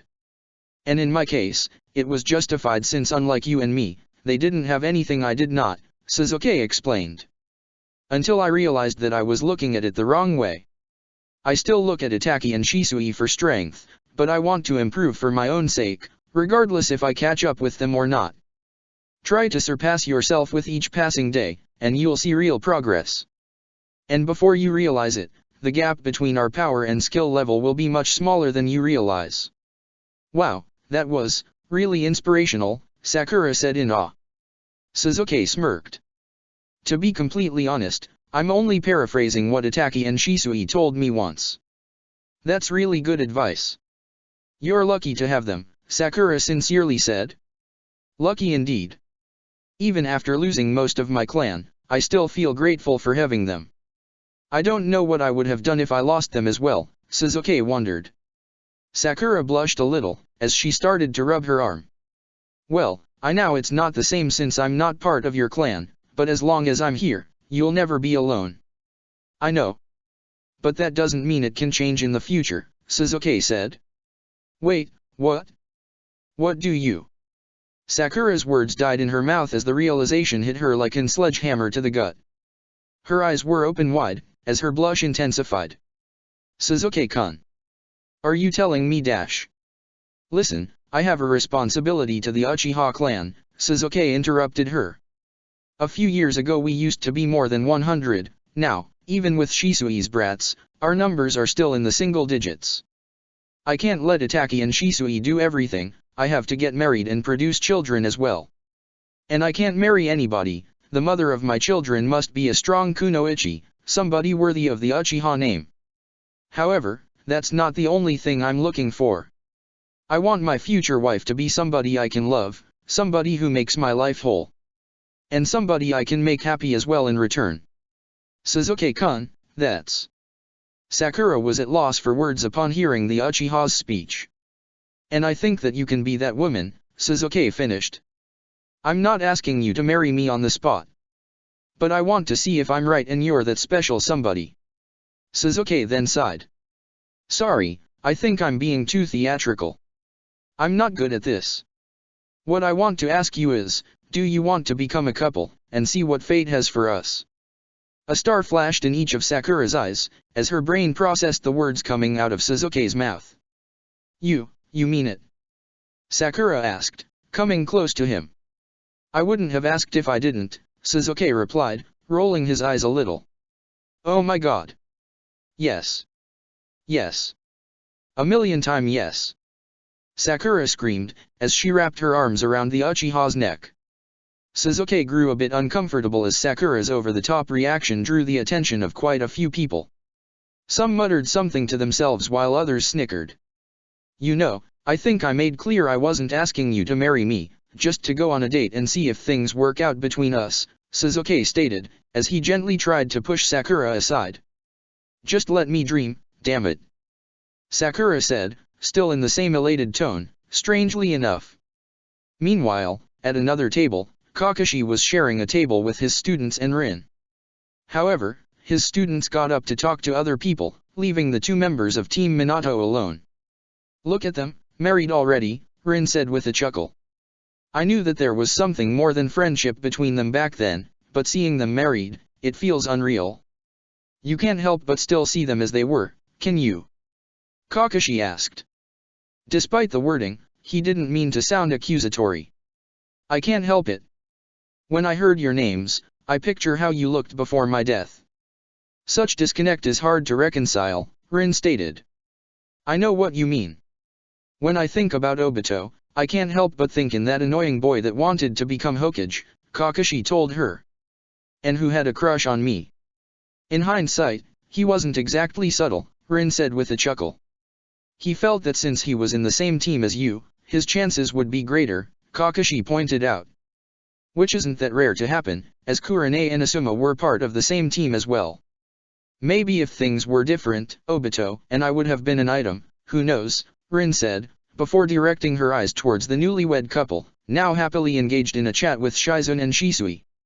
Still, I'm happy for them. They deserve each other. I can't wait to see how their baby looks like. Oh, that means that we have to make them a gift when he or she is born, Kakashi said, sounding a little annoyed. Man, after it took so much thinking to find that perfect wedding gift, now I'll have spent more sleepless nights thinking in a proper gift. Kakashi, your wedding gift was a book on how to stop smoking, plus several boxes of nicotine patches, Rin deadpanned. That's hardly an A-class wedding gift. Hey, Asuma said Kurane forced him to drop smoking, so I decided I could give him something practical, Kakashi replied, not sounding ashamed in the slightest. Though a gift for a baby is going to be a little trickier. Oh, I already have an awesome idea, Rin proudly said. Oh? What is it? Kakashi asked, interested. So you can take that idea for you? Sorry but no, copy ninja, Rin replied, emphasizing the last two words. Ah, you heard me, Rin, Kakashi mockingly replied. Come on, I promise I won't copy you. Very well then. It's a crib, Rin stated. I know it's not something overly original, but I'm sure they'll appreciate. A crib, huh? A nice gift. Practical as well. Though some cribs can be a bit expensive, Kakashi warned her. Oh, I don't plan to buy a crib, Kakashi. I'll make one from scratch with my special talents, Rin replied, smiling widely. So, you got a better hang of it. Kakashi asked. Once we have some privacy, I'll show you how much I progressed since the last time you saw me fight, Rin proudly said, sounding almost like a boast. Excuse me, I'm not interrupting anything, am I? A new female voice asked. Kakashi and Rin turned around to see Ino of all people standing in front of them. Sorry, I couldn't help but hear your conversation. You were talking about a gift for Asuma-sensei and Kurane-sensei's baby, right? That, we were, Kakashi confirmed with a single nod. Why? Do you want advice from us? Yes. You see, I didn't have to think in a gift for the wedding since my clan provided all the flowers for the ceremony for free, but sadly I can't cheat like that again, Ino said, chuckling a little. So I was wondering, do you mind I borrow Rin a little for some girl talk? Sure. Do you mind staying alone, Kakashi? Rin asked. Kakashi replied by pulling one of his many Ika novels. I know how to make the best of solitude, so don't worry about me. I can't believe he brought one of those smutty books to a wedding of all places, Ino disapprovingly said, shaking her head. Anyway, come on Rin. I want to take a break from this multitude, plus the weather's great for a walk. Alright then. See you later, Kakashi, Rin said as she got up, and followed Ino outside of the large tent. You know, when I was a genin, I asked myself, what kind of dumbass hires a team of ninja to babysit? Shouldn't it be better just to hire some civilian teen to do the job? Shisui began. But now that I have kids myself, I see how easy and practical it is. Not to mention fast, Shizun chimed in. It might be a bit more pricey than hiring a civilian babysitter, but the advantages are surely worth every additional ryo. It's kind of funny when you think about it. We can't take care of our kids because of our job as ninjas, so we hire lower-ranked ninjas to do that job for us, Shisui said with a chuckle. Kurane and Asuma were now having a talk with Shizun and Shisui about their experiences with their kids. After that, they also had planned to ask Yojao and Hayate. So, I'm taking your life changed a lot since you got kids, right? Asuma asked. Oh, absolutely. Though it's not as bad as it may seem at first sight. I mean, yeah, you don't have as much free time you used to have. Shizun began. You need to spend much less money on yourself and more on the kids, Shisui continued. The sleepless nights when the kids feel like crying for no reason. The constant battle of making them eat their food. And battle isn't an euphemism. Some days our kitchen ends up in a state comparable to the battlefields of the Third War. And pray they don't get sick. It's all of the above multiplied by 10, plus a stream of vomit. Not that they need to be sick to throw up for some reason. Shisui noticed that color was starting to disappear from the newlywed couple's faces. Honey? I think we're scaring them. Realizing Shisui was right, Shizun laughed awkwardly. But don't worry. All of that stuff will be meaningless compared to how much a kid will brighten your life. We hope so, hehe, Kurane said, laughing a little. We know that taking care of a kid is a serious endeavor, but for a moment you made it look as it was more an arduous chore than anything. Though, a kid also gives you perspective, you know what I mean. Shizun asked. I mean, we're ninjas. We risk our lives with each mission. I can say that all of us here are not afraid to die to complete a mission, or to save a comrade, or something like that. But when you have this little one at home depending on you, and wonder what's going to be of him or her if this time you don't return. Yeah. I know I worried my father when I started my career as a kunoichi, but I believe this is worse. I mean, if I died, even if it would have been devastating, my dad could still take care of himself. But if it was him who died? Kurane said. Yes. That's why we agreed that I'd take a job that entails less risk and does not require me to leave the village for a long periods of time. If something happened to Shizun, pray it doesn't, our kids would still have me, Shisui explained. Plus at least one of us will be in the village if an emergency happens, Shizun continued. We agreed it would be him since he mostly did solo missions or with temporary teammates. I'm the Jonin sensei of a team, so I wouldn't be able to do it without leaving them. Which makes me wonder, do you guys plan to do anything similar? Shisui asked. I'm bringing this up because, unlike us, the two of you are Jonin sensei. The two of you take risky missions that make you spend time away from the village. While I don't plan to retire, I think I may give Naruto command of the assault squad permanently. That way I won't be so bound to the team, and I'll be able to take some time if the situation calls for it. Well, you have it easier. Your students are either Jonin or Special Jonin, and from what you told me, they all soon will be the former. Hell, I wouldn't be surprised if one of them took a team of their own, Asuma stated. Hinata has expressed interest in doing such a thing, but she herself admitted that, even if she got the rank shortly, she doesn't feel ready for the task, and thinks she could use some more experience, Kurane told the others. Wait, isn't Hinata like the new head of her clan? Shisui asked, scratching his head. I mean, clan heads are usually pretty busy. I don't know where is she going to find time to do both things. It can be managed, Asuma interjected. My father was the Jonin sensei of the Sannin while he was also head of the Sarutobi clan in Hokage. How did he manage to do all that, I'll never know. But it sure as hell didn't leave him any time to spend with his family, the bearded Jonin said, some bitterness leaking from his voice. Asuma. Kurane said, as she squeezed his hand with her own. The bearded Jonin breathed deeply as he forced himself to calm down. He eyed his father, the former Hokage, chatting with his fellow clansmen and other guests. I know, Asuma apologetically said. I like to think I put all the bad blood between my father and I behind, but some things are hard to forget. If anything, I want to make sure my relationship with my kid is better than the one I had with father. You know I'm on the same boat. My father never approved of me being a kunoichi. He felt such career wasn't befitting of a woman, Kurane said. Shizun raised an eyebrow, her face becoming indignant. Really? What a bunch of nonsense. Indeed it was. My father was a very traditional man, Kurane stated. No, being traditional is following some outdated customs because they're part of your clan history or something like that. Women have been ninjas since the foundation of the great villages, Shizun stated. During the Warring State period, women were often barred from becoming ninjas.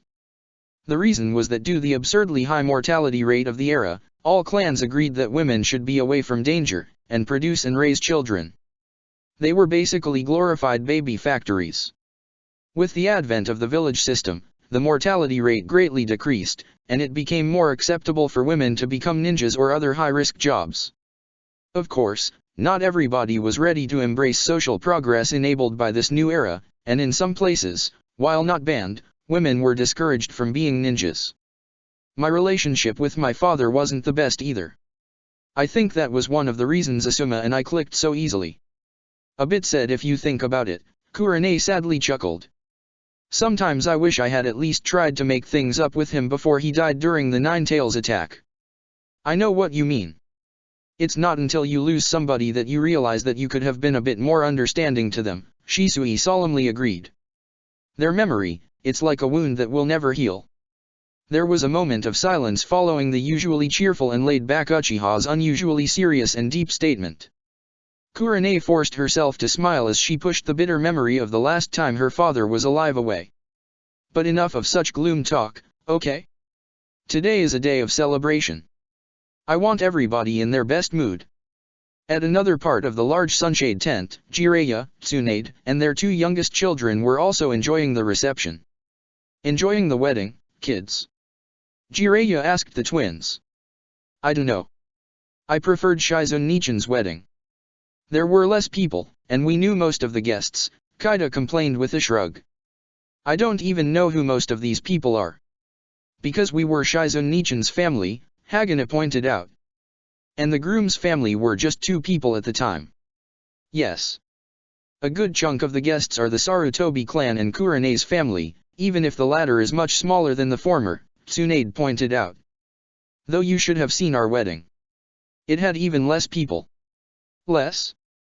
But you guys are like living legends. I'm sure lots of people would have loved to attend. Kaida said, visibly surprised. And they wanted to attend, make no mistake. But weddings are special and meaningful events, and thus you want to share them with your loved ones, not a bunch of strangers. You see, neither your mother nor I had any family left by the time we were married. I had Naruto, Tsunade pointed out. Jiraiya rolled his eyes a little. Yes, you have Uzumaki blood and all that, but your family ties aren't that close. Besides, Naruto wasn't even 4 at the time, so he hardly counts as a proper guest. And how many people did attend your wedding? Hagane asked, putting the conversation back on track. Just Naruto, Shizoan, Sensei, Itachi, and Shisui, Tsunade replied. Sensei was the one who conducted the ceremony. The reception was in our house, when we merely talked about various topics as we had some food with sake in the living room. I know I said I didn't like crowds, but that sounded pretty boring for a wedding, Kaida said, crossing her arms. We like to think it was something intimate. Who cares if it wasn't something grand nor grandiose? It was a memorable day for us, and that's what counted, Jiraiya said. I can understand Dad not having any family left since he was an orphan and all that, but Mom is a Senju. Our clan founded Konoha. Where were the other Senjus? Hagane asked. I read a lot about our clan in history books, but they don't detail what happened to it. Yeah, I would want my wedding to have more people than you guys, Shizun Nichan and Naruto Naizen, Kaida deadpanned. Then you know what to do. Marry a guy with a pretty big family. Wanna know which are Konoha's biggest clans? Jiraiya asked, chuckling. Dad. Kaida protested, turning red. I don't mean right now. Kidding, kidding. I already knew that, the Hokage laughed, holding up his hands in defense. Besides, after you were born, I passed a law to make illegal to date the Hokage's daughter until she's 30, under penalty of death. Very funny, Dad, Kaida said as she rolled her eyes. Funny, yeah. Jiraiya laughed, as his eyes narrowed, sparkling with a dangerous glint. Hey, look at that, they're clearing the middle zone from tables and chairs, Tsunade pointed out. I guess it's time for the dance then, Jiraiya pointed out. Then, his face blanched as a realization dawned upon him. Oh shit. Tsunade's face suddenly became sad. We didn't have a dance in our wedding, she recalled, sounding melancholic. Oh god, here we go again, Jiraiya muttered to himself, before placing a hand on Tsunade's shoulder. Well, like we just said, our wedding was pretty small, so there was no point at dash. How the hell did we have a wedding without a dance? Tsunade asked, sounding far louder than she intended but not caring at all. Well, it's all in the past and dash. No. We have to make up for it. Come on, let's dance until our feet start to bleed. Tsunade insisted, as she dragged Jiraiya to the dance floor. Then I'll heal them, then we'll continue dancing until they bleed again. Jiraiya couldn't repress a groan. The same thing happened in Shizun and Shisui's wedding, and he knew that, dance until their feet bleed, wasn't an hyperbole. This is Asuma and Kurene's wedding. Shouldn't they start dancing first? Jiraiya uncomfortably asked. Fortunately, that question stopped her in her tracks. She huffed and crossed her arms. Fine. But then we get to dance more than anybody. As Jiraiya had said, Asuma and Kurene opened the dance, everybody else watching as they moved, holding each other in their respective arms. After a few minutes of solo dancing, other couples started to join as well. Let's dance slow. I don't want to accidentally step on you. Hinata laughed in return, as she and Naruto danced. Come on, Naruto-kun, you're not doing it that bad. If you say so, Naruto replied with a chuckle. Though we can go slow if you want to, Hinata said, bringing herself closer to Naruto, and slowing her movements. Albeit. Naruto repeated. I also want to dance slowly. So I can enjoy the moment the longest. Just the two of us, dancing like this. No missions, no Akatsuki, no friends dying, just the two of us. Hinata said. Well, we can dance like this whenever you want, Naruto replied. No, we can't, Hinata replied. Huh? Naruto dumbly asked. Well, technically we can, but it's not the same, you know? It's not the same dancing just because you want, than dancing to celebrate a special event like this one. Plus, it's not just us. All our friends are enjoying the moment too, Hinata pointed out. Plus we'll have to go back to Taki and continue helping with the reparation efforts. Ugh, don't remind me, Naruto said, as he continued to dance. Too bad you don't get to undo Akatsuki's destruction by punching them. Otherwise this would be fun. Come on, we're almost finished with that. It can't take more than a week to finish what's left, Hinata said in an encouraging clone. Besides, imagine how long we would have taken if you couldn't create so many clones. I think that's why I feel it's such a bother. With the clones' memories, it makes me feel as if I've been doing the job of 100 people, Naruto said with a chuckle, which Hinata echoed. As they continued to dance, they passed on another couple, Shino and Fu. The usually energetic girl had decided to dance slowly as well, something Shino would no doubt be thankful for. For the event, she had traded her usual scantily clad appearance for an elegant red kimono with white floral patterns. The kimono was loose enough that to hide her muscles, but it did little to hide her tall stature, especially compared to the much shorter Abarame. Some would say that they looked ridiculous, but those who knew them thought that they were adorable instead. Thank goodness we managed to save her, Naruto told Hinata. A few seconds late. But we did save her. Just like we did save Gaara. Try not to dwell on what could have been, it's not healthy, Hinata softly chastised. I know. But in both cases, we just barely did it. We need to be better prepared to face Akatsuki. We're bound to run out of luck sooner or later, and there are still 4 Jinchuriki that need to be protected, Naruto insisted. How's your Tenseigan training, by the way? I'm progressing. Slowly but surely. I think I could go faster if I could be trained by somebody with a Tenseigan, rather than from old books and scrolls, Hinata told him.